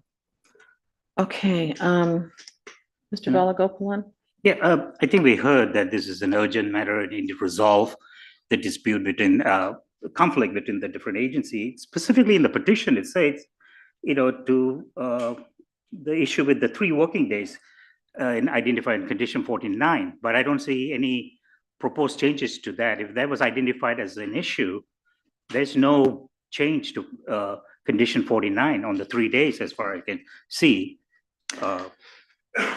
In condition 49, that requires Chiquita to notify if there was a potential conflict. Because there was no resolution in 3 working days, we then petitioned for this hearing and modification, but no modifications are required to condition 49. Oh, I see. So that was, okay. And then it also says that the other condition and that was listed in the petition, and 18, I checked, 24, 28, and would not, and I know say it may seek modification, but there was no modification requested on any of those conditions. Yes, Chiquita, when filing the petition, did use caution and write down potential conditions that might require modification. After further evaluation and discussions with the district, we did not feel that modifications were necessary to some of those conditions. Okay. So what I think this order has a lot of conditions added, and I'll just take the permitting one first. That's probably easy. I think it's correcting what's already on the ground, revising the permit. Doesn't do anything to improve the air quality. I think it'll give better information to the permit engineer what's going on at the site. Most of them. I think the one that maybe the greatest concern I have is the fact that 42 of the 44 turned off, and there's no pumping going on, and there's no action plan on when they will be restarted, and there's no information here on the treatment, specifically what steps have been taken, what treatment have been looked at, what are the alternative treatment, when are they going to be implemented. And I think those things should have been put in, because that is critical to move the leachate off site, so that you can start the pumping. They all tied in hand to hand, and there's nothing in the order that addresses that. And I'm willing to wait until April. If I hear it's an urgent matter and this needs to be resolved, I'll go with that. But I think when you come back in April, I think Mr. Peterman alluded to this, and I'll second that we need somebody who is involved in the treatment to come and give us an information. What is it going to be done? How is the material, going to be moving along, so that in and out, so that it's not, the community is not waiting for months and, until this issue is resolved. This should have been, I'm assuming it's moving along. I think Mr. Baitong said that switching over from hydrogen peroxide to carbon absorber, there must be a decision that has been made. And, we need that information, and the community needs to know, that this is not going to be a long-term problem at the site because without the pumping of the leachate, you're just making the situation worse. When they start, the pressure is building up. I wouldn't be surprised if we see more geysers, when they go back and put the well back, when they put the pump back into the wells one by one, you're going to see situations like that, and that's going to create even more intense odor. So I am willing to find good cause, but I think there are a lot of good things about the monitoring. But I looked very briefly at the EPA. EPA is also recommending that the H2S and the benzene, and letting the public know. But I think the more important thing is, while those are all well and good and updating the permit, letting the public know, the action items to reduce the leachate and to get the leachate out should have been very specifically addressed. And that is one thing in the document. So when you come back in April, I hope those things will be addressed more robustly in the order, or even if because it's not under AQMD's purview, but you as the petitioner should be able to let the board know what steps have been taken to elevate the problem. So I would like to see that, in the April hearing, the status hearing when they come back. But, having said that, I'm okay. I'm okay in finding good cause in this, even though I think it's wanting in many areas, but I think all the agencies are working together on this. So I think we need to stay on board. Mr. Pearman? First, on the new 68 and the Exhibit 51, take a look at it, because should we also change the later numbering on the second page so it starts at 69 from the old language? Yeah, I think Mr. Ali also mentioned that earlier. Okay, so we'll assume that the old language starts at 69 where it versus the status hearing. I agree with my fellow board member. I can unenthusiastically find good cause that, if I live in the area, I'd be quite upset that it's been a years-long problem, then revolved in this new leachate issue, and then supposedly there was this great solution to dewater, and now we're being told to stop the dewatering. If they have no confidence in the regulatory agencies, I can understand why. And unfortunately, we're not getting enough facts information to really do something different now, but my patience is not that expansive. So I think if April we don't get better information, we may make our own decision. If they're not going to give us anything better to go on, because this was so far quite inadequate, in my opinion, to deal with this situation. So again, in supporting good cause, I would, as mentioned, add the insert to page 1 and reference the new Exhibit 51. In there, they request our jurisdiction go to September 6th. I won't push that now, but we'll be babysitting this thing for a long time. So unless there's some legal reason, we should certainly in April extend that time. And as was mentioned, the order section 4 of the typo where it said condition 20 should be condition 21, open parents, open quote, landfill gas flare number 4, close parents. And in what is now numbered 69, where we refer to the next status conference, I'd like to actually put in some language to emphasize some things we want that I think Mohan mentioned, that we should mention in there. They should give us the updated information about the treatment of the leachate, including a fact witness, how it's being done, what's feasible, any toxic emissions, if any, from the treatment. Also ask if they report if they consider to free up capacity, whether it's possible to transfer off-site, to treat off-site, and then dispose. Also, paragraph 8 of the report has number of monthly reports. Well, I don't think we should see them all the time necessarily. I think we should ask that in April, they give us the latest monthly report, which give us a lot of background about what's going on, and we could decide thereafter if we want to always get those monthly reports. And last, I'd ask that they request, though I understand they can't mandate, I ask they request that DTSC provide a witness at our next status report in April. If I, Mr. Pittman, add to your condition 69, that they also provide a work plan on how they will start the pumping again, back, the leachate pumping again. Work plan. Work plan. For restoring The work, yeah. I In an happen, expeditious manner. Let me put it that, okay. I happen to agree with everything that my fellow board members have said. I'm very disappointed that we didn't have something like that before us, because why are we here? I mean, the whole problem that we're hearing from the public, it's not gotten better, it's gotten worse. I can't imagine living there under those circumstances and not more action being done by Chiquita. I've got to say it. I would like to see an action plan. I don't feel good about the fact that there were those pumps there and they're not operating. That to me is unconscionable. Those people are suffering. And I don't think that we're doing enough to address their problem. Yes, it's a multi-agency situation, and I'm sure that AQMD is going to coordinate as best they can under what purview and authority that we have. But also this board is not happy at all with what we've been presented today. We want to see much more action. We want to see much more due diligence about solving this problem. It's only getting worse, and I can't imagine living there under those circumstances. Anything else from my fellow board members, Mr. Ali? Yeah, I'll just say that Mr. Pittman used a pretty good sentence. I'm very unenthusiastic. And I would concur. I've advocated for the public for a couple of decades. And this is just a very different environment where there's very little transparency. And so documents are brought before the hearing board as if, take this, recess, review it.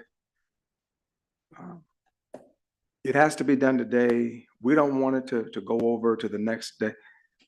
Well, if that's the case, then provide everything up front. Bring forward witnesses. No disrespect, but these folks are new. Year and a half each. So bring people who've had a few decades here. So if you care, Doc, then I'm gonna bring someone forward who can potentially or possibly anticipate questions. But in this particular instance, this is what we have. Take it, and if you don't like it, then we're going to force it down your throat. And I just think it's a little bit bizarre, quite surreal, especially considering this is a hot button issue within Los Angeles County, and there's been a tremendous amount of protest within that community. There's been multiple news outlets covering the story. I just believe that the way in which this should be approached is very different. And because I've sat on the other side working with companies or other government agencies, it's almost as if the hearing board's a perfunctory body. They'll just rubber stamp it. They'll vote it up and we'll move on and live to fight another day. I just would hope that the words that we're expressing pricks someone's earlobe, perhaps. Some of you might not care, but I do care, and I care about the folks over in Val Verde. I care about the folks who live in that community who are subjected to this. And I just believe that if, as stated before, the hearing board is the only active agency where these folks have an opportunity to redress government, then allow us to be able to ensure that they're properly educated on the process and we're properly educated on the initiatives and steps forward in order to ensure that we protect the public's health. And I'll just say this in closing. We receive 60, so as an example, you receive 65 pages of documents. Just want to hold this up for the record. It's a document, then we receive 2 pages that are misnumbered, a typographical error. So you rush it in, I can care less about it, I snicker and laugh, right? I just hand it to the clerk, no regard to ensure that even the numbering convention is accurate, right? And no attempt to even correct it. And so it leaves one to question a measure of sincerity if in fact you can't even give documents that are clean. So surely there's good cause. Certainly I'm going to support it today. But I want to make sure that the words I've expressed are actually received by somebody in the room. Thank you. I just have a question. The gentleman that used to come before that was the air quality inspector, is he retired? So he's still No. around? Yes. Okay, I'd like to see him testify next He- time. He was on vacation at this time. This is an inspector who is well familiar with the facility. If you look at the order, she's the one who receives all of the emails for every notification throughout this order, that works under Mr. Israel, who is the normal inspector who comes to testify. I'd still like to see Mr. Israel next time, for sure. Okay, any other comments with Dr. Abraham?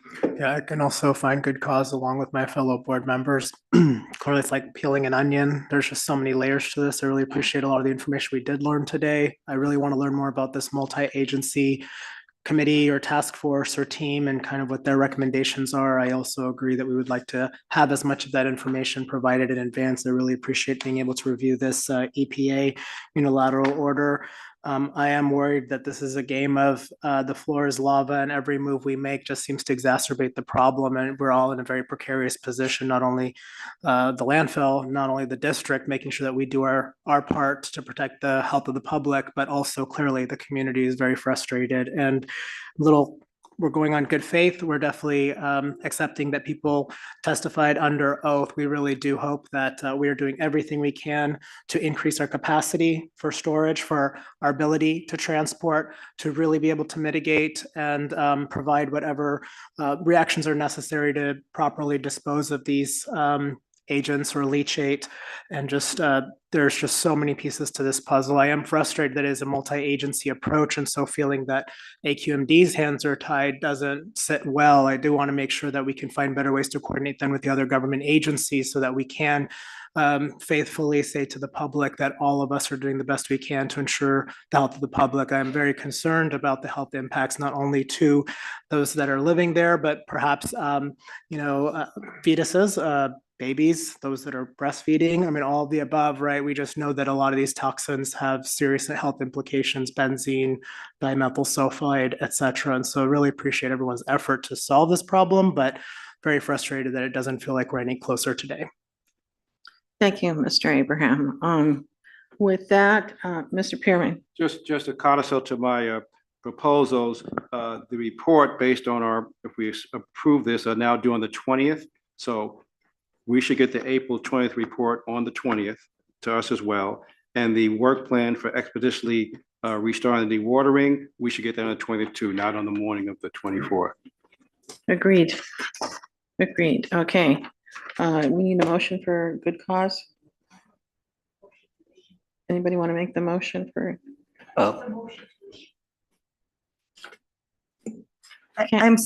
May I be heard? I'm so sorry. I just wanted to clarify. What do you want on the 22nd?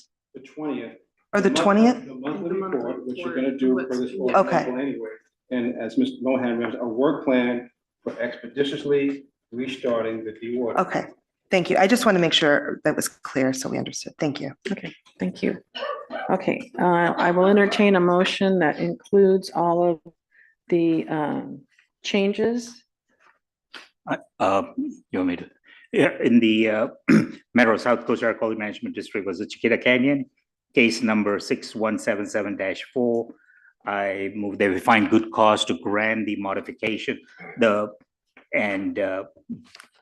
for the stipulated order of abatement and the changes, and I'm not going to go through all them. I think Mr. Pearman very eloquently stated all those and pointed them out. I think, Madam Clerk, is there anything you need? You got it, And I believe you are going to produce the revised finding, and that'll reflect that. So with that, I Second. Were you finished? Were you? yeah, Go ahead. Were you finished? I'm done. Okay, Sorry. Right. Thank you. All right. Any discussion on the motion? All right. With that, let's vote. Mr. Ali, Aye. Dr. Abraham, Aye. Mr. Balagopalan. Aye. Mr. Pearman.